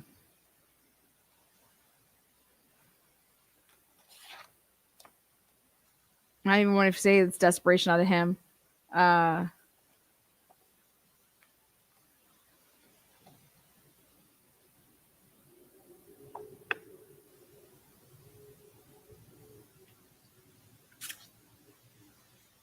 But once I started seeing that the people involved in this case, the John Biggerstaffs and what they're involved in, and his son's a cop and shit like that.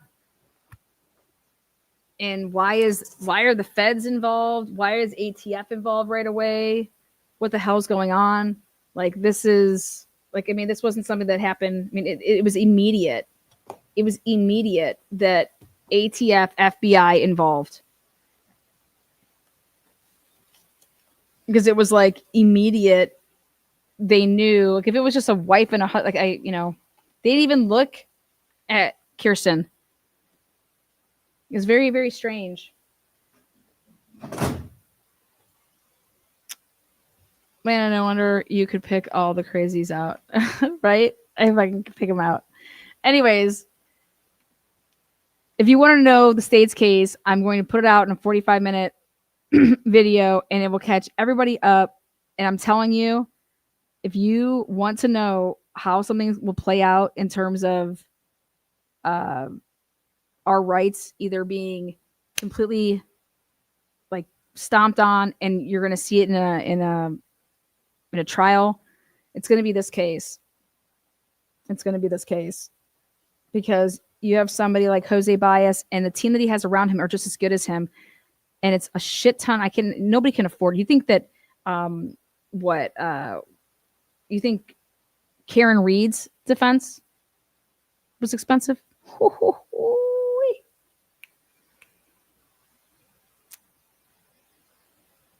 Mm-mm. This is insane. Shanna Gardner has had to have a lawyer, and same with Mario Saldana. They've had lawyers the whole time, and they were actually reminding them, hey, I'm sure you guys are pulling search warrants. I'm sure you're doing this. We have to remind you that there's client attorney privilege as well as marital privilege. And that's why a taint team needed to be involved like right away, because you're going after their devices right away. And so when they had their lawyers back then in 2022, they were told this by their attorneys. And they went in, like they did all their interviews and whatnot. And Shanna Gardner was interviewed. Mario was interviewed. But people are going to be embarrassed. Like there's going to be, what do you call it? Shit. What's going to come out in this trial? Holy shit. People's marriages aren't going to make it through this. A lot of things are going to come out in this trial. People's marriage. I mean, Florida's going for the death penalty. Let's just put it this way. If Shanna was involved in mastermind and all this stuff, these type of dudes, they don't take directions from women. That's the type of guys we're dealing with. That's why there's no way that Shanna Gardner was the mastermind. Sorry.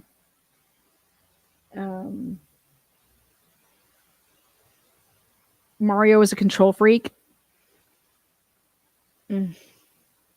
Shanna Gardner needed a babysitter. She needed to marry him in order for him to be like around to help out with the kids.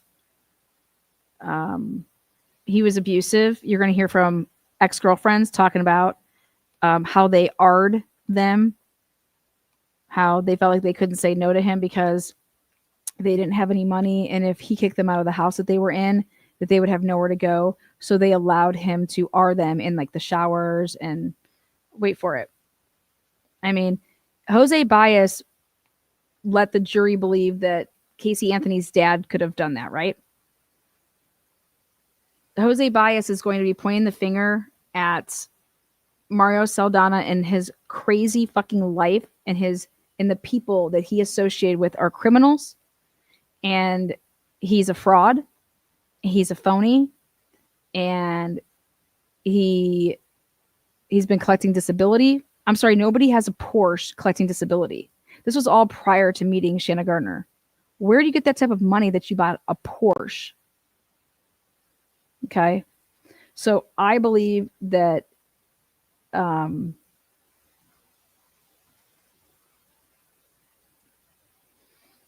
neither one of them is going to be testifying. They're going to have that privilege. And I want to know how it's going to work here, because they need to sever these. Like, are they going to go to trial as co-defendants?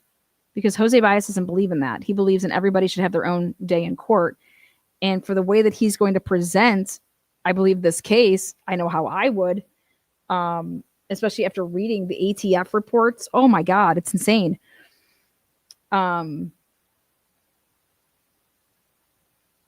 There's not a single person, nobody that has testified that said Shanna Gardner was a swinger. Nobody has testified, or I shouldn't say testified, sworn under oath or gave a statement that they were banging her, that they were involved sexually with her at all. Nobody. Can't say the same for Mario Saldana.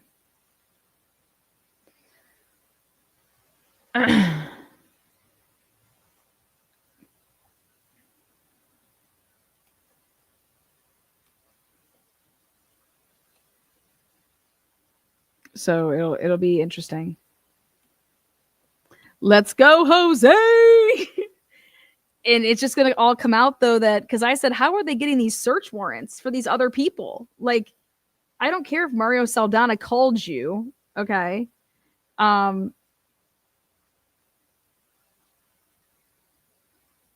how does that give you a right? Like, fuck, if Mario called me, or, you know, think about any given day. You're out doing whatever and someone calls you.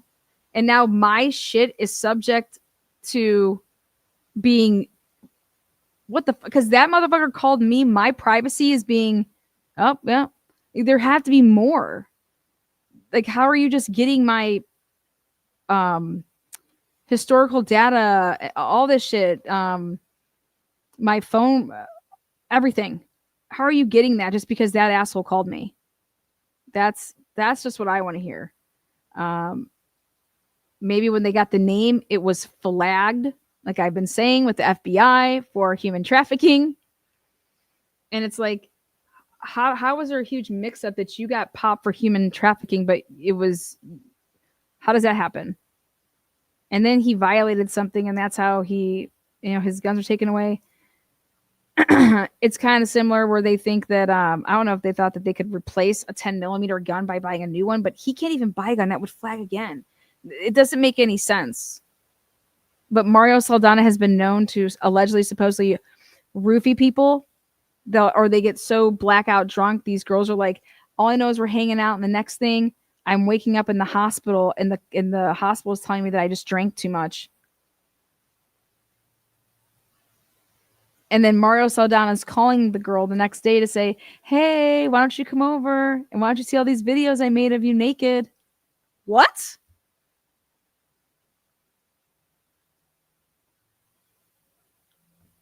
I think Shanna Gardner has a really good play here. Mario's a sick puppy. And I would be blaming this piece of shit. Because I'm sorry, but joking around, everybody jokes around and says, you know, oh my God, I fucking hate that person. Or you say things going through a divorce, okay? But saying that you're going to charge somebody because they said funeral potatoes in 2017, 2013, and 14 and 15, that is what they are using against Shanna Gardner. And that is absolutely ridiculous. Absolutely ridiculous. And leaving out the LOL on those text messages, that's wrong. I'm sorry, but if she was involved, there's got to be a different way than you need to use text messages where someone's saying LOL. Hey, do you know a magician? Because I've really had it with Jared. And Detective Johns is like, yeah, they're talking in code. What? A magician means hitman in 2016? This murder was in 2022. So 6 years worth of just, yeah, code talk? Come on. No. The woman was married an African American, and was a big joke because I'm telling you, that's been a big joke between friends of mine in the past. Oh yeah, hey, ask Tedrick, ask Teddy if he wants to get him and the boys together. Dumb, absolutely dumb. All right, guys, thank you so much. All of you guys that have been super chatting, and Memory Jennings gifted 5 memberships. We have a lot of people turning green today. You guys rock. Hopefully at the beginning you guys got your fill of the Idaho4. And then hopefully by the end of it, you're like, holy shit, I need to follow this case because this is wild. Angel Heart, what's up? Angel Heart. Boom, boom, back to back, 553. 199. Holla, holla. Keyboard Crime Fighters. Still support TC Goat. 25 months, baby. That's a lot of babies. Karen just spraying people with nothing but love today. Again, like I said, you guys rock. William Tardy. Thank you, members, subscribers, and thank you to the moderators.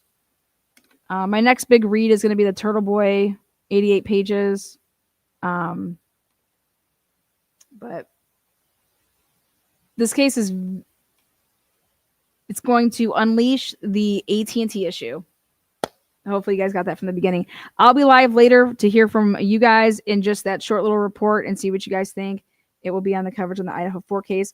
Hopefully Judge Hippler likes to release things on Friday nights around 7 Eastern Standard Time, which is like 4 West Coast. And Hippler is due for a data dump here of motions. So I'm expecting those seriously tonight.